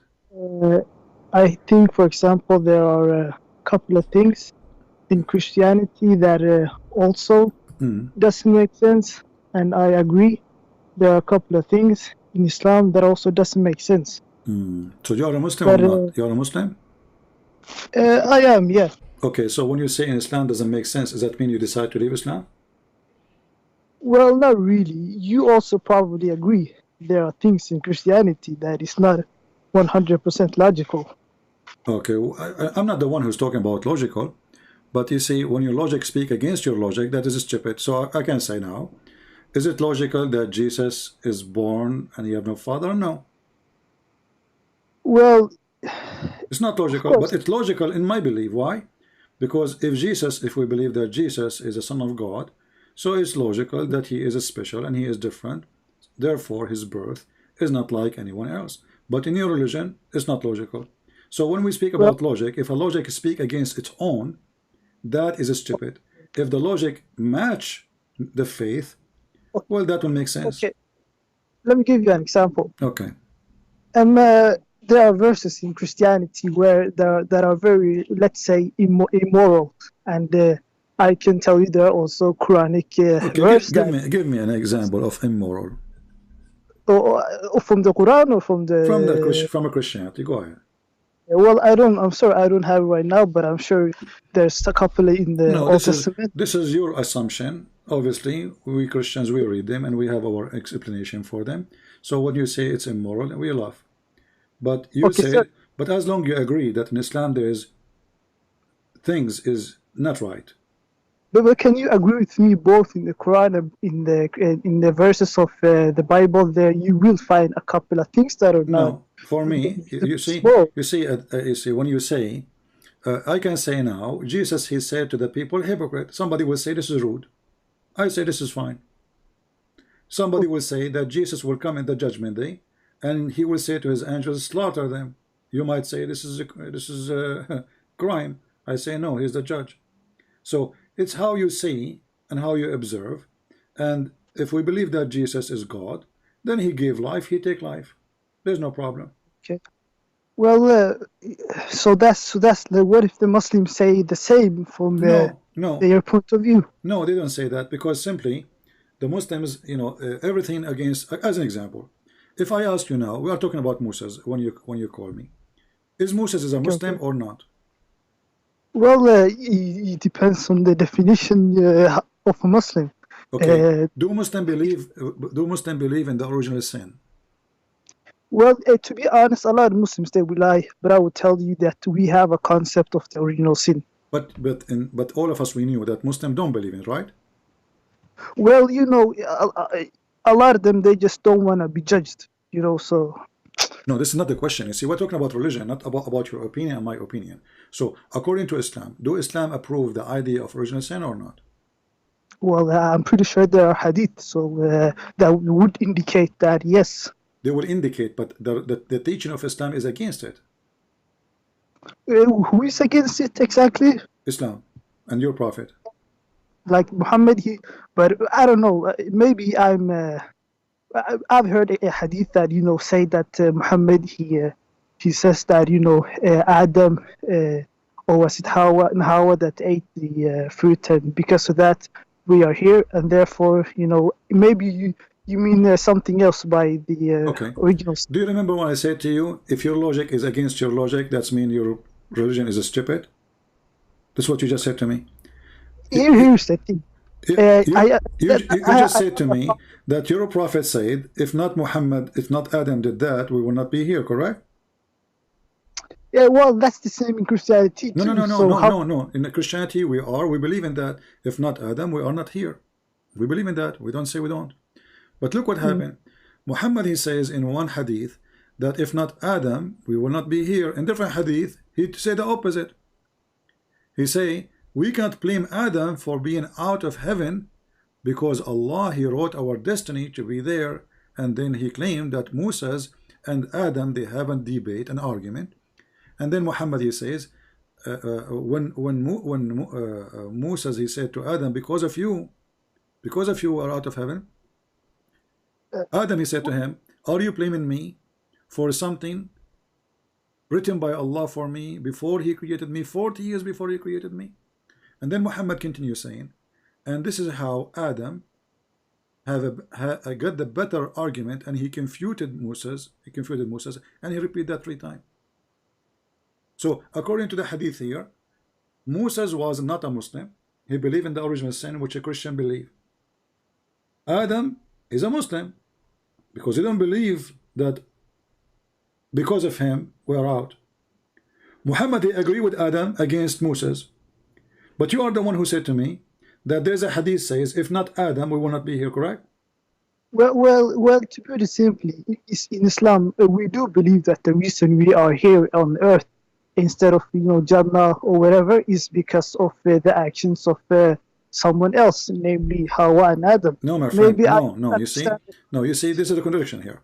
Because if we are here because of the action of somebody, then this will be the teaching of Islam. But the teaching of Islam, here we go, it's in front of your eyes, I'm putting the hadith.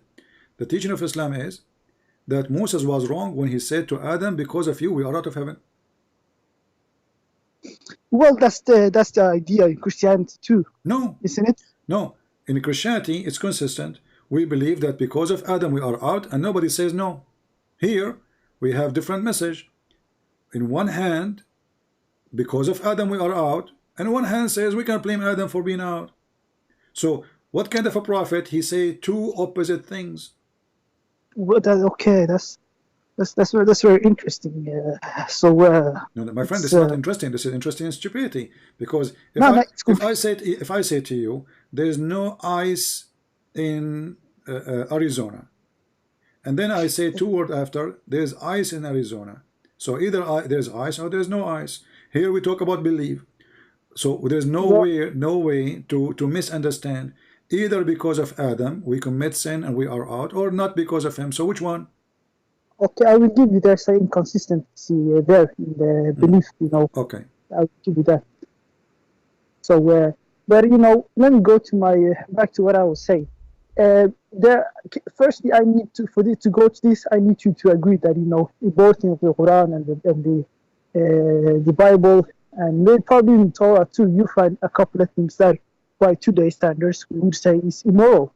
My friend, can you agree? You see, this is not our topic now. You see, and if today in the today is not moral, you can say whatever you want, but this is not about moral and immoral. We are talking about the basic belief. A belief speak against each. We are not talking about somebody came 10,000 years after Muhammad. This is the same Muhammad. Is not a prophet came 1,000 years after Muhammad and he opposed what Muhammad said. We are talking about the same guy. This guy, he says something in the morning, he said the opposite afternoon.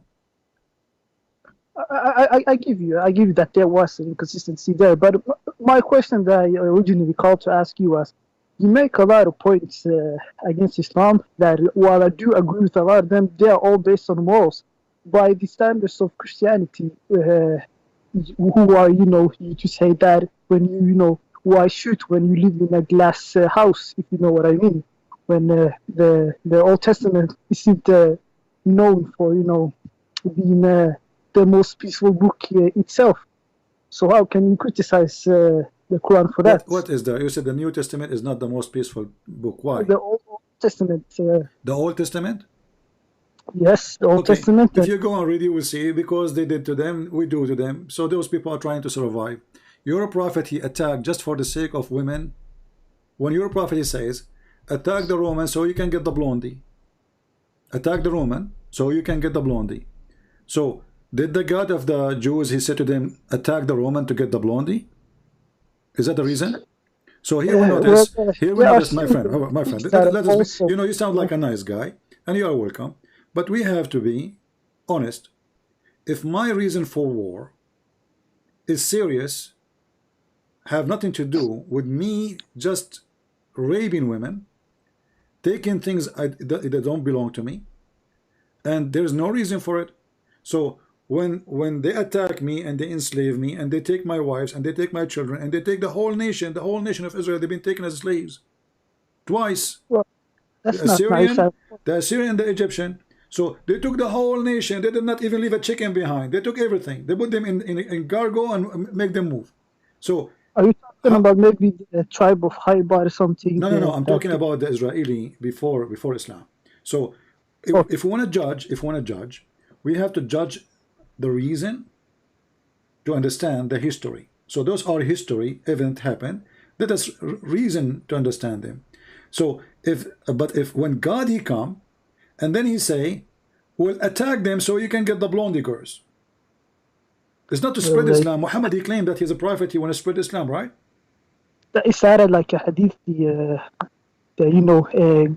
that to women. Something about what again with the blondie thing? Can you what do you mean exactly? Well, when you're a prophet, he says attack the Roman and get the blondie girls. There's a person he says don't tempt us, prophet. Your prophet tempting his men to go to war just for the purpose of having blonde women. He did not say let us attack the Roman. Slaves stuff, sex slaves. Is that what you mean? What is a blondie mean? When I say to you, let us attack our neighbor, he have a blondie girls. What does that mean?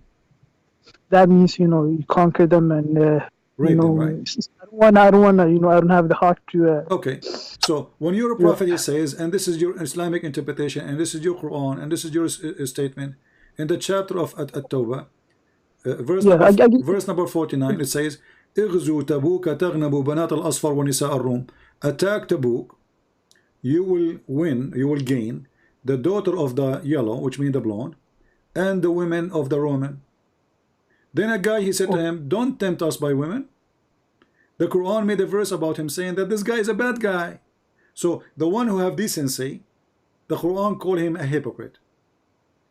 The one who is encouraging people to go to war, kill each other just for the sake of women, he is the prophet. I admit that there's, of course, things that, listening to you and someone else, I've seen that, there are things in the Quran and such that are not 100% moral, and I understand that, But at the end of the day, I wanted to ask you, the big question I came to ask you is it necessarily something that, it is not true because it does not meet the moral standard of every year and every century, and as moral is constantly subjectively changing, 100 years from now, a lot of things we do now that are my friend, is it lawful 100 years from now or before that you will attack the neighbor just to take the blondie girls? Are you serious? Well, I'm not talking about that one specifically. That okay, forget about that. Is it lawful? Is it okay that a prophet of God who come after Moses, he come after the one you call him Isa, and then he says you can take a woman and have sex with her 3 days 3 nights? Is that acceptable? Is that what Jesus? Is that what Jesus taught? I agree with you. However, if you look at all the prophets were not exactly pacifists. If you heard about David and Solomon, they had a bit too few. They were not exactly the most. My friend, you see, I said to you, you should not use the logic against your own logic. If you go in the Bible, you will see that God, he punished David. Even he took his son from him, the son from a relationship. David, he took a woman. She was married to a man of his soldiers. He sent the guy to war simply to make him die so he can take the wife. He took the wife. He have a child from her. God, he took his son. God make him lose. God condemn him. God punish him. And this person, he cried to God asking for forgiveness. So you see the difference here. When we say the Bible, there's a story about a person. He's a very well known. His name is David. He do something bad. The God of the Bible, he's consistent. He said to him, shame on you. What you took from others, I will take from you. What you build will be destroyed. You took the wife of somebody else will take your wife. If we go in the Quran, we find the opposite. The God of Islam praising David for doing his crime. So the God of Islam, the same crime is mentioned in both books. The difference is the criminal in the Quran is a good guy. The criminal in the Bible is condemned. Well, I never said that. You know, while I think that all three are Abrahamic religion, I never say that it's Islam and Christianity is the same. And you know, that's an example of one of the differences that you will find. No, I want to be consistent. Is it all right if David, he commit a crime? Is it all right because he is a big deal guy? It's okay for him to commit a crime in Islam or not? If a prophet did something bad, I'm not gonna tell you, and even God condemned him. I'm not gonna tell you that what he did was not wrong at all. Well, my book says that David, he was a very bad person. He committed a crime. He was not decent. He was not following God. He is not obeying God, and we have no shame to say it because he is who did that. So what if he's David? He's David. Well, David, he commits sin. Why we have to cover up for somebody? It's clear. It says he did commit sin. Just because he is a big name, big guy, he's mentioned in your book, he's a prophet, so we don't dare to say he was a bad person. My Bible says he was a person. Your Quran said the opposite. So you see the difference? In my Bible, the bad is bad, the good is good, the filthy is filthy, and God say it as it is. In your book, the bad is good, the criminal is good, the rapist is good, the one who take the wife of others is a wonderful person. Hold up. First of all, when it comes to David, I don't know exactly how Christians view him. Is he viewed as someone that's like someone that you're supposed to look up to? You know, my friend, we don't care. First of all, we don't look up to a prophet. Secondly, David for us, I mean, people, they call him a prophet. You can call him a prophet if you want, but I don't see the prophecies of David. However, David was a king. Even if he was a prophet, that will not make him the best example for me. When he do wrong, he's wrong. When he do good, I will follow the good of him. So the Bible teaching us that there's nobody is good. My friend, hold on. There's no one is good save God. There's no one is good save God. This is what the Bible teach. So we don't follow a prophet as an example. We follow the good of God as an example. So this is why we have one master, one Lord. His name is Jesus. He is our best example. The rest is not. Because I am sin. I commit sin. You commit sin. Peter commits sin. John commits sin. Luke commits sin. Everybody commits sin. Every single human commits sin. So if we say that we will make the best example of us, a person who is a human being like me who commits sin, that is a foolish of me. Muhammad was a very bad person. Not only he is an average sinner man, he was the worst. I mean, name for me one thing. Hold on, no, Chris, let me give you something. Let me say something quick. You said that David was still a prophet, and someone important in Christianity, even though he had his flaws. You named a lot of other prophets that had their flaws, but still were prophets. I don't understand what you are saying. You are speaking an accent I heard from you. Speak again about David. What you say? Yeah, sorry. When it comes to David, you said that even though he has his flaws, he's still a prophet. Same goes for other. I did not even say he's a prophet. You are the one saying he's a prophet. Fine. Okay. There were other examples. You Muslims, you have a weird religion. Anyone is famous, you name him prophet. Zulkarnain is a prophet. Okay, my bad. Saleh is a prophet. Idris is a prophet. Who are they? We do not know.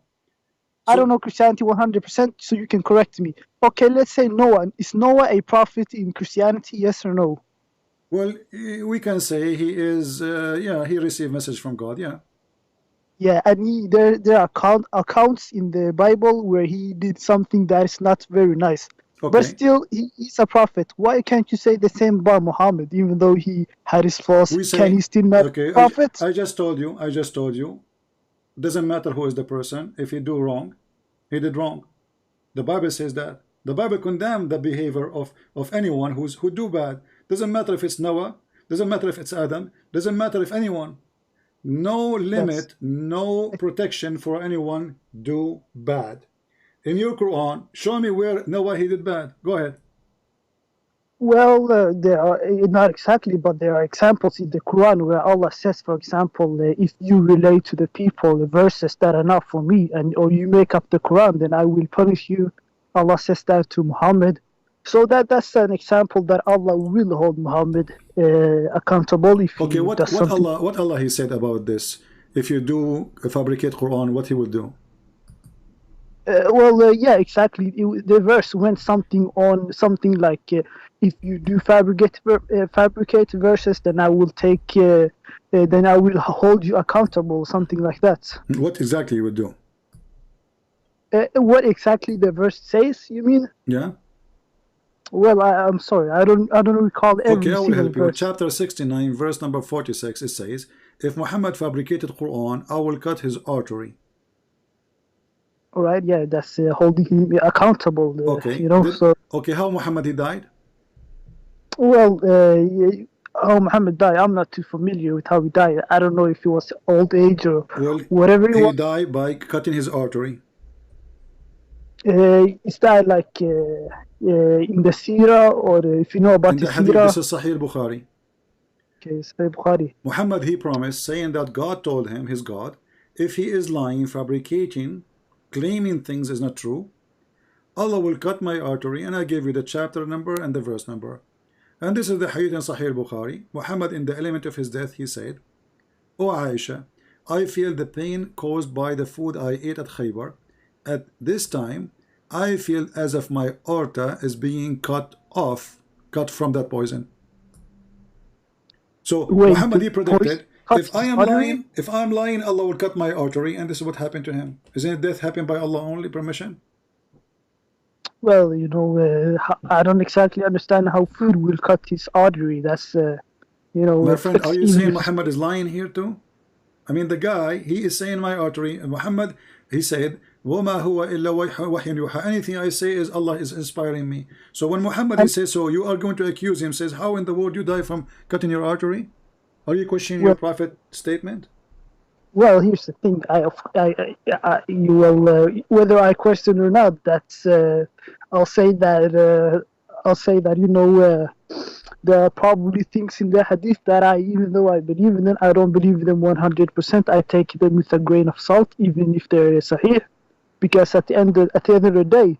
Okay. So what you just said, that I am a Muslim, when the logic of Islam is against the logic I like, I will put that logic under my shoes. This is your prophet statement. The Muslim scholars, they say this is Sahih, and this is Sahih al-Bukhari. This is the most authentic book. So because you don't like it, what do you do? I am not going to accept it. Very simple. If this is the case, my friend, if this is the case, anything I don't like, I will say I don't accept it. You can attack me now. You can say anything you want about Christianity. No, that's not what I'm doing. That's not what I'm doing. So do you accept the hadith or not? Do you accept that Muhammad saying I feel it's cutting my artery or not? Well, what I'm saying is that it's not a problem if I say that I disagree with these certain things that are very controversial that is written in the hadith, because at the end of the day, even though they might say sahih, they were written very long after the death of Muhammad. Well, the Quran written long after Muhammad too. You don't have a Quran. You don't have until now a single page of the Quran. I have heard the criticism that the Quran... No, not criticism. Even you, if you open your Quran now, I'm assuming you speak Arabic. You open your Quran, there's a page, it's called page A. Go there, it says this Quran is written according to Hafs, according to Ibn Asim, Ibn Jude, etc., according to Uthman, according to Muaz, according to Prophet Muhammad. So you have tons of according to what? According to recitation. Recitation, yeah, do. Exactly. So why it says recitation? Because you don't have a book.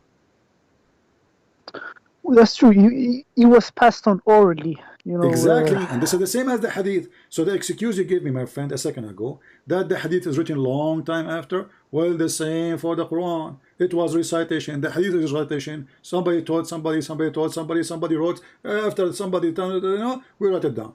The Quran is and therefore I can take it with a grain of salt when there are things in the hadith that shocks me and, you know, I cannot explain. It's not up to you, my friend. It's not up to you and not up to me. See, how come it's not up to me? It's not up to you because you see, you are the one saying you will not accept something written long after, then you should not accept the Quran too. Well, here's the thing. I'll take it with a grain of salt. That doesn't mean I refute everything. That doesn't mean I take everything. That means, you know, that I'll do what I can with what I'm, you know, with what I'm given, you know. So Yeah. what we learn from this now? What we What learn? I- What we learn simply that, you know, with my respect to you, you answer with no answer. You are giving me like answers in the wind. Are you believer, or you are so believer? Here's the thing. I'll admit that a lot of things that I believe is very controversial for even a Muslim. But yeah, a lot of things that I believe is very controversial from even a Muslim point of view. But I'm like I call myself a modern Muslim. Somewhat a moderate Muslim. How you have a modern? Do you have a modern Quran? Well, a modern interpretation, you could say. Because, how you can have a modern interpretation if the guy he said that 1400 years ago? You know, me and you, we agreed that we have to go back in history in order to understand what happened, right? Well, yeah, why not? Okay, so Allah, he gave Muhammad a Quran, and Muhammad, he gave interpretation for his Quran in his time by the hadith, explaining what he said, mostly, not all of them. However, so today what we will do, we are not going to take what Muhammad said, we are going to give our own moderate interpretation. But how you can have moderate? As an example, when the Quran says, when the Quran says that there is women in heaven and they have big boobs, how give me the modern interpretation of this?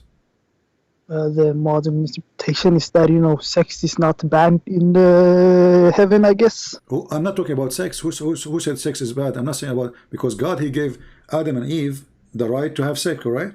Nobody says sex is bad. But when you make a promise about boobs, is that lawful? Is that right? So if I go to your house, my friend, and I knock at your door, and I give you a card, says believe in my God, and there's a picture of two big breasts, is that logical? Is that acceptable? Is that ethical? Is that smart? Well, that's not the same thing over here. You trying to make the point that Islam is trying to use sex to advertise to horny men. I'm guessing that's what you're trying to say. Well, you got what you got, and you tell me the answer now. I'm waiting for the answer. Why God presenting himself that if I believe in him, he will give me big boobs? He did not even say the word women. There's no women there. There are two understanding. One is that hey, God, he's trying to use sex to sell his religion, and one is that hey, sex is allowed in heaven, so that's maybe one thing that you will not miss in heaven. So yeah. So my friend, you are saying to me that because sex is allowed in heaven, I can be the devil who promise you sex, not for love, just sex, just a pure sex. I can tempt you to believe in me by telling you I will give you big boobs.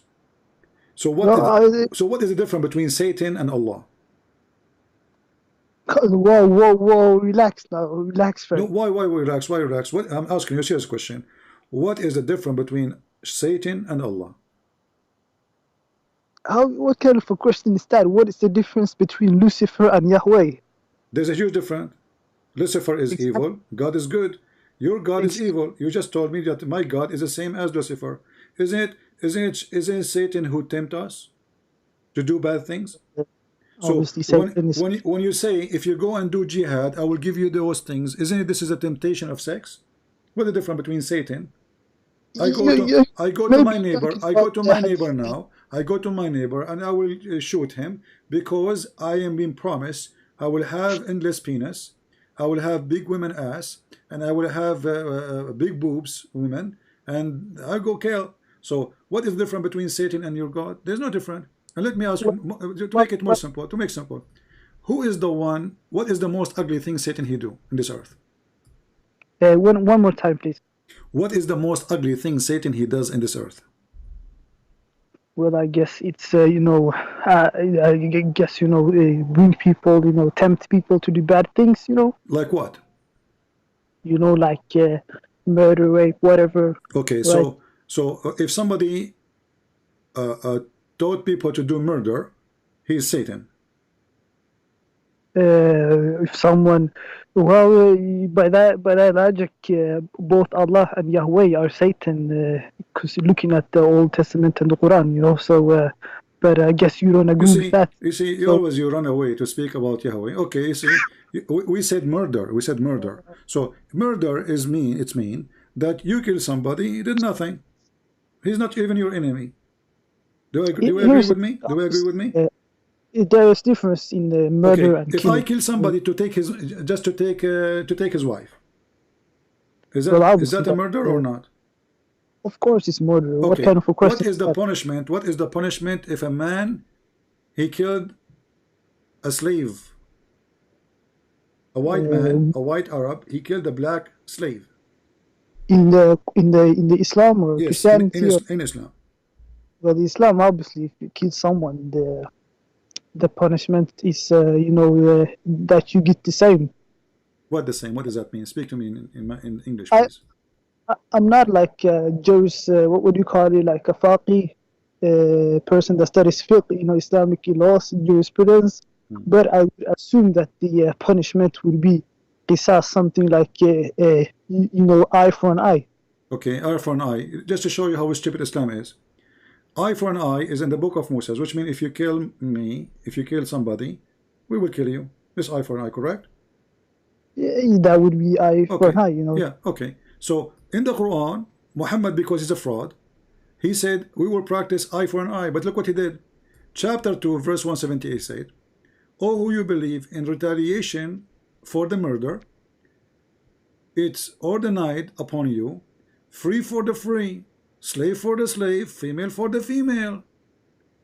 So if I am a free man, and I kill a free man, I will be killed for killing a free man. If I am a free man and I killed a black man, he's a slave, my black slave will be killed.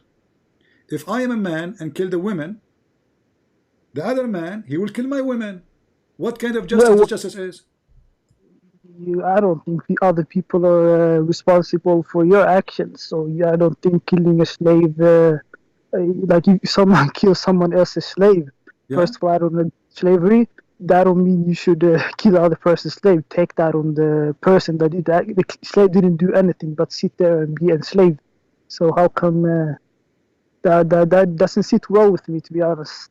Okay, but this is what the Quran is saying. This is chapter 2, verse 178.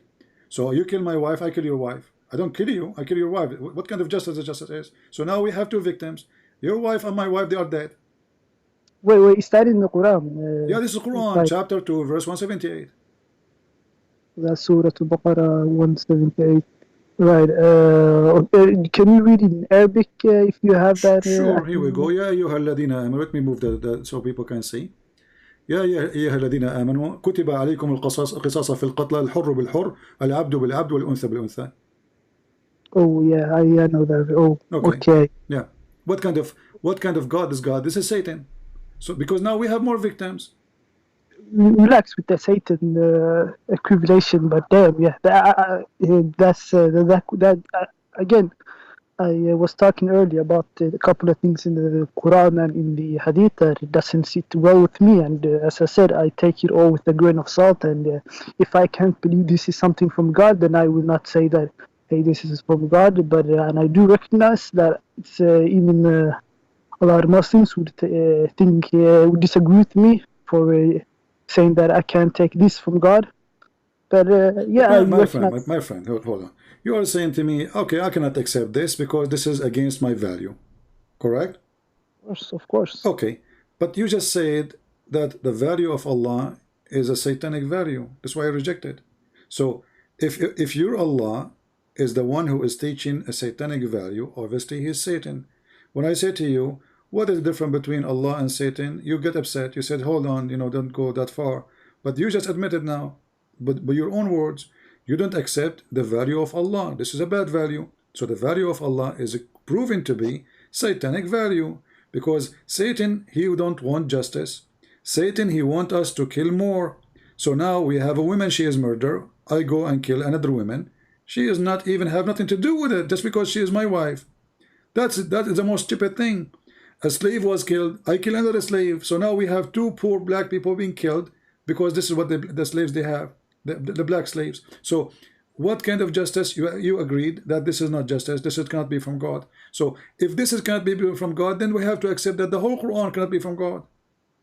Well, we can accept that just like the Bible, the Christians, I have friends that are Christians, and they say that, hey, we never make the claim that the Bible is 100% the Word of God. No, my friend, hold on. You see, you guys wrong. I can say to you now that in the Bible there's a guy, his name is Abraham is talking, but not everything Abraham says God talking. When God talk, God talk. There's a God, his name is let us say the wife of Abraham said to Abraham, but the wife of Abraham is not God. So when we say not every single word is God talking, this is simple. This is what it is. There's people, even Satan he speak, even the Quran, Satan he said to Allah. So it is silly to say that every single word is the word of God. But here in the Quran, this is your God talking. You cannot say this is not God talking. You can't say this is Abraham talking. You can't say this is Moses talking. This is God himself talking. Well, here's the thing. I agree with you, but here's the thing. I personally would say that there are probably other Muslims too, maybe not many, that recognize that, you know, there are holes with the idea that, you know, the Quran is what do you say, perfectly reserved, and I believe that, you know, what you said, the Hafs version, right, is the one that we have today. I'm feeling that I have to at some point accept the fact that, you know, the Quran is not 100% preserved, but that doesn't mean that, you know, you don't need to chop off the whole tree. Look what we would do. Any verse from now on, according to your logic, I don't like, I will say is not from the Quran. Well, who said it's only the verses that I don't what if there's tons of verses, they are good, and they are added to the Quran? Because you see, Satan, when Satan he want to deceive, he will not say to you, I'm Satan deceiving you. He will add the poison between the good food. So if there is something good, doesn't mean it's really not from Satan. So again, your logic is wrong. If I want to kill somebody, if I am an evil person, I want to put poison. Where I will put poison for him? I will put it in his toilet seat? No. In his shoe? No. I will put it in the good food he eat, in the best food he eat. So poison is what, just one drop. You do not need to cook poison. You need one drop to kill the guy. So what we do, we drop one drop of poison in a good container. Container have nice apples, nice beef, nice meat, nice rice. Then we put the drop there, and then we are dead. That's it. So you just said now that this is a drop of poison. Before you continue, you say that problem would be a drop of poison. I say that problem would be like the example of if you have a banana and there's a small brown spot, you can eat around that brown spot. That wouldn't destroy the whole banana. But if you compare it to you say no, it's like a poison. But how do you know that the whole banana is not from Satan? Here's the thing. There is, first of all, how I know is, you know, there are a couple of things, you know, Okay, I will do this with you, my friend. I want you to show me one thing in the Quran is not, for sure, is not from Satan. Okay, that should not be a very difficult thing. Okay, show us. Right. Let me, for example, say that, you know, let's take Surah Al-Ahad, Qul huwa Allahu Ahad, Allahu Samad. All right. Qul huwa Allahu Ahad. Okay. Why, if the Satan is not a believer, why would he say that? Hey, God is a monotheist. Maybe the Satan has become a Muslim now. If he would agree with that, you know. Okay. So that's an example that can't. I heard you. You speak Arabic. I speak Arabic. Qul huwa Allahu Ahad. Ahad does not mean one. Ahad mean one of. I challenge you, my friend. Yes, I challenge you to make one sentence using the word Ahad, and it does not mean one of. Just make any sentence. It's the Quran. The Quran is not like, you know, Arabic that is spoken today. What do you mean not the Quran? This is Arabic, my friend. Ahad does not mean one. It's mean one of. If I go right now, my friend, hold on. If I go right now in the front of your eyes, I don't know. I think you are from Morocco. Is that correct? No, I'm from Africa. I'm from. Do you know about Djibouti? Oh, okay. So look at this. If I type the word ahad in the Quran, I will find the word ahad all over the Quran. وَمَا يُعَلِّمَانِ مِنْ أَحَدٍ. So you did not teach anyone off. I agree with you. Okay. It does not. So this is what It does ahad not mean. Ahad mean one off. So قُلْ هُوَ اللَّهُ أَحَدٍ. He is one off of what? Then it says Allahu Samad. As-Samad, we just showed him actually before you called me. I don't know if you were watching, that was an idol. His name is Samud, and this is in the book of Ibn Kathir. Okay. Well, you have a point there that ahad doesn't mean, just one. It can mean one off. It can mean different things. But you're asking me whether or not I can find a verse in the Quran that would prove that. No, you see, you gave me a verse. It's very. You see, I don't want to be rude to you. You're a nice person, so I'm trying to be nice. But forgive me if I am, like somehow aggressive. You see, no, I ask you.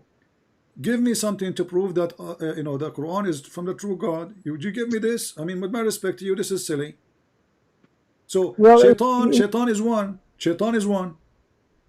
Iblis is one. Okay. So say Iblis is one. Okay. And he is a Samad. He is Samud. Okay. And what? He don't have a children's. Okay. And what? And nobody is equal to him. Okay. There's nobody equal to Iblis. I agree.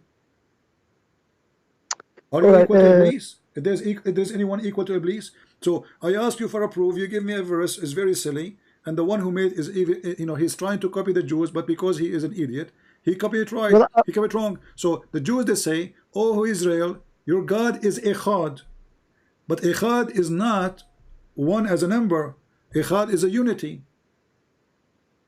Well, you have a point there, but I can still find the verses that a verse that I would that obviously Satan wouldn't write.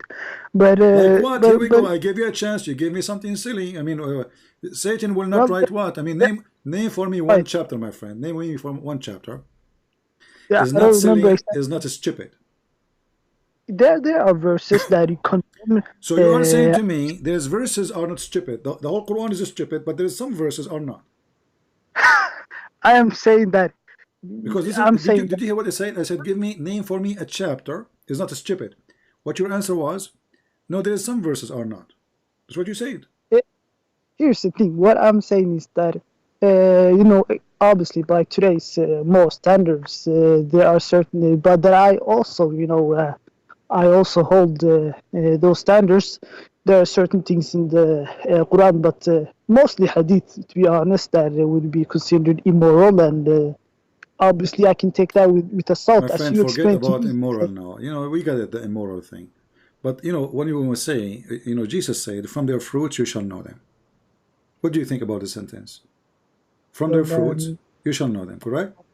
I'm thinking it means action speaks louder than words. Exactly. Probably. Yeah. Exactly, because people, they can talk is cheap. I can speak to you about how good I am, how wonderful, feed the poor, but I never fed one. About taking care of somebody's homeless, but I never did to anyone. About being decent, not to cheat, not to lie, but I do all those things. So talk is cheap. The fruit is what decide where we belong. The fruit of Allah and the fruit of Muhammad is ugly. As an example, is it cheating is haram in Islam? Well, cheating could mean anything. Cheating when it comes to cheating in your wife. You mean like cheating in a relationship? All right.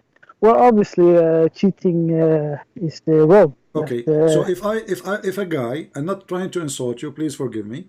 If a person come to your house and he is your father, and he flirt with your wife. Well, that's a little bit. That's a little bit far-fetched of a question to ask. Why you're asking something that specific? You will see why I'm asking. Just tell me, what do you think? If a person claims to be your God, and he go to your house when you are not there, and then he flirt with your wife, says to her, "I like you." Is that a cheating? Is that a decency? Is that awful? Is that good? What do you think? You mean prophet? If someone is prophet, doesn't matter. Doesn't matter, my friend. So are you saying if he's a prophet that he can do it? It's okay? No. But what I mean is, like, of course, even if he's a prophet, why would you say that? That's messed up. So let us focus on the question. If a person, he is supposed to your father, and he come to your house and he flirt with your wife, how you describe such a behavior? Is that a decency? Is that a good fruit? Is that a bad fruit? Is that satanic? Is that from God? How you describe it? Obviously, yeah, I would think maybe he's drunk. He Well, drank the some person is not a alcohol. drunk. Let us take that option. He's not a drunk. He don't drink. He don't drink. He don't Well, smoke. He don't take hashish. Well, I'd be surprised about his behavior. What kind of behavior is that? So what does that mean? Tell me. Is he bad or good? It's obviously messed up. Okay, messed up. This is what your prophet did. Your prophet, he went to his own son's wife when she was alone, Zainab, and then he said to her, praise be to Allah, the one who made my heart move and flip for you. He said that to her in front of her face, not only in his heart, no. He said that in his lips, and the woman, she is married. And he was allowed to enter the house because simply this is the house of his own son. Where is this like, you're talking about a lot of people, they mention this about Zainab. Are we talking about Zainab? Yes. Specifically? Mm-hmm. Okay. Well, that's, of course, that's a controversial one. Zainab Hassan Muhammad. Obviously, maybe Hassan, he didn't like Zainab anymore, and Muhammad, she was single. Muhammad, he didn't want her to be single and lonely. My friend, the story is saying that the guy was happily married, and then Muhammad, he went to visit his son. Let us say, for the sake of argument, you and your wife, you have a fight every day.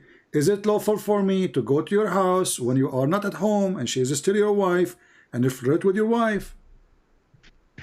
Even if it's not a happy relationship, that's kind of uncalled for thing to do. I wouldn't know that's not good to do, even if they're fighting. But you said that they were happily married.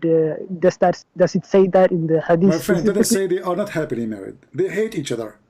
Is it right to go to the house of a married man and you flirt with the wife? Is the value will change in Islam if the guy is happily married or not? I mean, what kind of logic is this logic is? So you are saying to me now, oh, okay, so if the guy is not happily married, I can go flirt with his wife? I mean, that's a very that's a sticky one, because obviously there are people that that are unhappy in relationships and they start new relationships even today. My friend, but this is a cheating. Well. Because you are okay. If you are still married, you are still married. She live in the house of the husband, for God's sake. I mean, she did not even leave the house. She live in his house. The guy, he never mentioned he would divorce her. Then after he came home, the wife, she told him, your father was here and he flirted with me. Then the hadith says, فَفَطِنَ الزَّيْد. So he remember, I got it. So he went to his father and he said, oh, Zainab, she is hurting me with her tongue. Please give me permission to divorce her. The guy never mentioned that before. But now he knew for sure that his father and his wife, they have a relationship. Otherwise, why he didn't divorce her before? Why he decided to divorce her after she told him that your father was here and he flirted with me? And look, just to show you how filthy this woman Zainab is, she said that after the Prophet, he flirted with me, each time Zayd wanna have sex with me, Allah make his penis swell. Let me show it to you on the screen, and you speak Arabic, you have no excuse. إن زيدا تورم ذلك منه حين أراد أن يقربها. Is that hadith graded Sahih? Where do you find it? My friend, anything is not. Why is going to be in Al-Qurtubi if it's not a graded Sahih? Why Al-Qurtubi will use it if it's bad? If it says here we go. It says which book? they are like putting a bunch of hadith. Here it says قلت هذا القدر هو الذي أخرجه مسلم في صحيحه وهو الذي صححه الترمذي في جامعه والبخاري عن أنس بن مالك blah blah blah blah blah, and they continue. So they are giving you, I mean, those are the scholars, not my business. So the scholars, they are giving you a list of hadith. Sahih on there is like my friend, when you say is it Sahih, are you saying to me that the Muslim scholars, they lie about your prophet honor, and the Muslims, they allow them to do that, and then they print their books and then they publish it, and they teach it in university, and nobody complain. Well, even that just because that just because one scholar he writes something does not. Who said that this one scholar he is copying from other scholars? My friend, isn't it you who said that those are reported from one to one to one to one? Al-Qurtubi did not live in the time of Muhammad, so obviously he is copying others and others from others and others from others until we reach to the main source. So this is not an excuse again. And let us say, for the sake of argument, this story is a lie. Still, the Quran says, Allah said to Muhammad, why you are hiding what Allah revealed to you? Okay, what Allah revealed to you? That you will take this woman. So based on this verse alone, Muhammad was a liar, telling the guy, keep your wife for you, when Allah told him, take her, she's yours. Even the verse proving that Muhammad is a fraud. Because it's a very controversial topic. You see, my friend, this is what you do. Anything is disgusting, you say controversial. Anything is stupid, you say I have a problem with it. But the question is that a prophet we can trust to follow? Is he the best example? The Lord said, from their fruits you shall know them. As simple as that. Obviously, this does not sound very beautiful, what you're describing. And it does not sound very good, but like, you know, and of course I agree it doesn't sound good, but again, you know, you have, just like you take the Bible with a grain of salt, I take the Quran. I don't, my friend. You are making things up. I said to you, I accept what the Bible teach. I didn't say I don't accept anything in the Bible. I never said that. It's you who keeps saying things I did not say. So it is you now trying to run away from what is written in your books. It says each time the man he tried to have sex with her, Allah make his penis swell. I mean, even the God of Muhammad, he don't want the man to have sex with his wife just because the prophet he want her. Okay, I got you. But here's the thing. I personally, I take this with a grain of salt, and I'm like, I can't believe this is from a prophet of God. So, and you didn't give me any, to be honest with you, you didn't exactly give me very accurate sources for that hadith. I gave you, this is Al-Qurtubi, go check it out. I mean, I give you the book name, I will give you the page number, I can give you the link, and then you say to me, you did not give me accurate. So if it's not accurate, my friend, if it's not accurate, why? If it's not accurate, why it is there? I'm gonna check it out. I'm gonna do research later. Okay, so don't tell me I did not give you accurate, because if it is not accurate, do you think the scholars they will put it there, something not accurate? Be honest with yourself. Of course, there are many scholars that believe incorrect things. They're just humans, just like there are many Christian scholars. Your prophet is a human too. Your prophet is a human too. He's a human indeed. Okay, so if the excuse is that there is a scholars they are a human, well, then we should not believe in any story, because all those stories written by a human, the good and the bad. Well, here's the thing. Just because if it goes from one human's mouth to another human's mouth, of course a little bit would have changed. But that doesn't mean you have to throw the entire trash away. No, you have to throw the entire thing in the trash, because then we will have no stories to tell today. So my friend, what you are doing now, wherever we go, you will find an escape for it, and you will say, well, this story is controversial, this story is questionable, this question you did not give me authentic source, all what I'm reading is your Islamic books. So how you can follow Islam if you cannot if you cannot trust your books? How yourself you can be a Muslim if you don't have a trustworthy books to follow? There are a couple of course there are a few flaws here and there. It was passed on from human to human. That doesn't mean that the Quran itself I showed you a verse from the Quran. You say this is wrong. Is that passed from a human to human wrong, or this is Quran? I'll give you my answer. Let's say I have a apple tree in my yard, and it makes a couple times it produces very bad apples. Few times, you asking me if why I should throw away my whole tree, chop off the whole tree. I'm telling you, I can't do that. I will accept that it is not perfect, and I will keep it for the good apples. So you are saying that Allah have a bad apples. and there's a tree. There's some apples are good. There's some apples are bad. So in this case, that would mean that in the Quran there are verses that have not been perfectly preserved. That's all that means. okay, so now anything I will show you, I'm wasting my time with you, with my respect to you. Anything I will show you, you will say it's not preserved. Very simple. Okay, let me ask you directly. Just because there are things that, let's say, are immoral, because let's be honest, you used arguments based on morality about Muhammad, things that he did.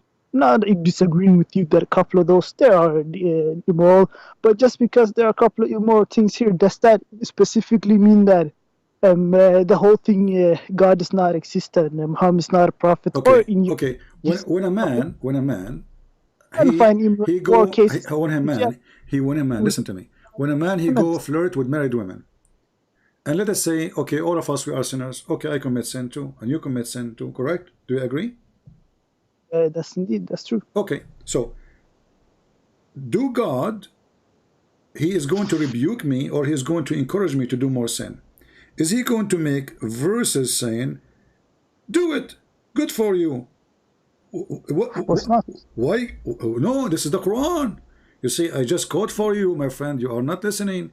So when Allah, okay, fine. So here's the thing. Like a lot of the arguments you say, like they can be interpreted in many ways, but regardless my friend, you can give interpretation as you wish. You cannot escape it, my friend. Good try. Good try. No, good try. Here we go. The verse in front of you. It says, why you are hiding what Allah revealed to you, telling the guy not to divorce your wife. So the guy came to Muhammad saying, I want to divorce my wife. Muhammad saying to him, why? Why you want to divorce your wife? The guy a second ago was in his house flirting with the wife. And now his God saying to him, encouraging him to be filthy, saying to him, why you are hiding what is in your heart? What is in his heart? He's in love with her. He wants her. He want to have sex with her. So Allah saying, why you hide from him? Why? Okay. What kind of God he says that? God, this God should say to him, shame on you, Muhammad. The woman, she's married. Shame on you. Leave the woman alone. Let me ask you, do you believe, like in poetic justice, that the moral will always win in this world? Because you know, while we would like, me too, I would also like that to be the truth, but that doesn't always.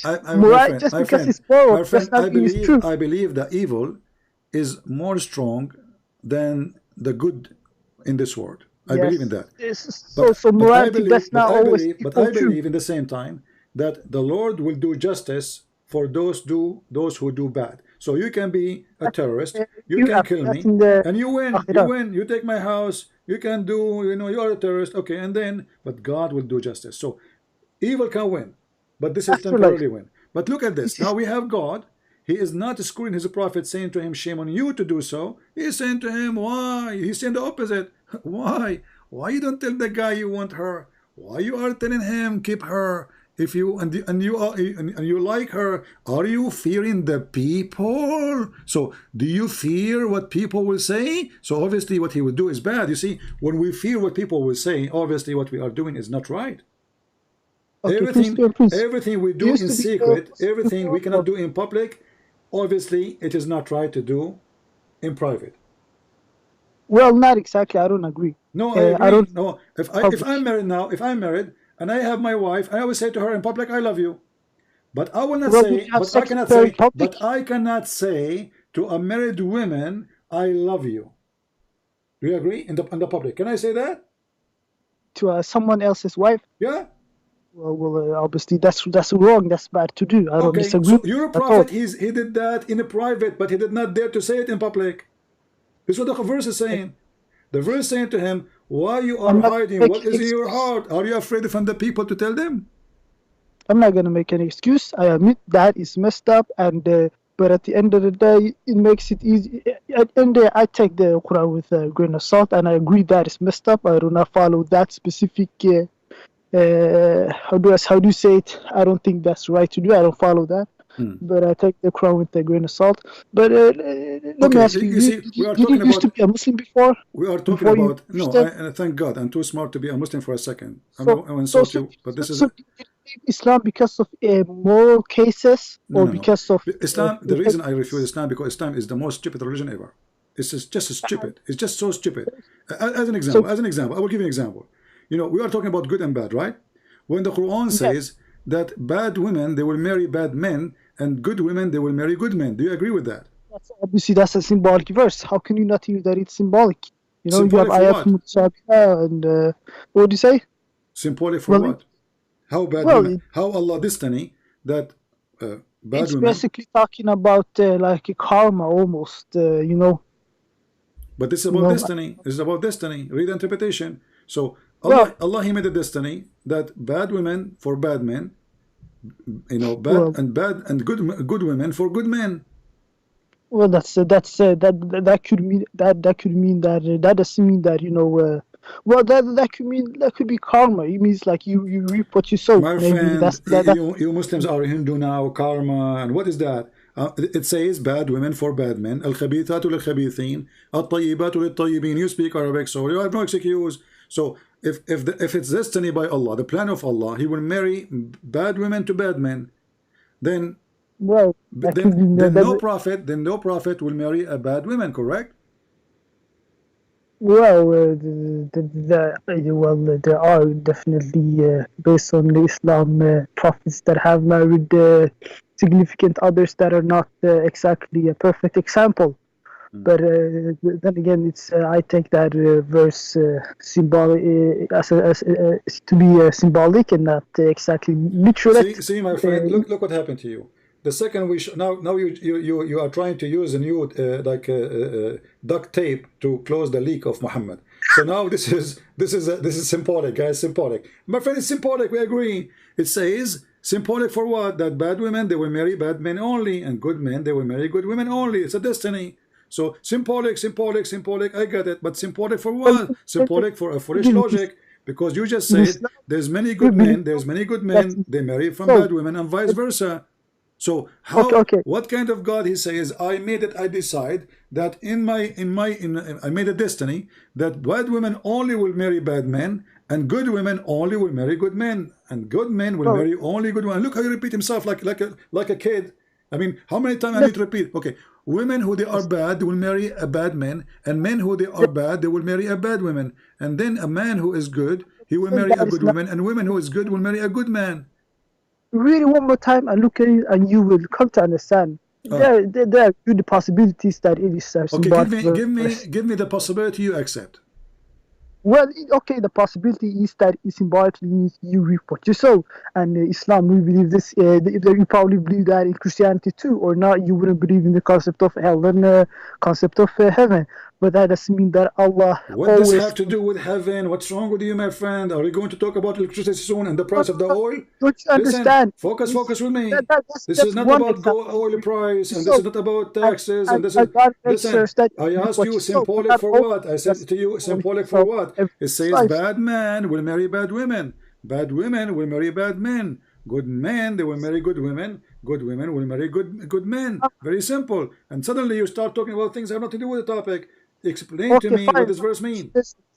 What it means is you reap what you sow, but that doesn't mean that God always involves Himself in people's life on earth and always make sure that people reap what they sow. But in general, people reap what they sow. Hold on. It says bad women. I mean, very simple. He did not say some bad women marry some bad men, some good women marry some good men. He made it so clear. Bad women marry bad men, and good men, they marry good women. And now you are trying to again use duct tape. They will not try. You know, you are out of duct tape. Do you still have more?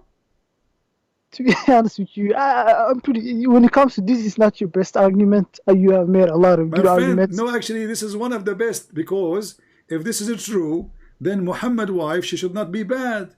Aisha should not go and make a strike against him. So, Hafsa should not make a strike against Muhammad. Even the Quran says that the wife of Lut and the wife of Noah, they betrayed their husband, and they are prophet. So when the Quran says Allah will make a destiny that bad men may marry only bad women, and good men, they will marry only good women, that's mean Muhammad is bad. Well, again, there's a lot of way too much plausible deniability that verse could mean symbolic. You can use dictate. Read the interpretation. You know, again, even based on the translation that you used right now. I'm a friend. If Use any that translation you sounds want. very- You speak Arabic. You do not need translation. You are a person who speaks Arabic. So let's not to go and jump to the exclusive translation. الخبيثات للخبيثين والخبيثون للخبيثات Yeah, but والطيبات للطيبين والطيبون للطيبات. does it not sound like it could be like a nice, a poem, like a poem, like it means like like a poem, symbolic poem, some verses are like that and some verses are direct, and you are not My friend, mostly. my friend, your God, he made a decision that he will marry bad women to bad men and good men to good women. And then we find that this is absolutely false, because even the Quran speak about the wives of Muhammad going and doing strike against Muhammad, and even the Quran accused them to be kuffar. The Quran says وَقَدْ صَغَتْ أَيْمَانَهُمْ, which means their heart became a heart of kuffar, and Allah is asking them to repent in the verse. So if bad women, they will marry only bad men. That's mean Aisha, she married a bad man, his name is Muhammad. And you agree with me that the fruit of Muhammad, obviously it's bad, but what you do each time I show you something showing that Muhammad is a very bad man, you use a duct tape. Either you say, oh, this is controversial, and this is maybe it's a corruption, or maybe this is not authentic source.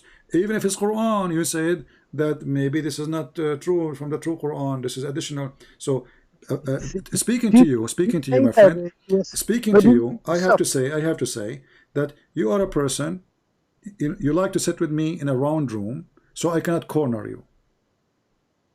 Well, you have a lot of points. I admitted to you before, and that there's a lot of things that I think the Muslim community they need to look at. But then again, this is maybe the first time in history where people that are not Muslim they take a good look at Islam's sources, and so we have to take a second look at because when it comes to Sahih Bukhari and Sahih Muslim, we just call the whole book Sahih. We don't. Yeah, we just, even the names. Actually, the books of Sahih are 6, not only Bukhari and Muslim. And by the way, just to give you information, maybe you do not know it. Do you know that you don't have the book of Al-Bukhari and Muslim? How come? What do you mean exactly? You don't? No Muslim have it. I have it. Sahih Bukhari and Sahih Muslim. Nobody have it. Nobody have it. They have what they have today. They claim that from the students of the student of Al-Bukhari, some of them they memorize what Al-Bukhari said. Who in the world can believe such a thing? You don't have a book of Al-Bukhari. Same as the Quran. You don't have the book of the Quran. So what happened here, that we have a madness of lying, saying that Islam preserved. When we check out, we find that the Quran is not preserved, the Hadith is not preserved, and nothing is, Islam does not exist actually. What we have is a collection of his stories, and the story is embarrassment to our Muslim. He would deny it the same way what you did. Okay, have you heard about Yasir Qadi? Yeah, I know him. He was my cousin. But my family, they decide not to accept him to be my cousin no more, because he said there's holes in the narrative. Okay, funny. Okay. But by the way, hold on, my friend. I want you to call Yasir Qadi and tell him about the duct tape you are using, because he can close the holes in the narrative by using duct tape. Okay, but he's get on. Why not? I mean, it might work, because both of you use duct tape. So give him some duct tape. Don't be cheap. Come on. I mean, be nice guy. Give the guy some duct tape. There's a hole in the narrative. If we can duct tape them, we can stop the leak. I admit to you that there's holes, so at the end, I admit that there's some problems, and I admit them, and I think the Muslim community, they need to take a look at these holes, if you want to use that example, and I admit that to you. But let's say Yasir Qadi, I used to listen to him and follow him for a long time, and lately he's been saying stuff like there are holes in the, what do you say, holes in the narrative? And some guy, he made a funny remix. Some people are funny. But did you notice, my friend, when Yasir Qadi, he said his sentence, all Muslims suddenly they washed their hands from him. I mean, the guy did not say he's a scholar. According to them, he was a scholar a second ago. The second he said what he said, suddenly everybody is insulting him, Everybody is attacking him. I mean, they invite him interview after interview, and the Sheikh, they call him Sheikh. Even Mimi Hijab, when interview him, he says, Sheikh, today we will talk, and he asking him a question, which means he's a student. The second Everyone he said changed something, their 360, they changed their opinion on him that day, and he got a lot of threats, and it's not very good. I don't agree. I think it's sad. I became shocked myself when I saw this reaction. The guy is an honest guy. He's just admitting that there's a problem, but I think the holes maybe are scary to the Muslim. They're scary big that they would rather hide than, to look at our flaws and, in our narrative, and maybe try to look at them. Maybe like the Christians did, what do you say, like forming the can I say the name you are using in Skype, or you don't want to use it? I like to be anonymous, please. Okay, I will just call you Muhammad, okay? Okay, you can, you can use Abdul, since you guys like to say Abdul. I have an advice for you. Why you don't change the name of religion of Islam and call it duct tape Allah? Oh, nice one, nice one. Man. Because you Muslims, all what you do is just duct tape the God. I mean, the God is leaking all over. There's holes in his book. There's holes in his statement. There's holes in his logic. There's holes in his ethic. And what we do, we duct tape. Even when Yasser Qadi, he says, there's holes in the narrative. He did not even dare to tell us. He said, we should not discuss this in public. We should discuss it in private. So he's not being honest. Is that a private religion, or this is a private religion, or this is a religion for all mankind, as Muslims they claim? So if it's for all mankind, then we should discuss the topic in public. So he was warning them, don't open the topic. So he was talking about it public, but he had to change because he got a lot of threats, and the Muslims, they're now ready to acknowledge this. So they gave him a lot of threats and so on. So that's why he said we can't talk about this in public, because first he thought we were ready to talk about this in public, but then he's like, no, we have to. The Muslims, they're not ready yet because. So after 1400 years, you Muslims are not ready. Well, this is the first time they're facing. No, this is not the first time. We make fun of Islam since the beginning, from the first day. The Arab Christians are the first people to love Muhammad. What happened? A lot of Muslims attack them, so they become scared. They can't talk, But that will not change the fact, my friend, that the duct tape, here we go, duct tape again. We attack them so we can duct tape Allah. So there's many solutions for the duct tape. If we cannot kill them, silence them. Like now we live in the West, so we can speak freely. But if I live in the Middle East, they would duct tape me, correct? And that's bad, They should listen to you, what you have to say, and give it a chance. But is it Islamic? Is it Islamic to listen to me? Is that a teaching of Allah? Let's be honest. Even back in the days, Christianity, you would get consequences for criticizing Christianity. No, my friend. You see, if there is a Christian ruler, listen. If there is a Christian ruler, he says, if you insult the Bible, I will kill you. This is his act. This is his job. He do what he think it's right for him. But Jesus, he was insulted himself. Jesus was crucified himself. Jesus was in the cross, and he says, forgive them, Father, they do not know what they are doing. He did not say, I will kill you. He did not say, hey Christians, after they finish killing me, kill them all. He did not say that. He said, forgive them, Father, they don't know what they are doing. So if Jesus himself was insulted, was killed, was humiliated, and yet Jesus in the cross says, forgive them, Father, they do not know what they are doing. That's mean the best example of us is Jesus, not a king. Unless the king is following Jesus. So, well, I'm sure Muhammad wouldn't attack people because they criticize Muslim. He doesn't seem like that type of a person. Okay. So why he says then kill those who don't believe in Allah and the last day from the Christian and the Jews until they pay jizya with humiliation?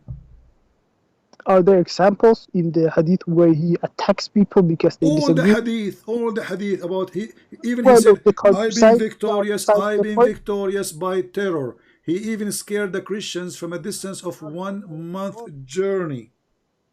I haven't heard that one before. You are talking to Christian Prince. You will hear Allah. Before that, my before that, there's Allah on the other side of it.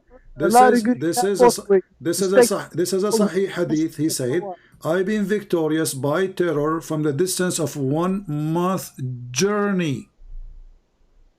The terror hadith, something. What does it say exactly? It says in Arabic, نصرت بالرعب مسيرة شهر. So from a distance of 1 month journey, he was victorious by terror. People, they hear he's coming. Month journey. Is a month away. This is how you see how peaceful he is.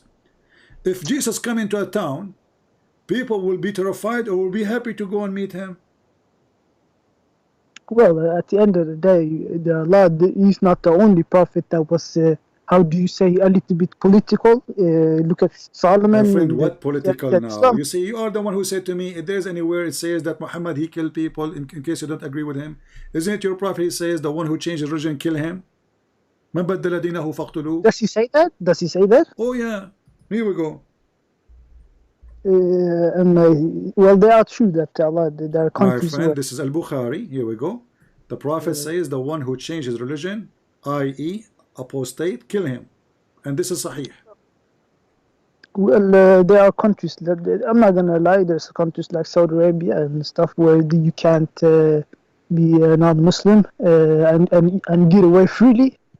But here's the thing you don't understand. It's that it was like that in many Christian countries before, but they became more and more, let's say, civilized and my friend, more, you keep saying Christian countries. Jesus is our constitution, not a Christian country. As you see now in some Christian countries, they do everything against God. So can we follow them now? Can we say that Jesus what he said? So either we follow what Jesus said, or not. The punishment for people who are not Muslims is being killed. Just to show you the stupidity of Muslims. A guy he posted for us in the chat saying there is violent verses in the Bible. Read for me Luke chapter 2 verse number 49 and 51. And he said that Jesus says, I did not come to bring peace, but I brought division. My friend, but Jesus, did he kill anybody? And why you don't continue reading the verses? He said, you see what people they do? Muslims, I'm not trying to insult you, the one is with me, Mr. Muhammad, but Muslims are a bunch of hypocrites.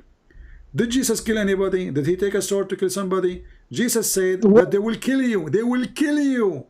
So the cowardly behavior of the Muhammadan is they take a verse from the Bible and they don't read what is before it. They don't read what after it. It's us who will be killed. It is us. There's a sword on us, not on you. So instead of saying Jesus says you Christian will be killed because of my name, he says he says I do not bring peace. So Muslims, they always promote hypocrisy. They copy paste verses, but they don't want to show the rest of it because they knew that the same chapters we are reading will condemn what they are saying, will expose their lies.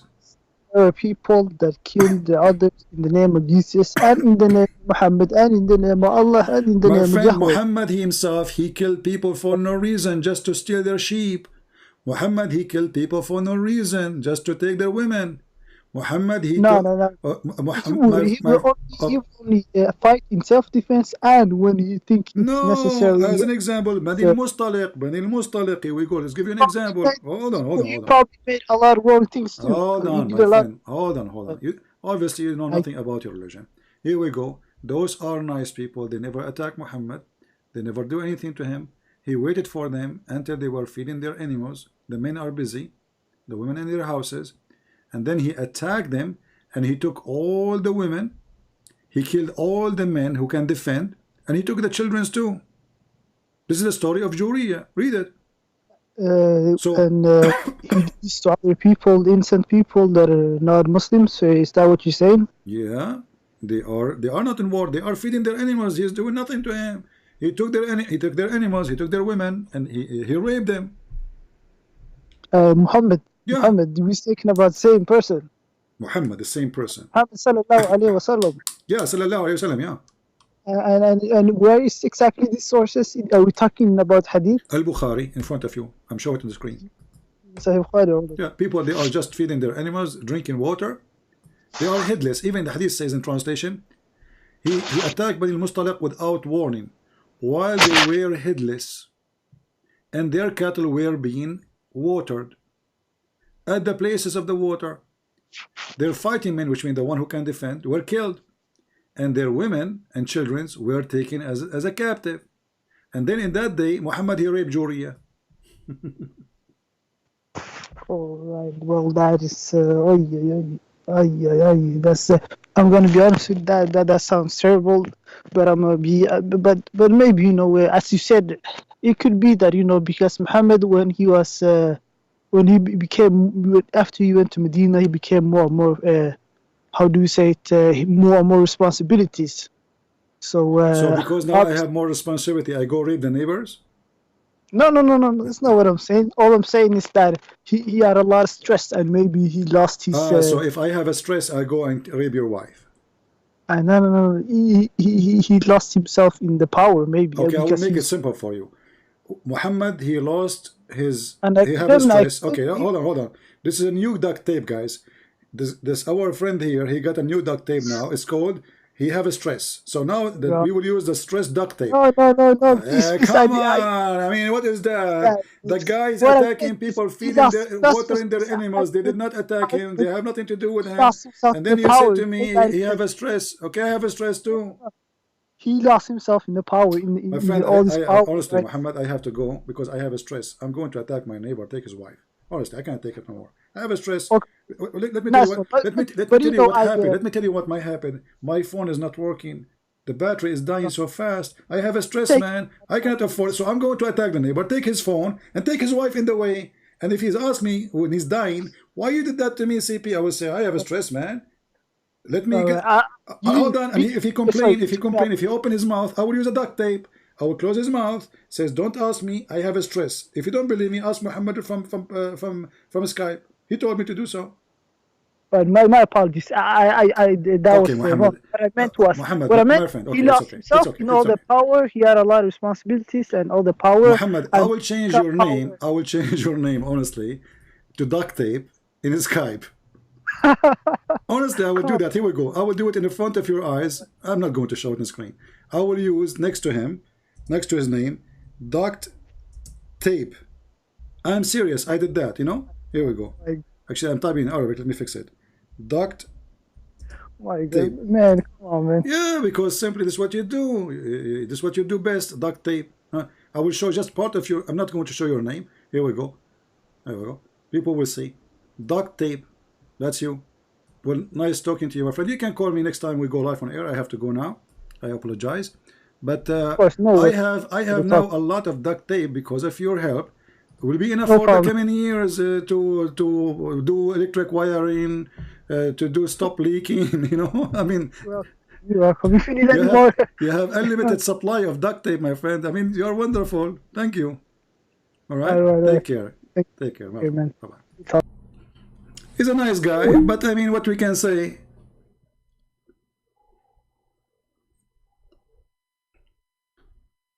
He agreed that the Quran is full of garbage. But what his excuse is, maybe those verses are not from the preserved Quran. Oh, this is not a good ethic of the Prophet, but maybe this is a story is not right. Oh, the Prophet, he did this, he took the women and the children, etc. Maybe he have a stress.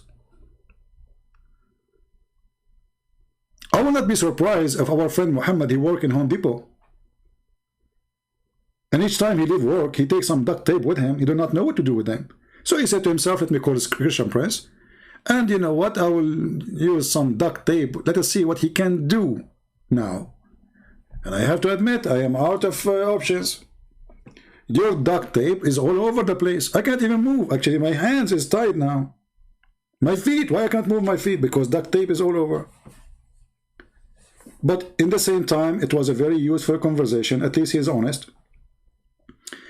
When it's wrong, he says wrong. He tried to find escape for it, but he's a nice guy, I have to admit. He is different from the rest of Muslims. I can tell he's coming from a good family, right? You can tell right away when a person is a straight boy, when a person is coming from a nice family.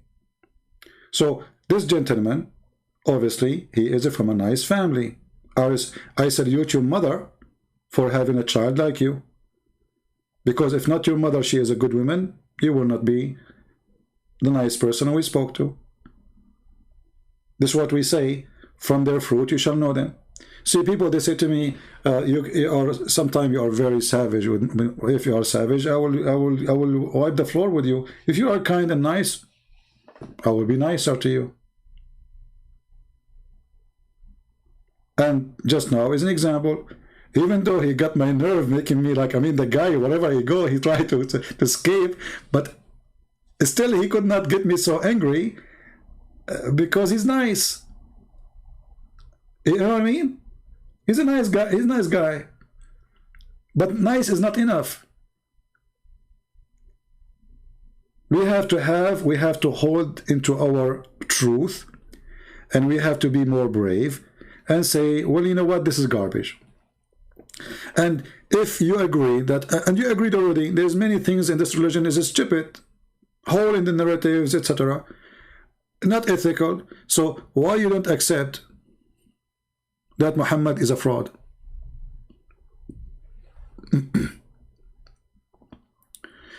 Somebody saying,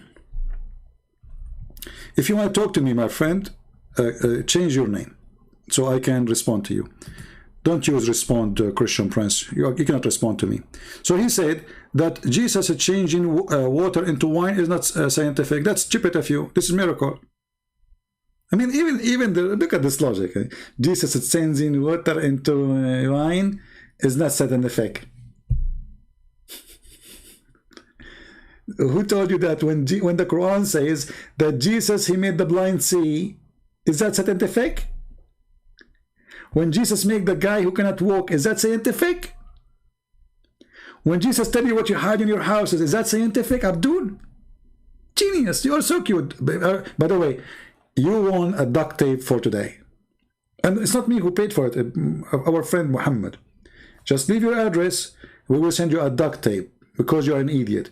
So this is the error in the Bible. It's not scientific, Jesus making the wine from water. The rest in the Quran is okay. Jesus, you know, he sent 7 sandwiches. Every sandwich have a whale. This is scientific. You have a chapter in the Quran. It's called the chapter of Al-Ma'idah. Why it's called Al-Ma'idah? Because Jesus, Isa, he asked Allah to send him 7 sandwiches, brother. And then when they open the sandwich, brother, they have inside them 7 whales.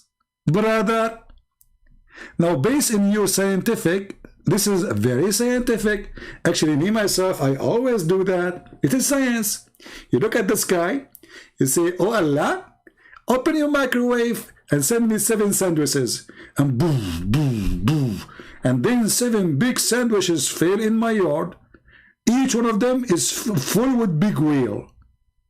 And the Abdul is talking about this is changing water into oil is not scientific, okay? It's error. What an idiot. I mean, this is where I say to women, be careful when you get married. If you marry to a guy like this, you will hate yourself for the rest of your life. You see, I advise women, if you want to marry, no problem if the guy is not good looking. Don't ever fool yourself with even good looking. The person who have no brain is the last one to marry. He will make you hate yourself. Each time he opens his mouth, it's going to be like a fart. You can live with a person he don't look good because he will do good to you. He's smart. You will love him. But a person who is stupid, he will make you live in misery. Stupidity. There's no solution for it. You cannot fix it.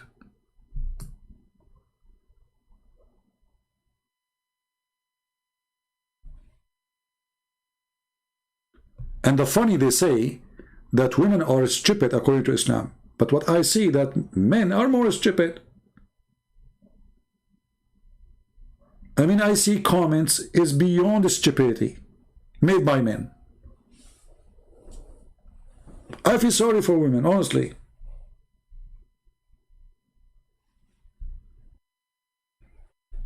I mean, what's wrong with people? Do you have a brain or you have a diarrhea?